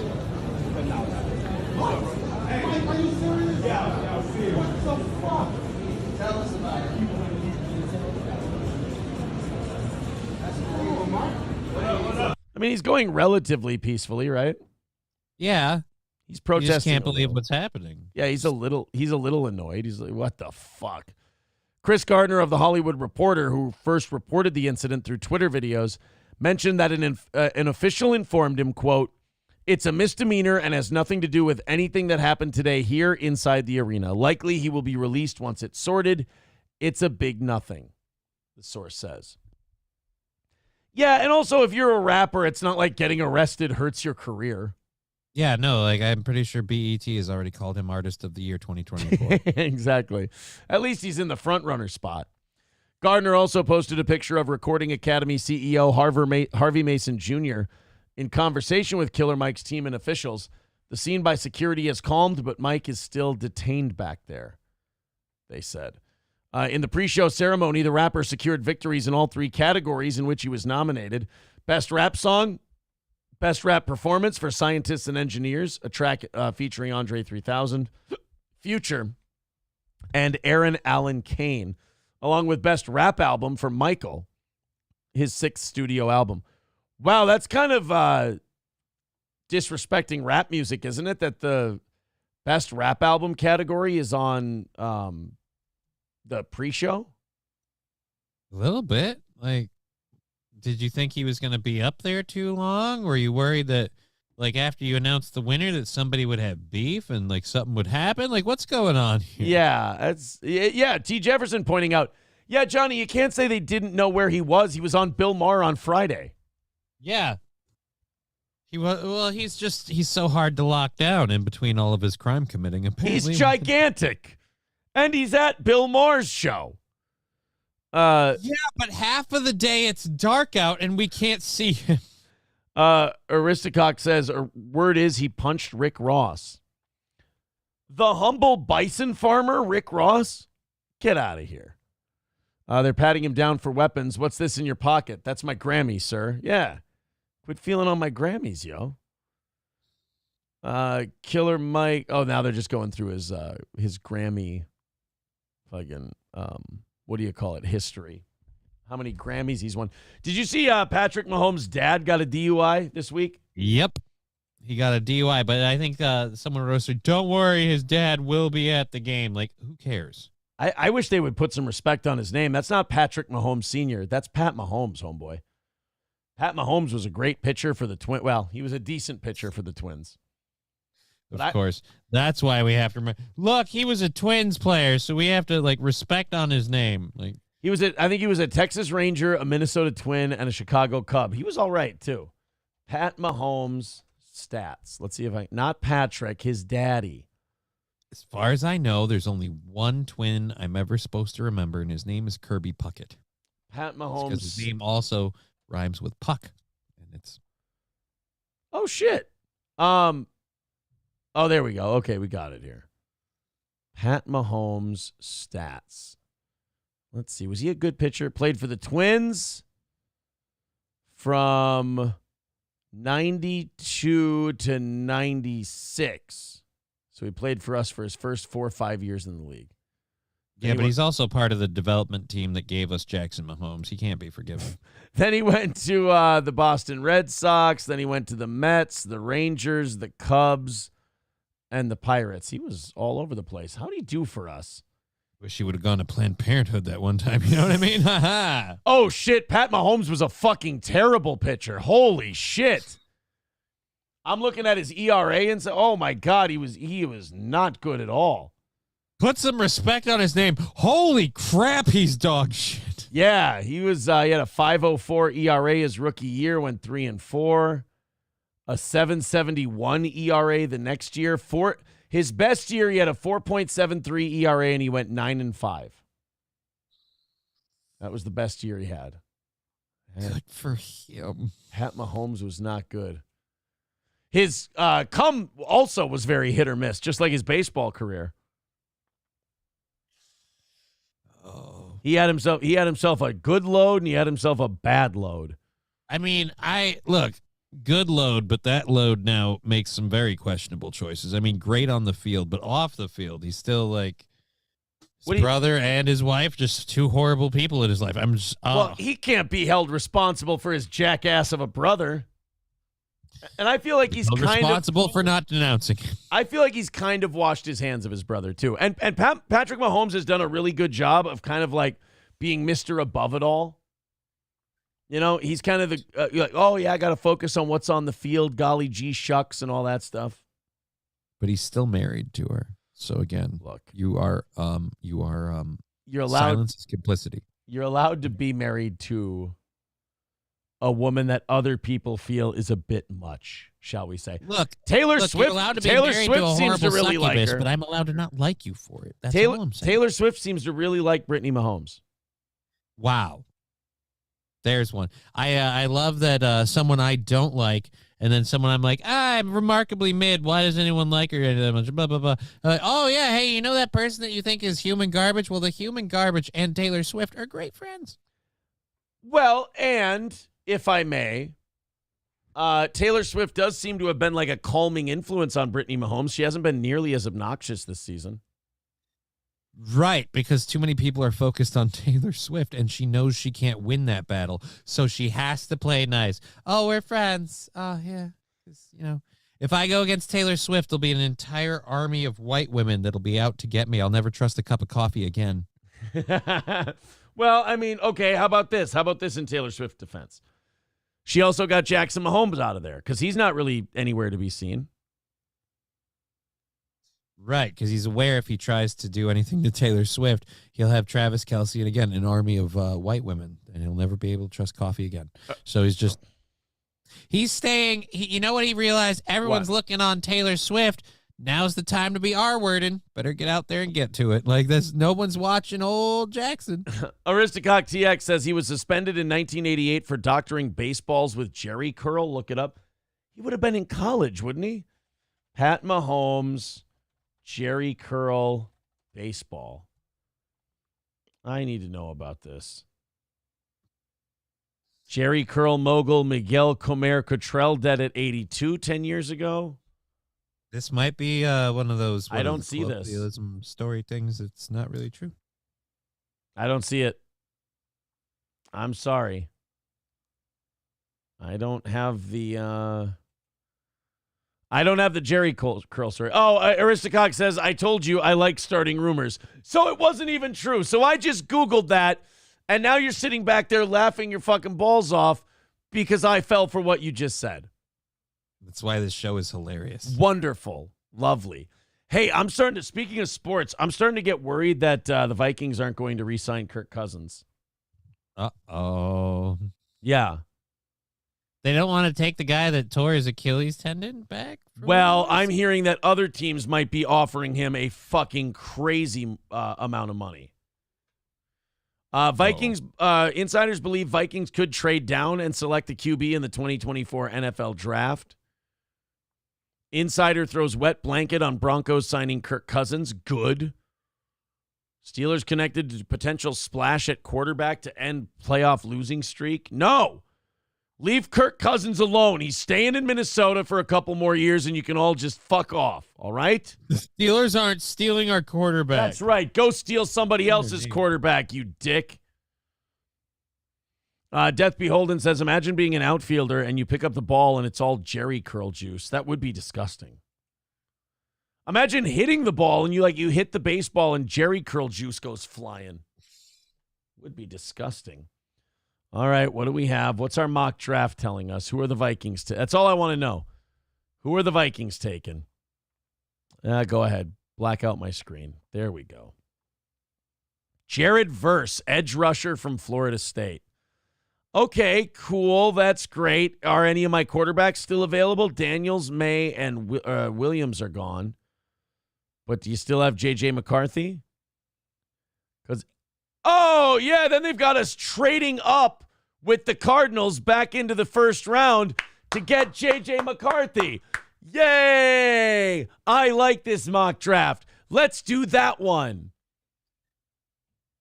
We get an edge rusher to match up with Danielle Hunter. We get J.J. McCarthy, quarterback of the future. We re-sign Kirk Cousins. This is going to work out. Well, I heard that you guys might want to consider getting Gavin Newsome. I heard he's a winner. Yeah, Bill Maher says he wins, and that's quite frankly what we need. Hoffman says, please take McCarthy. Why? Because you're a Michigan guy and you really like him? Or are you saying, please take McCarthy because you think he's fucking terrible? Scarface says, Jared Verse is fucking insanely good. He is a sack machine. Well, that's what we want. We want Danielle Hunter and Jared Verse fucking people up. That's what we want. Hoffman says, no, he's ass. He's good. Fauci's Pangolin says, Bo Nix. I like McCarthy. I like Penix. I like Nix. I'll be happy with those three. Or if we traded up and we got Drake May or Jaden Daniels, I'd be happy with that too. Johnny's happy with all of it. He told me he's thrilled. Overall, I just feel like, it's football. All right, let's go to the phones real quick. We got about 5-10 minutes left here. Ryan the Garbage Man, what's going on, buddy? Hey, man. Yes, I hope they keep Cousins. You remember probably a month ago or something, I sent you a message that my scenario would be we extend Kirk for 2 more years. Yep. Draft McCarthy. Yep. Allow Cousins to retire as a Viking and then hire him as the quarterback. I like it. You know what? I'm going with that idea.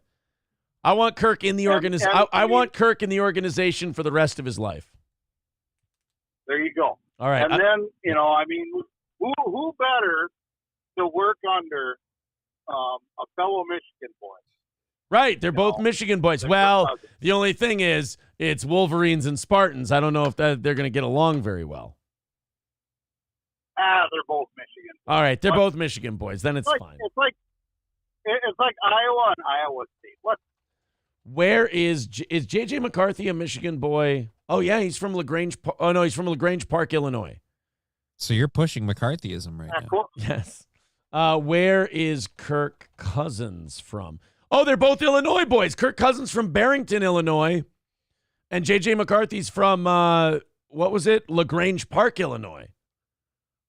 Oh. There you go. Okay. And none of them wanted to play for the Bears. Weird. What was the one I said Kirk Cousins was from? Barrister? I don't know. LaGrange Park to Barrington. All right. LaGrange Park to, how far away did they grow up from each other? 40 minutes, for God's sake.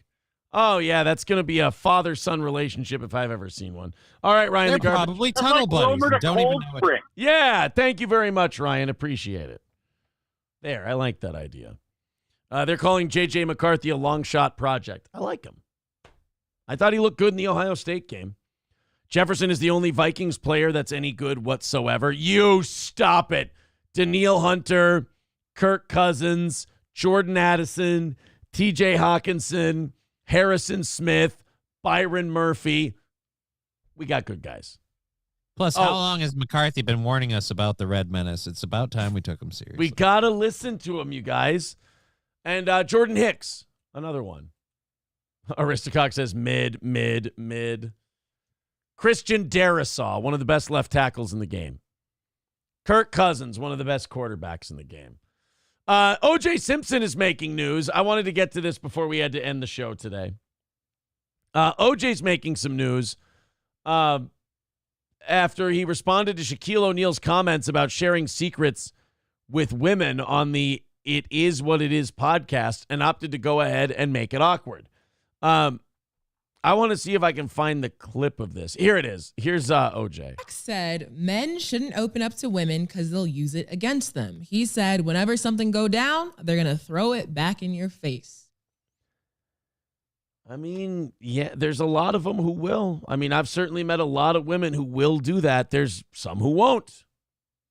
You just, you got to find the right one. Those ones are called beards. Do y'all agree? OJ first. OJ first. Hey, OJ, let me throw you a question about how to treat women and go. Do you think these hosts knew how much gold they would get out of this, or do you think they stumbled upon it by accident? I gotta think they knew what they were doing. You don't have, literally, you don't have OJ on and not think about hey, remember how your career and all of your fame kind of ended and why? Right? Let's throw OJ a woman question. This will be good. When you say open up to women, I don't know what he's talking about. Is he talking about confessing?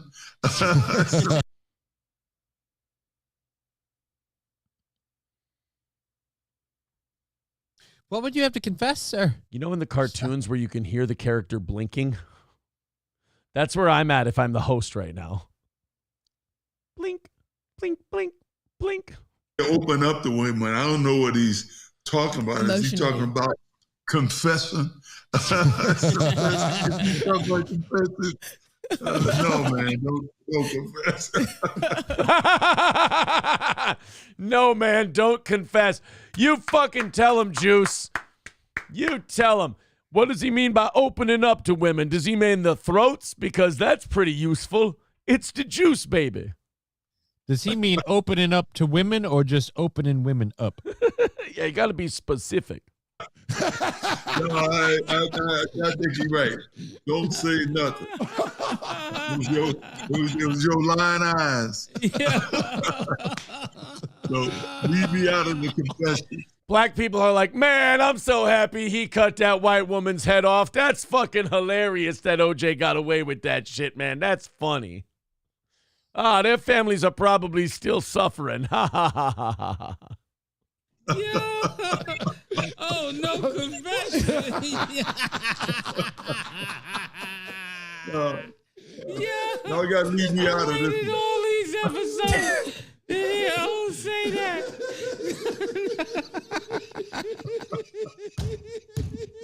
No confession. No confession. OJ's sitting there going, I don't understand what's so funny. It's the juice, baby. Why is it? I am such a cut up. I mean, I realize that I'm a funny guy and everything, but I didn't think I was this humorous. I'm so funny. It's like getting away with murder. Oh, man, this is like taking candy from a baby or a head off a white girl. Oh, my goodness.